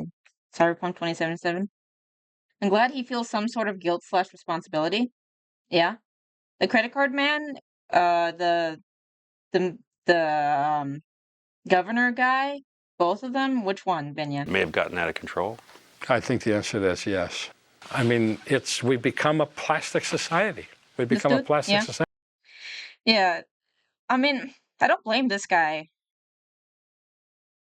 Because he probably didn't think about the implications. Well, then again, you should probably do a lot of research to make sure when you're thinking about the implications. Like, it helped it helped your state probably more short term, and then screwed over a lot more people long term. So, I don't know.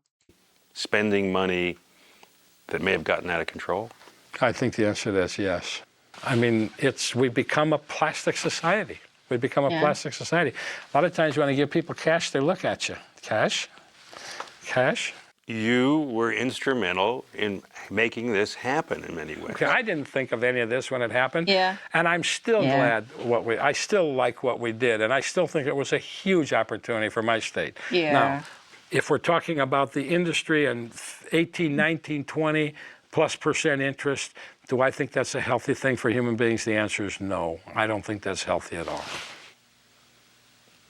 The question is, because Delaware ended up doing this, so it could also be like an arms race with the states type thing. Do you open up yourself up to this morally questionable but good for your state thing? Or do you let another state do it? Because it seems like it might happen anyway. So what do you do? So I imagine this guy was not in the best position. Yeah. Let's see, this documentary needs to be played to every high school student in America, probably. But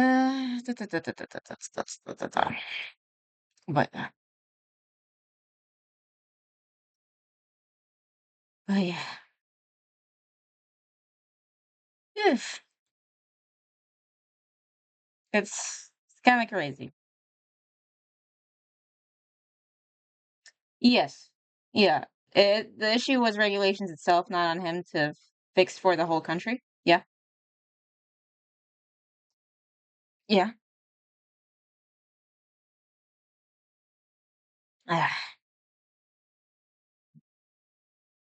Do you guys want to do something short, or do you want to call it a day? Yeah, he's playing the game by the rules he was presented. Yes.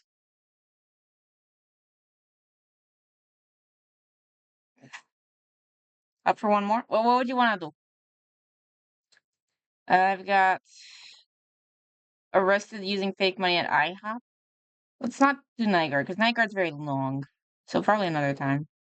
I just saw this thing on like mall ninja swords. That could be fun, and testing mall ninja swords. There's the HOA thing. More trying to borrow for a car that they shouldn't be getting. Robbing from Girl Scouts. HOA? Okay. It's from the Quarter Pounder is covering it. So we're not getting it like directly, but hopefully it should still be entertaining. I haven't previewed this. This was recommended by Rusty. So I'm trusting Rusty here. So because of this, because I'm quite upset as of right now, you are getting a fine for this. That's his real voice? That's Mustache Man's real voice? Holy shit. I remember when they brought in the equity firm that shorted GameStop and lost billions, and he was crying, trying to make us feel bad, so the firm had to close. I love that scene if it's who I think it is, where he's like, I just really care. I care about I just really care, guys. It's like, no, it's because you lost money. It's because you lost money. That's why you're crying. Douchebag. So, because of this, because I'm quite upset as of right now, you are getting a fine for this, for having all these packages on there. It's $25 Really? per package. So, you have this one. $25 per package. Where is this? Which state is this? Which HOA? Where are you? 1, 2, 3, 4, 5. So 5 times 25, that's $125. Fine. Why? Yeah, because they've been Oh all yeah, the true horror story. I could wait till October, but I was thinking about doing it on Tuesday. It's a longer video. But we could wait till October. I love that too. Bets Bros also played that game and the way it was presented, yeah. on your porch longer than 6 hours. That's the rule. You know what it is. Anyways. 6 So I'll bring the hours? fine You need by to get your packages? What if you're on vacation or something? in a little bit. You can pay with cash, check, card, basically whatever. If you have any questions, just let me know. Okay, thanks. What's Oh my the God. smallest amount of power that you've ever seen? I mean, based on his voice, maybe. It's probably in some kind of Midwestern state that's closer east, yeah. Go to somebody's head. For I kind of me, just want the OG. there's been many, many examples, right down to the person that ordered the K-Cups at my last job. They should have been ordering Is there any, like, coffee brand coffee, but follow-up? that's neither here nor there. Or is it just this? Introducing Zaxby's new chicken finger tacos. One with pico and creamy chipotle ranch, and the other. I wish the quartering had the original stuff in his description, but he doesn't. Is this a different place? Maybe. Let's see. Exactly how you want it. Make a gift, and you'll save.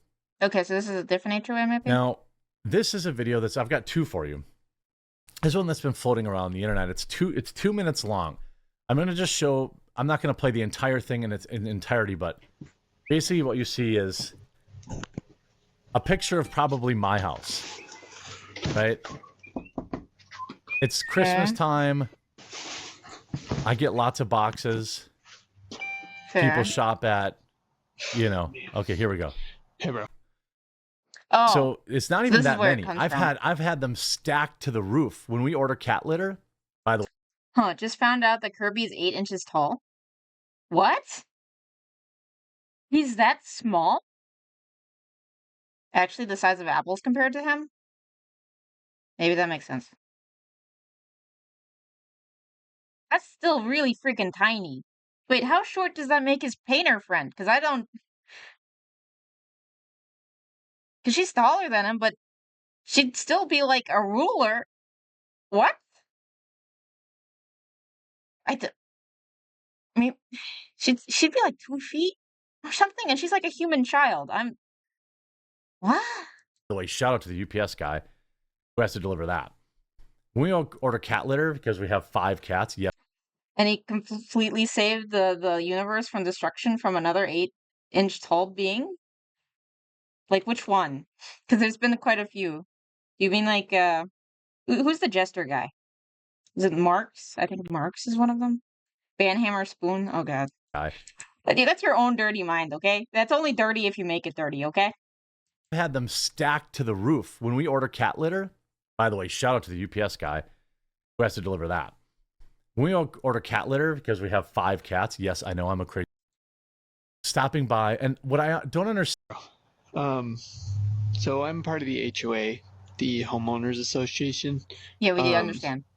I keep track of the neighborhood, making sure people are doing the things they need to do. Yada, Yeah, yada, Marx, yada. yeah. You have like a ton of packages on your porch, right? So?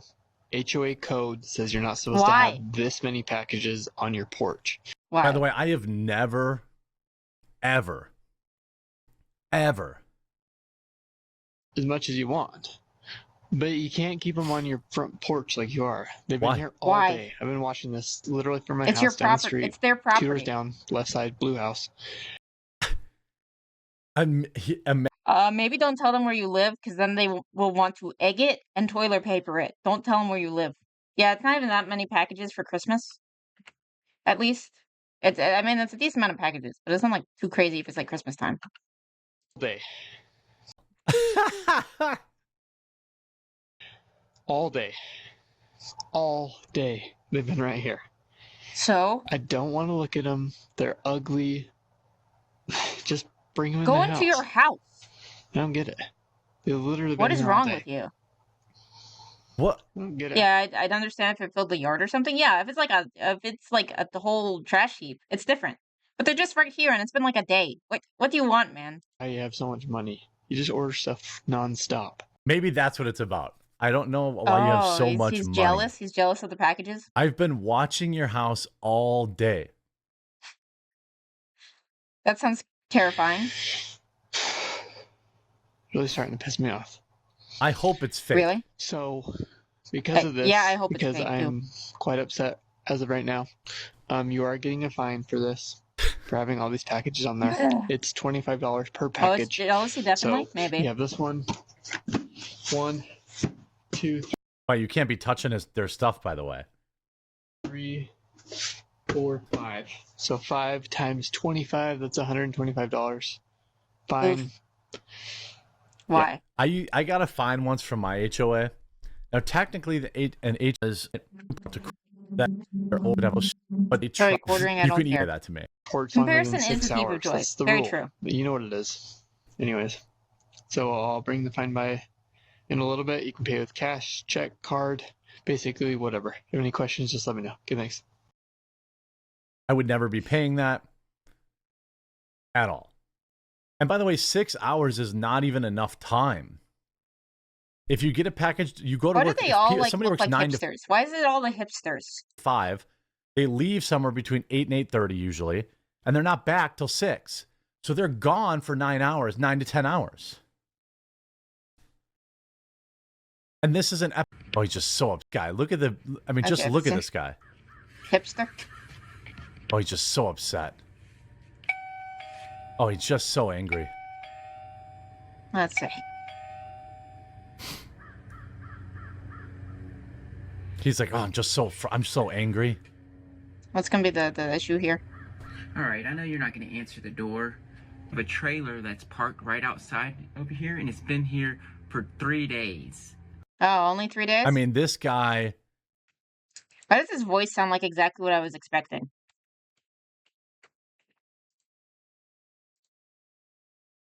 Okay, you're not allowed to have a trailer parked in your yard or in your driveway, sir. It's against the rules. And he came over here several times, and you've been notified. God. If this trailer is not removed from your driveway, you will be... Amazon will also say the package will arrive from 4:49 a.m. to 9:57 p.m. What are you supposed to do? Yeah.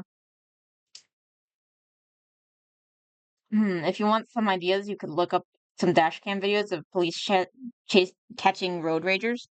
It's pretty funny usually. Yeah. Have you ever seen like the Brazilian version? Because the Brazilian version is generally even more unhinged. Fined, and if you refuse to pay the fine, you will have a lien put against your home. What are you gonna do about it? A freaking lien for... That is ridiculous. That is a huge overreaction. What the hell?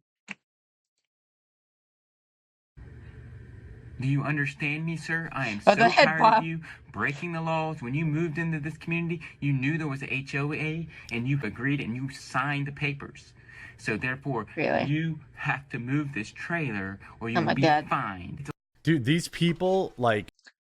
Brazilian road ragers are hilarious. Yeah, I mean, I feel like from what I've seen of Brazil from Pippa, it seems like rules are like loose guidelines in Brazil.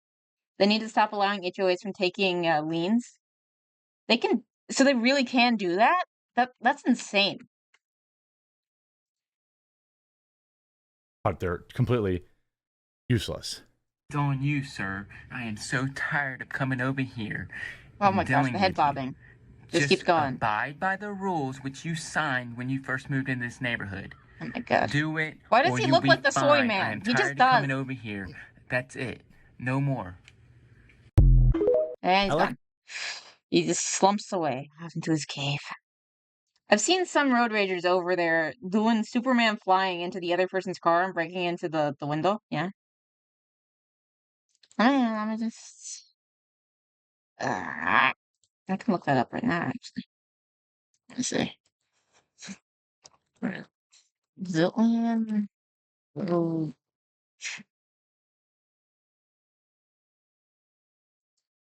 Part of what I like about mine is they specifically state they give that right up, but it should never exist. Yes. Yeah. Does he have a freaking katana?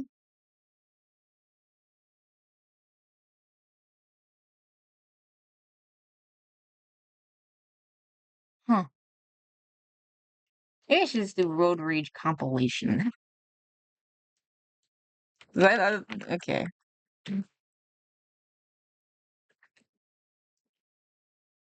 HOA in Arizona doesn't matter?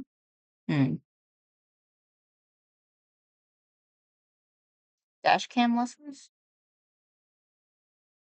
Stupid road rage. It's too hot to enforce anything? Well, it's a dry heat. It's not like the miserable, like, Houston hot, which is different. Let's give this a shot. Let's see what this looks like. Oh, it's a mobile ad. This video was made with the best videos uploaded on this. Okay, see what we got.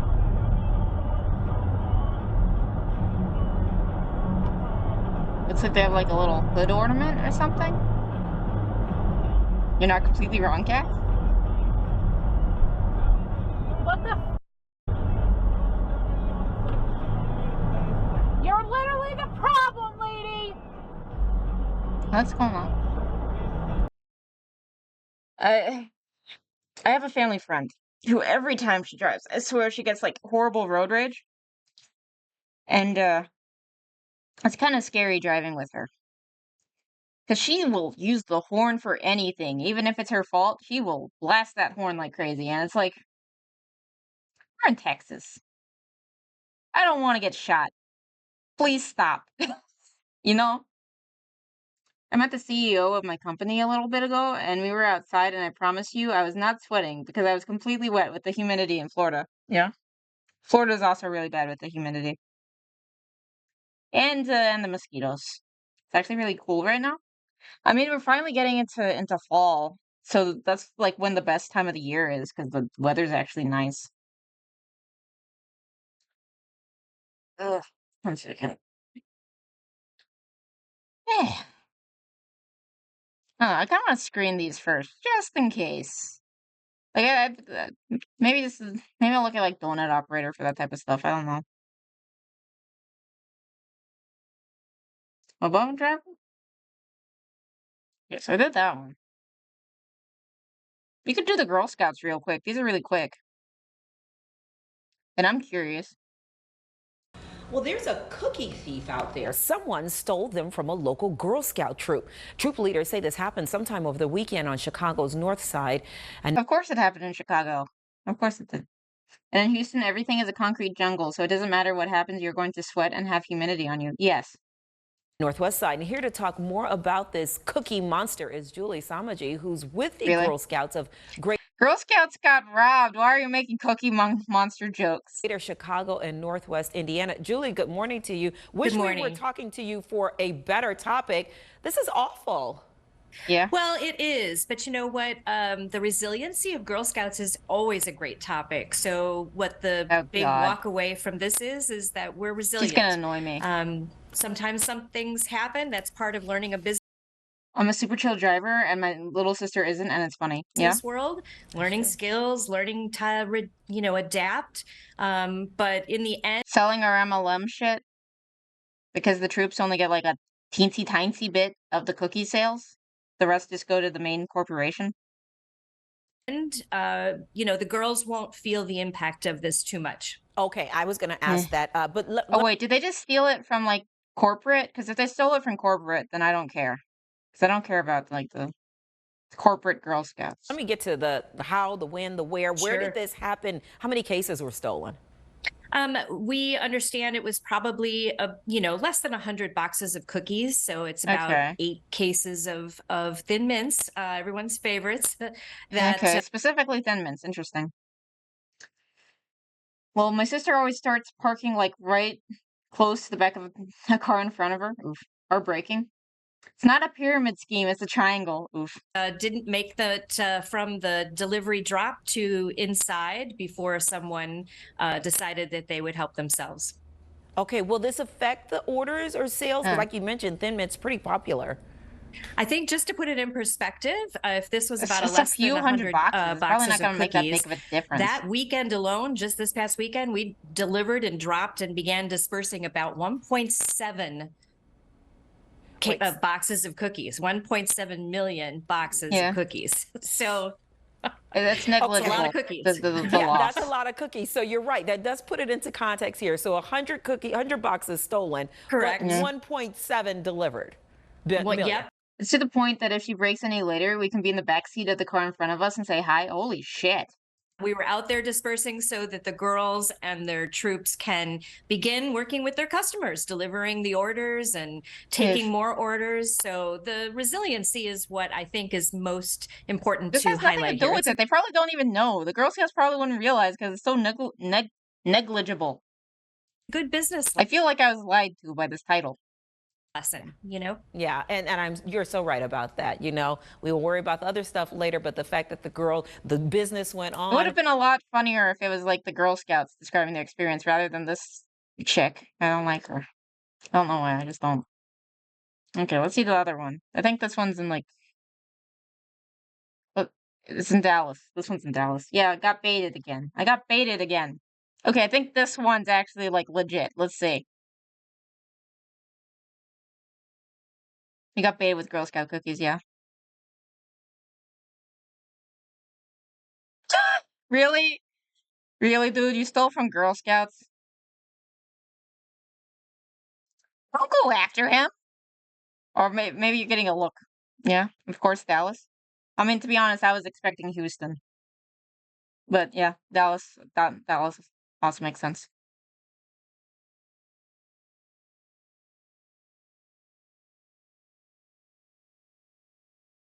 I guess this one doesn't have any like audio or anything. I wonder if they caught him. Did they say if they got caught?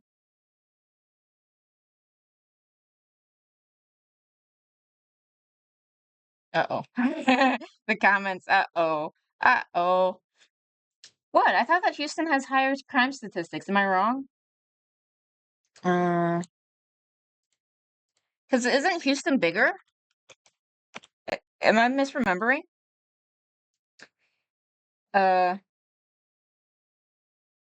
Houston Seals cataclysmic converters, only more or less. I don't wish terrible things on people, but I won't object for him, yeah? I'm stealing from Girl Scouts, yeah. Dallas versus Houston crime. Oh, Dallas has a higher crime rate. Okay, Houston's just more violent. So Dallas has more crime. And Houston's more violent. Okay.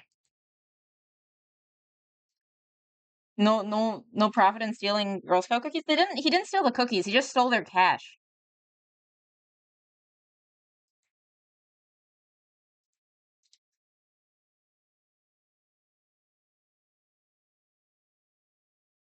Or maybe he did steal some cookies. Did he steal some cookies? What even cookies did he steal? Yeah, no, I guess he did steal cookies. That's weird. See, Houston has violent crimes like stealing cat converters. Oof. Oof. But Dallas had more. Yeah, Dallas has more crime, I guess. Which is interesting. I didn't know that. You learn something new every day. Oof. What else do I got?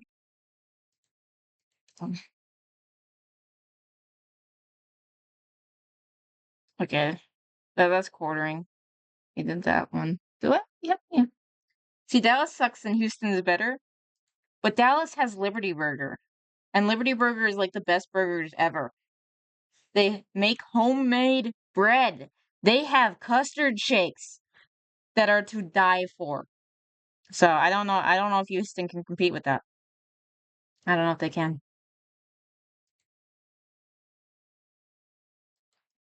How long is this car?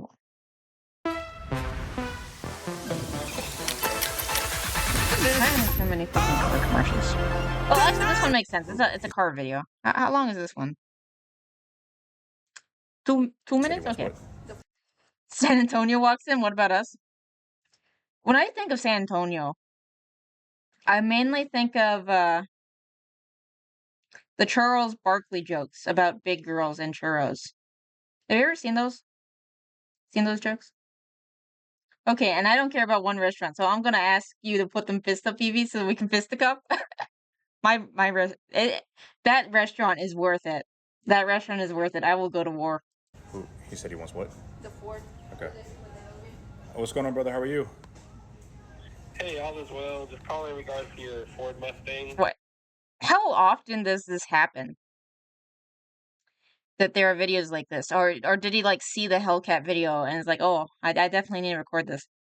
I love Chuck's stance on San Antonio. Yeah, my dad shows me those videos all the time.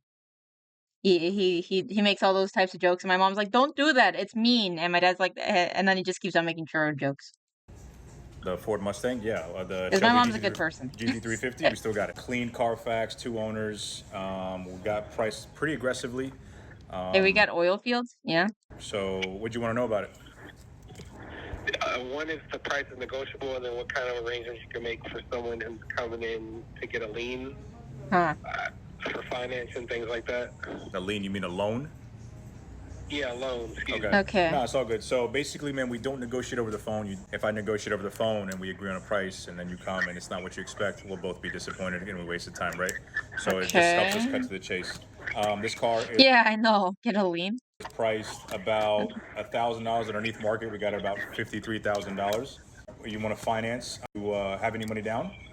My goal is to put like 500 down, a maximum of 1,000, maybe. Okay. All right, awesome. So that means you got good credit. Well, the dude predicted his own future. Oof, with the lien, yeah. Yeah, my credit's good, man. Awesome, man. If you don't mind me asking, what's your credit score? It's 480. His face. Say that one more time. His face. Why were you recording this already? With the other guy, it seemed like he had dealt with him multiple times. With this one, is this fake? This fake? Did you see like the other video? I don't know. It's a 480. 480 credit score? Yeah. Yeah, brother. I'm not gonna lie, man. That is not a good credit score. Yeah. Unfortunately, man, for a car like this, if you have a 480 credit score and only... Oh, okay. So he just records a lot of them. Okay. Then maybe it's just part of his thing, and if they're like crazy, then he gets like supplemental income from the ad revenue, maybe? I think they usually record for any car that is pretty expensive. That's fair. Actually, that's fair. I'm not gonna lie, man. That is not a good credit score. Yeah. Unfortunately, man, for a car like this, if you have a 480 credit score and only $1,500 down, brother, it's not gonna work out, man. Yeah. What would you need? Oh my God. Credit score, man, we're gonna need all of it down. It's gonna be really hard to get you financed with that. Had any repos or anything like that? Why is your score so low? A few medical bills. I don't have like a lot of things on my credit, so okay. I doubt that it could just be medical bills to bring you down that low. There's no way. Oh yeah, half down minimum? With that score, probably. Medical bills. All right, brother. Look, I appreciate your ambitiousness. I just can't get the deal done with 480 credit score, man. Yeah. Unless you had like maybe 30 or 40 grand down. Yeah. I could probably make something work. But here's what we can do, man. Let's get you into a car. So if with the 480 He down, had a Hellcat and then decided Ford was better. Yeah. man, $1,500 down. Let's get you into like at least maybe a 5 or 6K car, and let's build your credit up so that way one day you can afford a Shelby, man. So how about this? Just put in the app, see what we can do, and then I can give you a call here shortly and let you know, man, and see if we can make something happen. Through everything through your website? Yeah. I'll text you the link right now. All right, this is Yusuf, right? Yeah, this is Yusuf, yeah, from TikTok. Appreciate it, man. No problem, man. Okay. All right, brother. Later. Bye. Okay, at least this guy didn't threaten to murder him. So that was actually relatively chill. It could be medical in collections, but it would have to be a lot. Yeah, it would have to be a crazy amount.